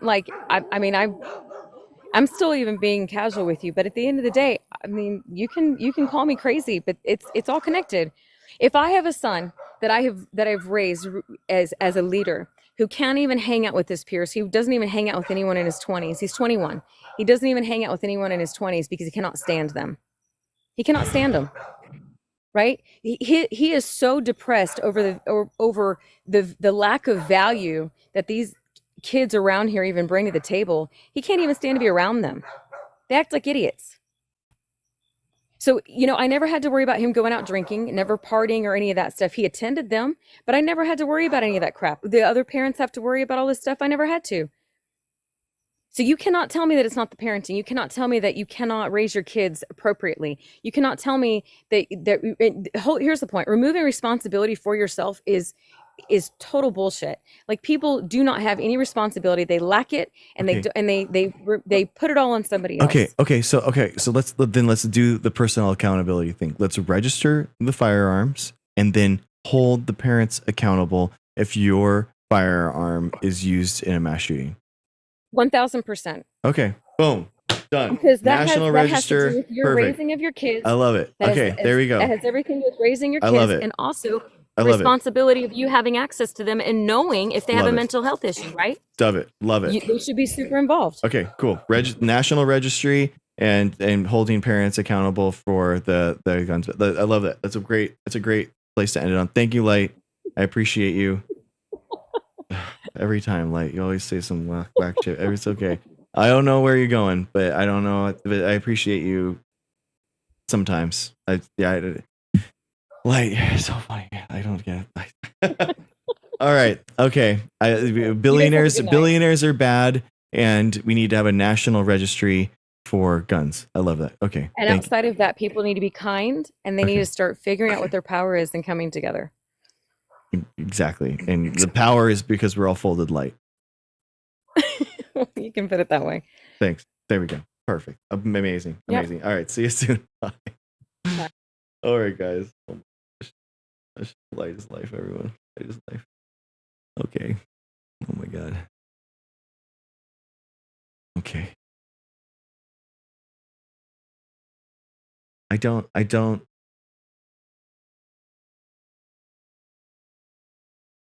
it's the money. The science says, guys, we can look at people with the exact same mental health issues across the state, and then we can look at different access abilities for different types of firearms, and we can see state by state that it is all other variables are the same except for access to firearms, and access to firearms is directly linked to the amount of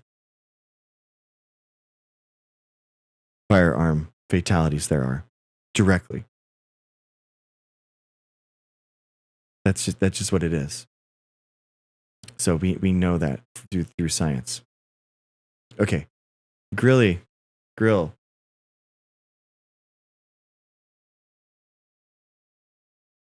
Oh no, I ain't supposed to be up. Gilly. Oh, okay. All right, no problem. All right, have a good one, man.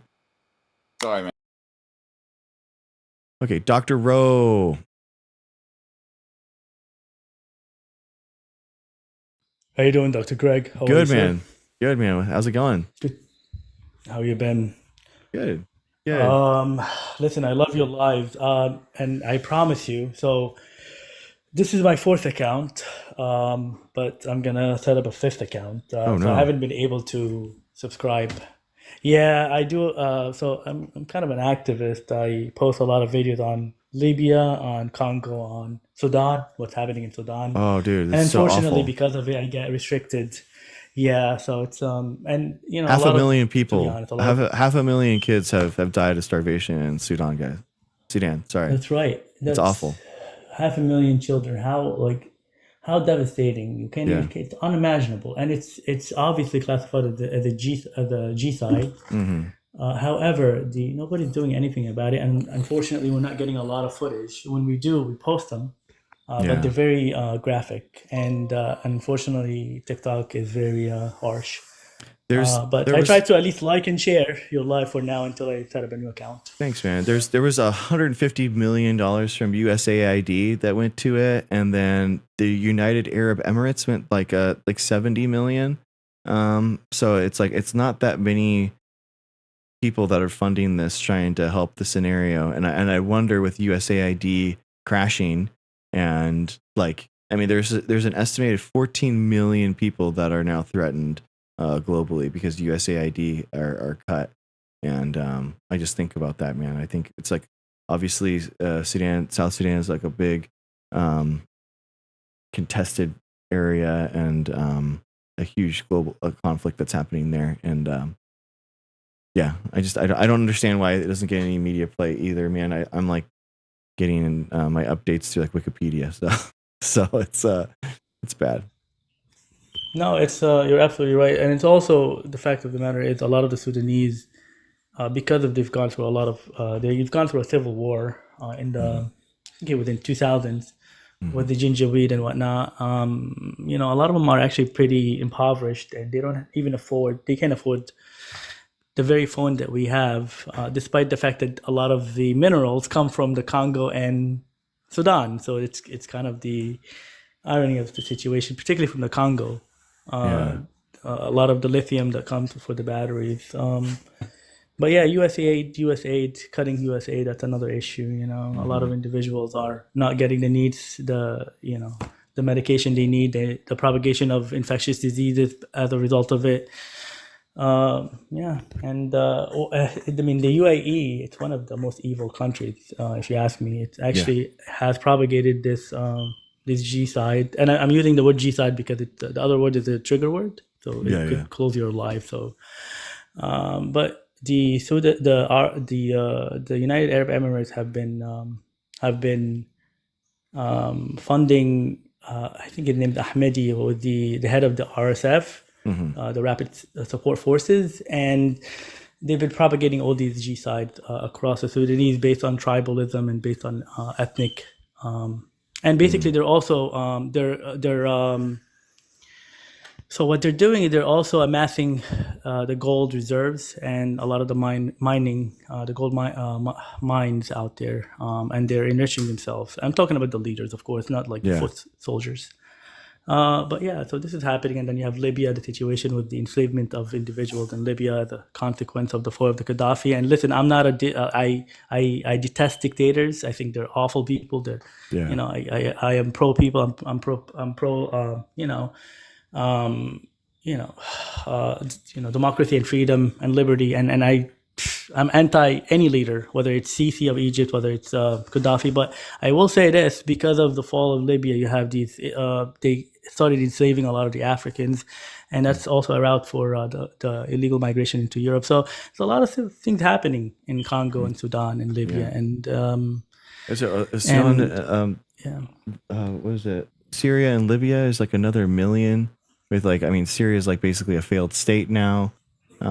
It's like it's wild, That's right. man. How many people are a civil war going on? Syria.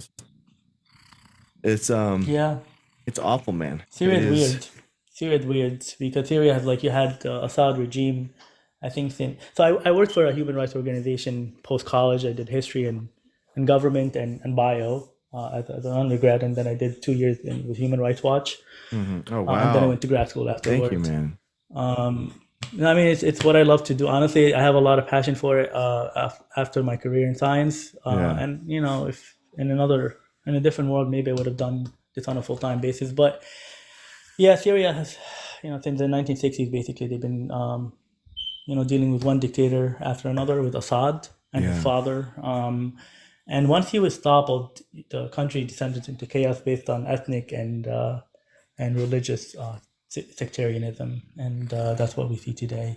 And so it's a very difficult situation. And you have 5 million people that went to Egypt, about 3 went to Turkey, and then you have 11 million that went through the migration route through the Mediterranean. So it's a lot of people also perished in the Mediterranean as a Yeah. result of that migration, because it was a very devastating, and it's obviously very atrocious because you have to go through the Mediterranean on dinghy boats. In any case, yeah. So that's why I always get, and I'm perhaps very vocal. That's why I always get restricted on TikTok. It is what it is. Yeah. But yeah, no, I just popped up to just say hi. I didn't really have anything to say. I just wanted to say hi to you. And, Yeah, bro. Thanks for the highlighting that community. stuff. Thank you for doing what you do, and I appreciate you advocating for what you're doing. And yeah, thank you. I appreciate you, Dr. Greg. You're amazing. Keep up the good work. Thanks, bro. Thank you, man. I'm just doing this. You're doing actual humanitarian work. So yeah. Keep up the good work, man. I appreciate it. Appreciate you, bro. Have a good one. Have a good night. Dr. Bro, guys. Give him a follow. Thank you, man. Thank you. Friend of the stream. Thank you. Thank you, Dr. Bro. All right. Trouble, and then Lola, and then I gotta go to bed.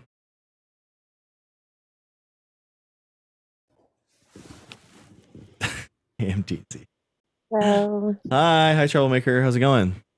Good. How are you? Good. I came up because of the 2A thing. Okay. I have been for gun control pretty much my whole life. I've Okay. never held a pew pew until last year. Okay. And my view is starting to shift on that based on the current state of affairs, right? Okay. I think that the major issue is the white male supremacy that's permeating these youths and not knowing how to deal with it. And then they're raised in these families where they have, am I allowed to say the GUN word? The pew pew worship, Firearm firearm worship, right?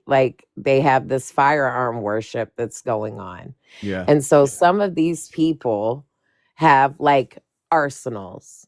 Exactly. There's people that have 300 plus things, right? And so if you do firearm control, right? Mm-hmm. What happens with those people that have all these things? And then I'm worried about it being just a firearm thing being disproportionately, uh, implemented against Black and brown people. Yeah. And like we see with like this incident, right? Like Black people had nothing to do with what happened to that man, but then the HBCUs were, um, True. under attack. And then, a boy, they're saying it's a self unalivement, but both of his arms were broken. He was swinging from a branch, at DSU over and I believe wholeheartedly, which, it's that it's over this, right? Mm-hmm. Like they're saying it's not, and I want to be clear, they're saying it's not, but I don't know how one self unalives and breaks both of their arms and then strange fruits themselves, right? Like, so, like, I don't know, like if there's going to be, we've let this horrible thing go on so long, right? Yeah. Like if there's going to be that kind of thing, what do you say, what happens with those people that have these massive I mean, I think it's an unhinged thing to be collecting that kind of thing on that kind of level, right? Like I Mm-hmm. mean, and that's just my personal thought, but like, you know, nobody can tell me they're not doing it for a reason, if as for times like this, Mm-hmm. And I just see that this depravity, like of these people that have this logic and this worship, like I'm watching them get worse and worse and worse. Like people get mad at me on my side all the time for both of these thoughts I'm sharing with you. Mm-hmm. Yeah. Because they say racism's always been here, but I think it's worse, right? Like Sure. I think that what is happening has gotten like horrific. They're constantly feeding these young white men this tale that they're like, The replacement being theory. unfairly, yeah.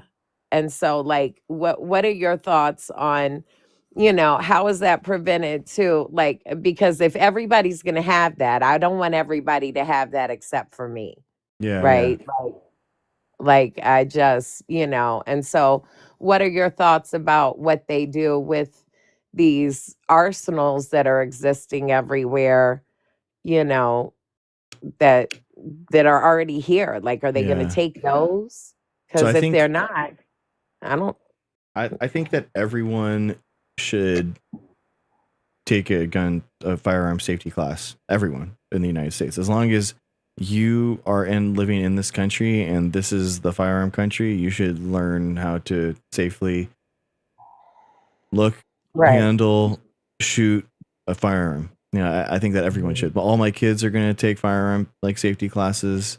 And you can go to a range. You can not own one. You can do it with the safety with an instructor. There isn't like some fetish thing that happens because of it. I think that everyone should do that. I mean, I used to say it should be like you get a driver's license for a Yeah. car, right? Like you got to take a long class, Yeah. not like because in my state you do got to take a couple, like a class that you can do online in a few hours, right? Yeah, I think that like it's a big difference between like taking a class, figuring out how to use one safely, and honestly, just to see if it ever happens, you can understand when and how it's actually being used safely. So like, there's been several times in my life where I was at my friend's house and, because they, brought out a firearm, like a pistol, and I was able to kind of like just to disassemble and Right, to reassemble prevent it. that, Yeah. that would prevent that portion of the Yeah. And I was just violence. like checking just to make sure that there wasn't any accidents, right? Like make sure that the chamber was cleared, safety was on, not pointing it at anyone. I know what to do in that scenario. I think that that's like a good way of existing. I think that there's But you don't have to like have one and own one, and if it is one, owning a gun is at your house is a huge other step. And then, yeah, of course, you have to have like a safe, not have it in the same place. Ideally, there's like a huge other aspect of that I think that I don't think that everyone should. Mhm. I Well, know what do exactly, you? Renee, and I totally agree. It's not a having a gun.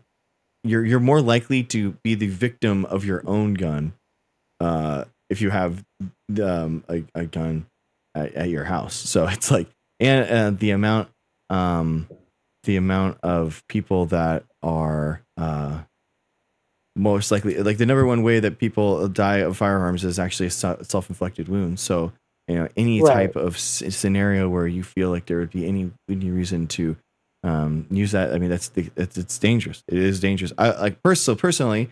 With that said, I've shot guns my entire life since I was 10 years old. I got gifted a or 22 rifle, when I was 10. Mhm.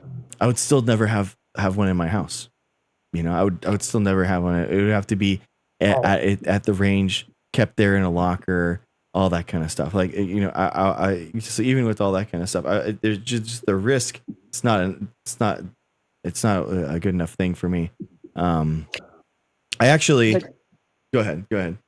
do you think that would I understand that the number one cause is like somebody playing with something in their house and getting themselves hurt, right?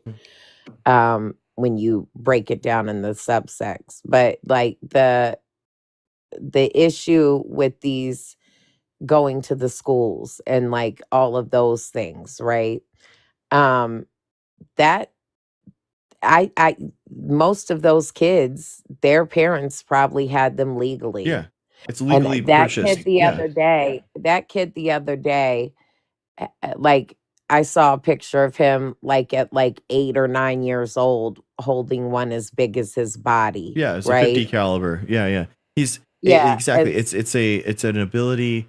These firearms are legally purchased. They're not through gun control loopholes. They're not through right, firearm illegal means. They're getting them because they want them, going down the road, getting it, and then that's it. Like and it's just right. it's way too easy. It's way too easy to, and the access is, there needs to be But way more friction.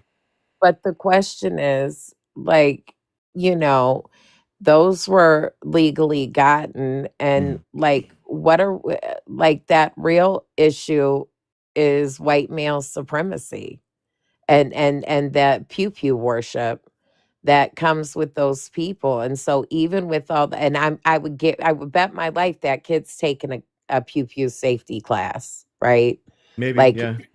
I would bet, I mean, I don't know, but I would bet my life on it. Like And a because lot of he's these been people, around them too much. they're young enough that they don't have a mental health, a checkered mental health crisis thing. A lot of them are completely unknown to the the medical system, the psychiatry, all that kind of stuff. They don't have, they're too young, and they don't have that history, a lot of them.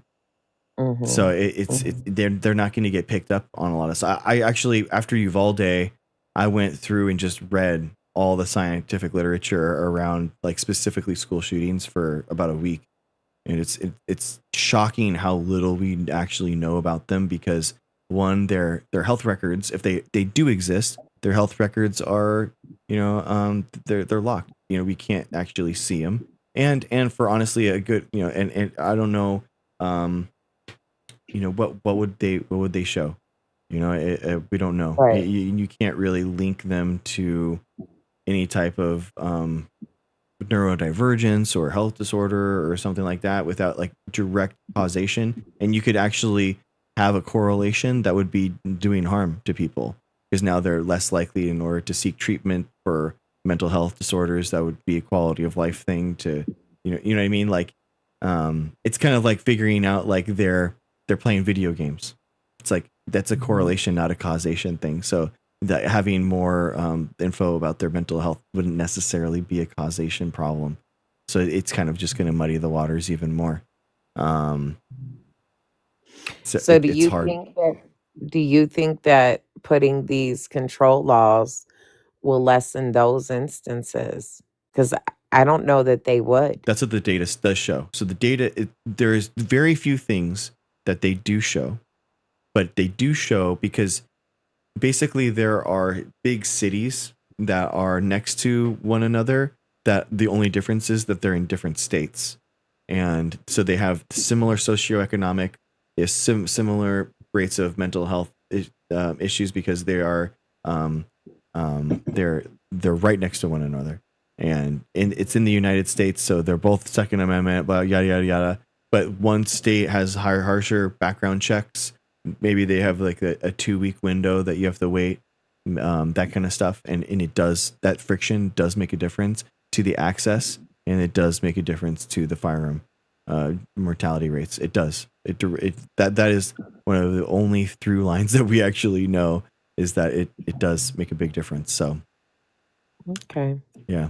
It's interesting. You can go to scholar.google.com and just read, about, and I think that, like, honestly, it's kind of like how the 1.2 million people that died from the pandemic is something that I harp on, because it's like, if we can't even recognize that 1.2 million people died during the pandemic, like we are lost. I mean, but it's the same group. But it's the same group that's radicalizing these people, that also radicalize them into believing that something we've been doing, well, for probably everybody's life that's still around, right? Like giving people vaccines is now all of a sudden unhealthy. And we watched that happen. Like, I think that happened overnight, right? Like, all of a sudden we can't trust that, right? And so, like, for me, I mean, I think that the control is kind of nuanced, right? The pew pew control is a firearm control is kind of nuanced, right? Like, I think that there's, a lot of different things, like the things that happen in the home by, like, I guess the normal, if I could say that, gun owner, like, I mean, firearm owner, like, whose little kid just picks it up, and like that, I understand that would really do that. But this thing that we're seeing the rise of, right? Like, I don't think that's that. And I think that something has to be done that's about what's causing that, right? Like, I mean, these people are like totally just, I don't know. It's like being I do a lot of political lives, and I, talk, these people are on like a different planet. Like, and they're, and so it's like, what is the plan? Like, I need to see the plan for that. Yeah. Because that is going to continue happening no matter how many, and it's going to get worse no matter how many safety classes that they see, no matter how many. And so it's like, I get that, but I think we never tack the root issue, which is like our original sin in this country, and it's white male supremacy. And I think that a lot of, liberals that have a lot of the same political ideologies that I have, right? But don't necessarily look like me. I think they're reluctant to deal with that thing. And that thing is going to be the demise of our country. Yeah. Like, that thing, no matter how many laws we put in place to make us safer or whatever, that thing is growing, and that replacement theory is taking root through, like, half of the white community right now. I mean, you're exactly right. Like, I mean, the gun control movement, NRA didn't even talk about like gun control, or it was like it wasn't even a political movement at all. It basically was the Black Panthers in California that started talking about for their in the 80s, talking about for Black liberation. They were going to start using firearms in order to, like, like not using them, but like as a symbol, of being armed and powerful. And now, and then Right. all of a But sudden, Reagan was like, "Yo, So California was one of the first ones that started enacting a ton of gun control because of that. It's really interesting. The history of gun control for a lot, but before that was kind of like the modern iteration. But before that, state by state, states used to have tons of regulations on guns, and how does California shake out? Because California is one of the most regulated states with gun control, right? yeah, the assault weapons ban is still And so, exists, like, but and please forgive me because I Mhm. don't know if this is true or not, but Yeah. this is back when I used to debate why gun control is important. Mhm. They say that unalivement rate in California is still it's like the highest, right? Wait. Oh, the highest amount maybe because there's the most amount of people, but per capita deaths, it's super low. It's super low. Okay. Okay. Yeah, gun deaths total maybe. Yeah, but per Mhm. capita, which is, yeah, it's going to be, which is like deaths per million people. So that's how Right. you No, I can, know what per yeah. capita means. Yeah. Yeah. Yeah, But I just I don't want to. Yeah, I'll one of the let you lowest. go. But I No, it's just want okay. to. I just want to like. I don't. I don't. I mean, I think that could be helpful with certain things, but Mhm. I don't think that's the issue that we're seeing here. I think the issue that we're seeing here is something else that is going on in one sect of our population.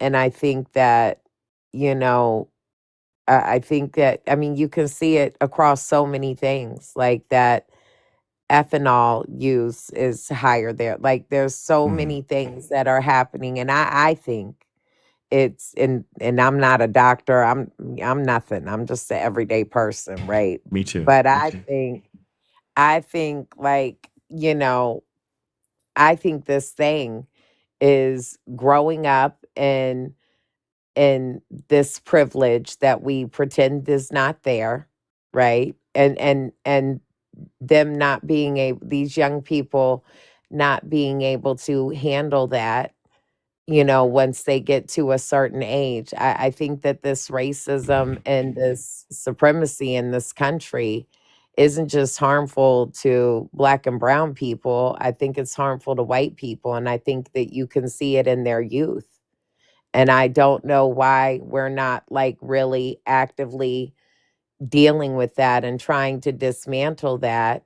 And sometimes I think like things like a firearm control law are just like little band-aids You're exactly that, right.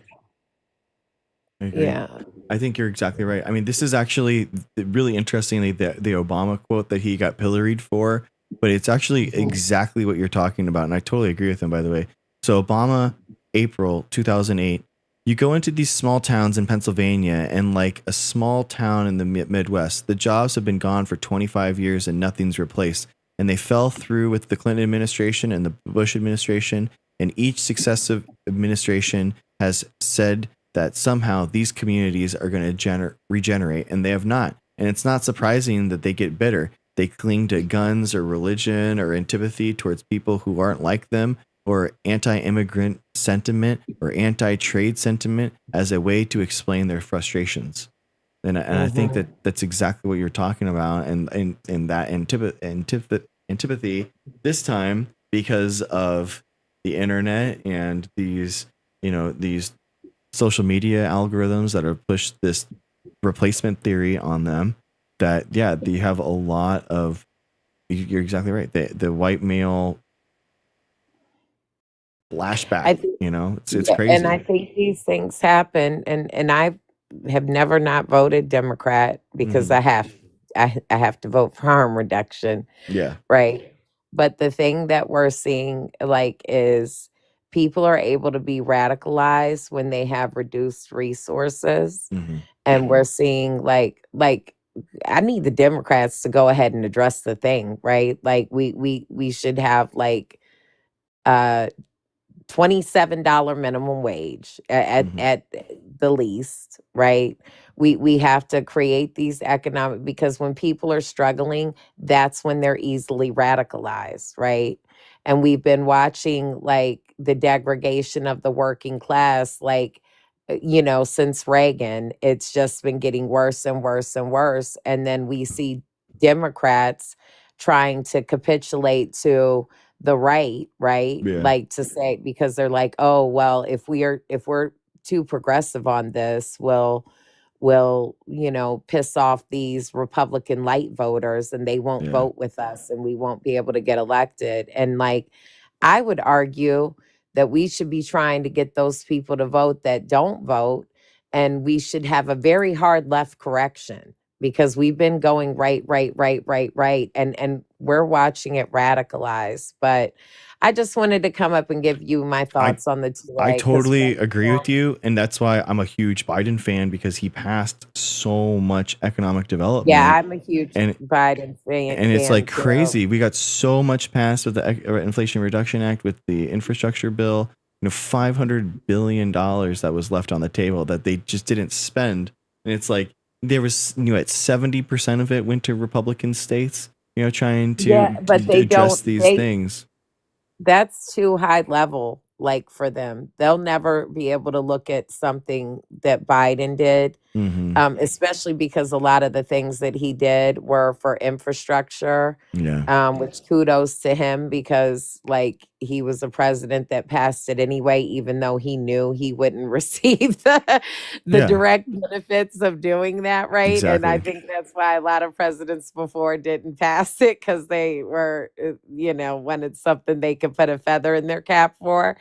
But like they don't understand that. Like we need something immediate, and it's like needing an infusion or something. Like we Yeah. need something immediate, and it has to be big and it has to be tangible, because like, they've got working folks working so hard right now that like they don't really have time to be weirdos like you and I are being on here and like digging into this data Yeah. and like, wanting to be informed on it, because all they're trying to do is doggy paddle to survive, right? Yeah. No, yeah, And they're the so, victims. They're yeah, victims, yeah. yeah. And so like when you're in that state, it's easier to go ahead and trust your bro, and like listen to, well, this is really the problem. And really the problem is we live in a country that is socialism for the rich and capitalism for the poor. And so like we need to have like officials in there that are going to really like do something for working class people, so they're not working 60 and 80 hours a week just to put food on the table, right? I Like agree. yeah. So anyway, I agree. all right, well, sorry for bugging you. I just wanted No, to tell not at you all. why What I'm do you mean? becoming pro 2A, and I can't believe I'm becoming pro 2A, but I think I'm becoming No, I mean, I might be getting radicalized. no, I think, man, I think as long as we're limiting the access of it for these kids and stuff, then I think that like, I think, yeah, I think that genuinely, I think that everyone should learn how to shoot, and I think it makes sense. Like start. It doesn't mean that you're pro 2A. I think it's just like a realization that if this is what this is going to be, then I have to be informed about what's going on. And I don't think Yeah. I think that's just being cognizant of where you're living, what country you're living in. Yeah. Yeah. So, I pray that we, well, I don't really pray, but I hope yeah, that we like can figure out like, uh, this root thing and really get to the bottom of it. And I think a strong economic policy, for working class folks, yeah, exactly. if that doesn't get infused soon, I think we can kiss this thing goodbye. Like it's literally, it's teetering on the edge, and Yeah. and it's, you know, but anyway. It's when one side's calling for civil war, you know, over and over and over, and all the elected Republicans are all calling for civil war constantly. And they're You know, it's preparing them for that. Yeah. exactly. And they're So that's the preparing thing. them for Yeah. that. Like that baby holding that thing, Mhm. that thing that is big as his body. Like, Yeah. you know, that kid didn't stand a chance. Yeah. And his dad and mom, you know, like they ingrained that in him. Exactly. You know what I'm It's a and culture. so it's yeah, and it's like this culture is so sick and so depraved. Like, and I just don't like, you know, I think that the only reason that it's taken, well, the NRA did their big one. I mean, we let them like radicalize the population for like I remember, I'm older. I'm 46. Like I remember when the NRA was like steady pumping that ideology like when I was a kid. Like cuz when I was a kid, this wasn't a thing that it is today, right? But like you can remember when they started doing that, and then you see the effectiveness of what they did, and we're now watching them branch this out into, you know, other things like replacement theory Yeah. and like, Check you out know. the Mulford Act of 1967 when the Governor Reagan passed the bill for one of the first modern gun control bills in Yeah. order to disarm the Black Panther Party. Yeah. The Mulford Yeah. Act of 1967. It's crazy. But thank you so much for coming on. I really Thank appreciate you. you. Thank you. All Have a right. great night. Yeah, you too. Keep doing what Bye. you're doing. Bye-bye. All right, guys, real quick. I'm so sorry. That went a lot longer than I was expected. So let's do it's Lola and then Amber and then that's it for real.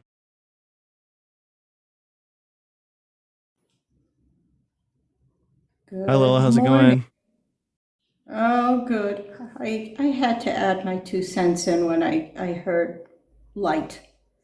She's brilliant with business. Brilliant. I know. Like, That was wild. That was so brilliant. cool. I Brilliant. love that would perspective, vote guys. for- Yeah. I would truly vote for somebody with those kind of economic, innovative ideas. I was All blown for it. away. I'm not kidding, guys. I would not expect to, but it makes sense because all the green tea stuff that she's importing has to be imported from China. I was like, but it makes Correct. perfect sense as soon as she talked about it. I was like, oh dang, all right, yeah.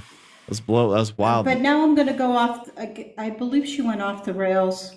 Oh on the yeah. Pew Pew. Oh yeah, of course. I mean, of course. And I should have just ended it there. something- I knew. I was like, Right. I just have to ask you. I was.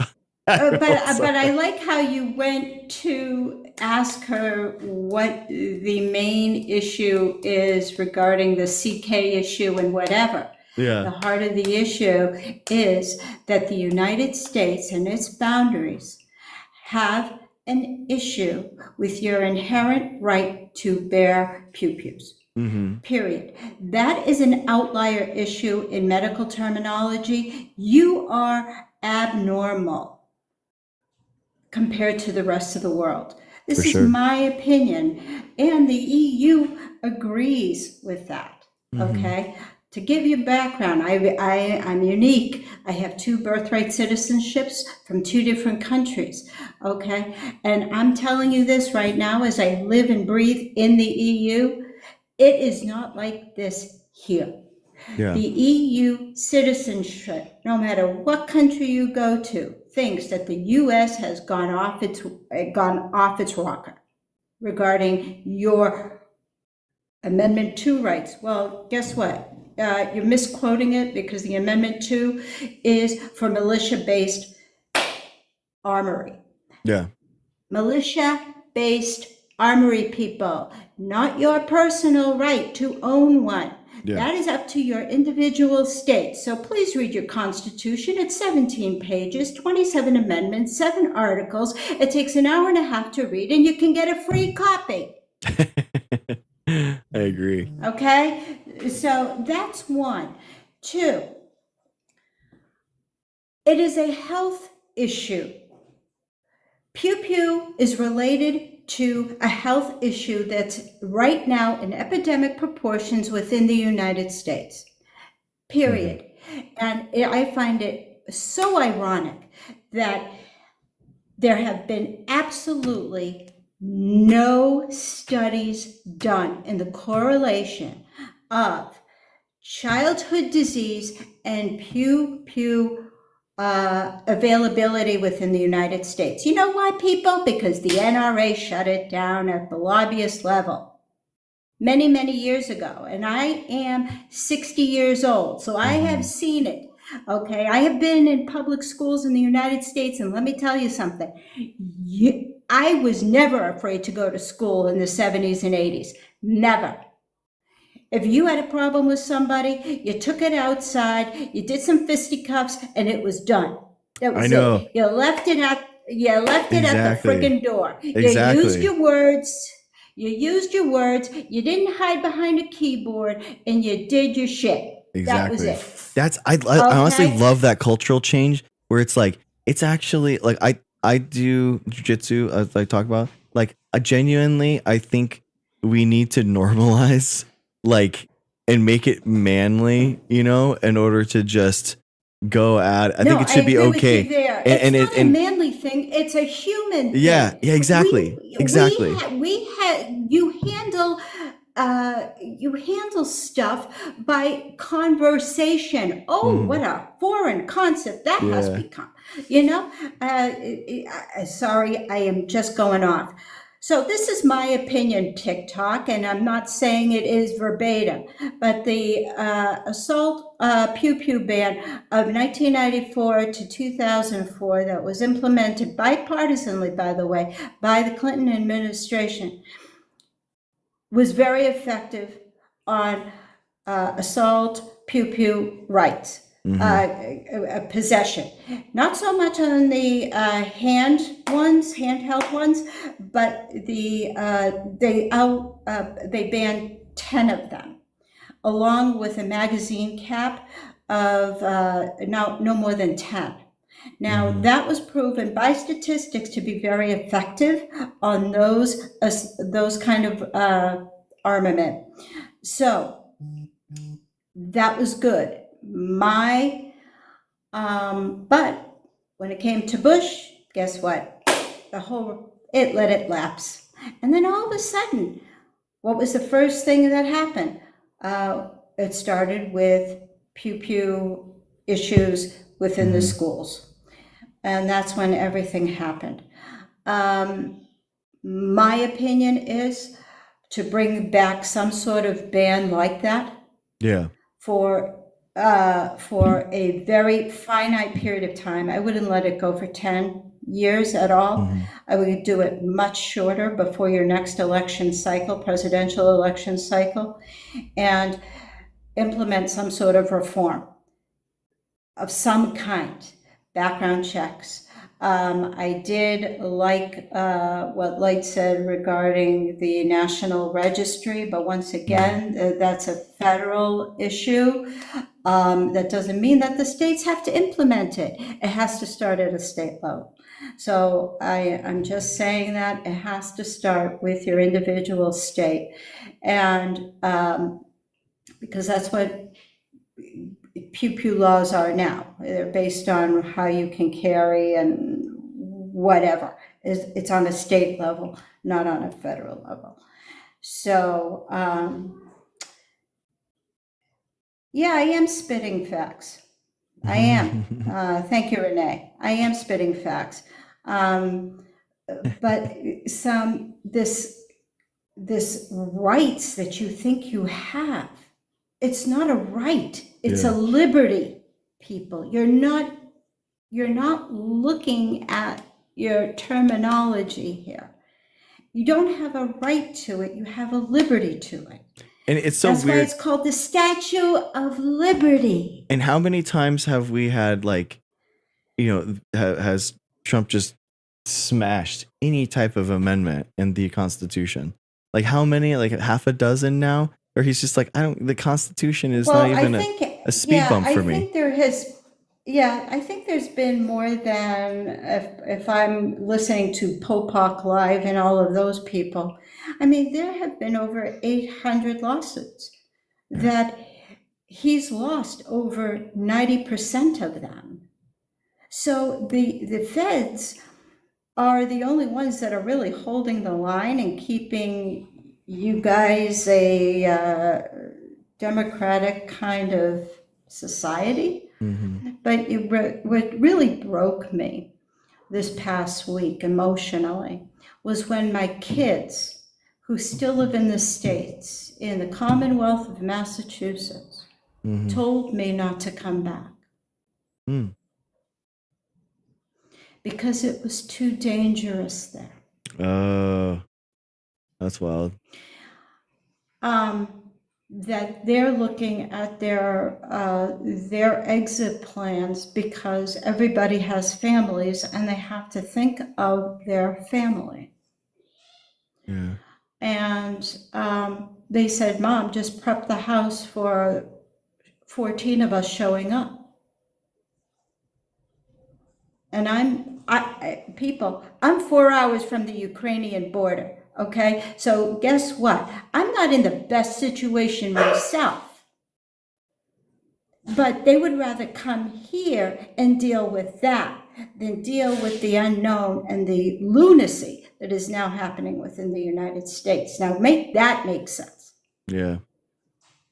It's crazy. It is crazy. But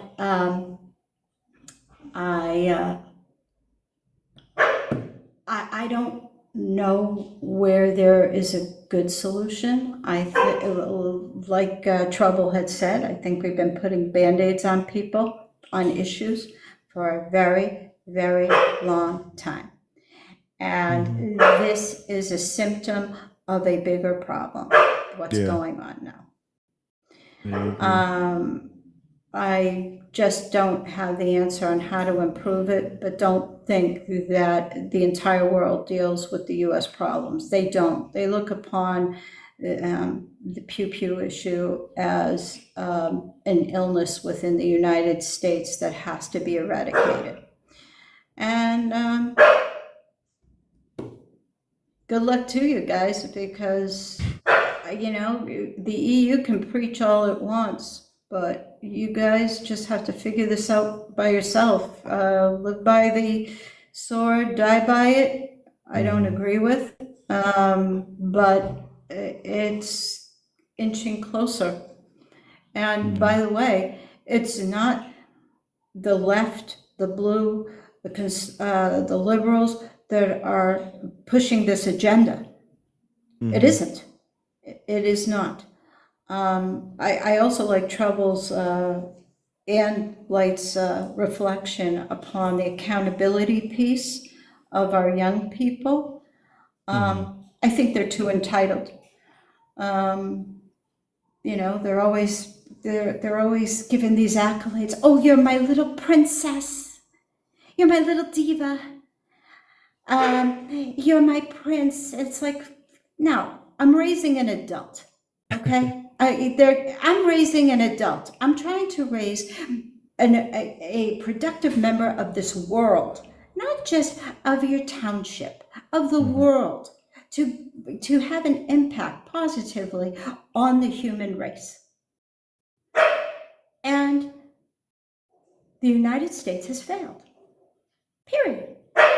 When you have a 22-year-old being a keyboard warrior with these little frog memes and these fucking codes. Sweetheart, I was 22, owned my own house, had my first child, was working part-time along with my husband. And what do you mean you owned a house? Well, yeah. What do you think it was? It was hard. Yes, I'm not saying it was easy. It was hard back then in the grand scheme of things. But you saved, you scraped. You know what your goals were. We didn't have the computer. Our generation we didn't have the internet. We had that frickin' dial-up, green flashing box in the corner that if, God forbid, if somebody phoned in, you lost your connection. I had a Nextel phone case when I was a community public nurse, and I had to open it up, put up the antenna to get a radio signal to make a phone call to the office. That was just in 1992, people. That wasn't very long ago. But I never feared going to school. Now my grandchildren, by the way, I have 10 of them, now have to bring a canned good to school to place it in their armament corner to throw at a perpetrator. Are you serious? Everybody here is being reactionary rather than proactive in changing the law. And that's the problem. Get off the shtick, stop being reactionary. Let's go to the root cause, take a hard look in the mirror, and have some accountability as to the shit show that you have caused. And let's talk. That's it. So. Beautiful. Thank you so much. I love it. Bye. And thank you for your perspective. I think that was really interesting. Thank you. You're welcome. Bye, everybody. Have a great day. Thank you. Bye. Okay, Amber, last one. Last person.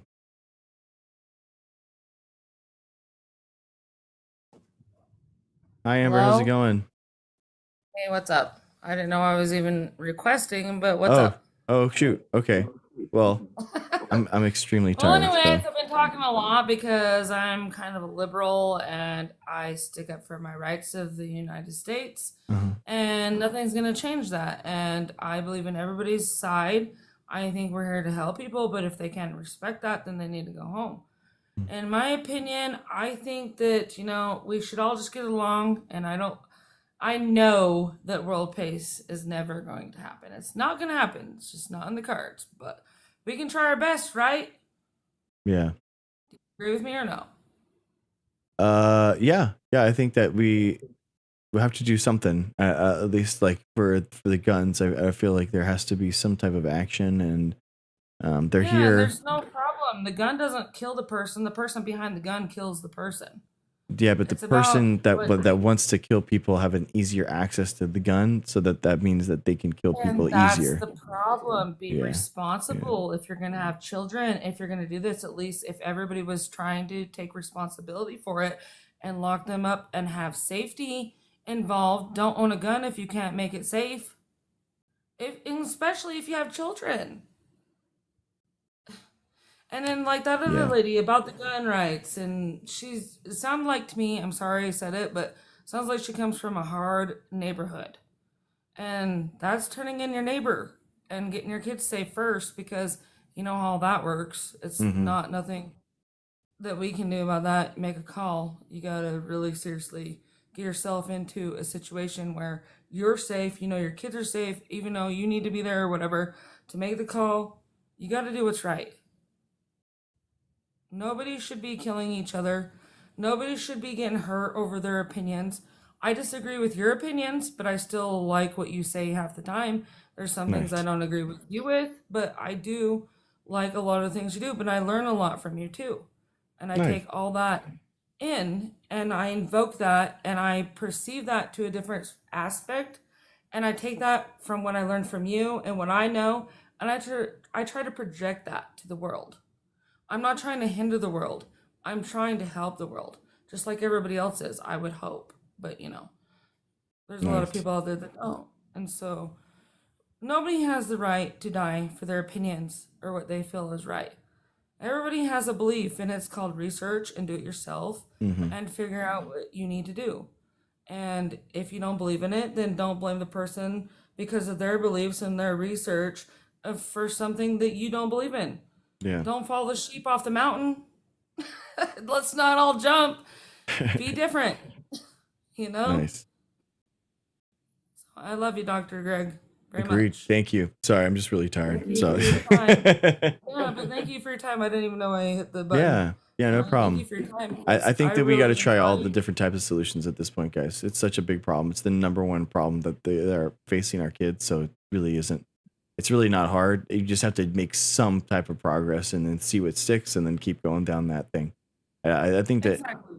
yeah, we're making too big of a deal of it. It's so obvious. Like just it's like it's the whole. I'm all out of ideas and I've tried I nothing. don't like your attitude, but I like your altitude. If that makes sense. Nice.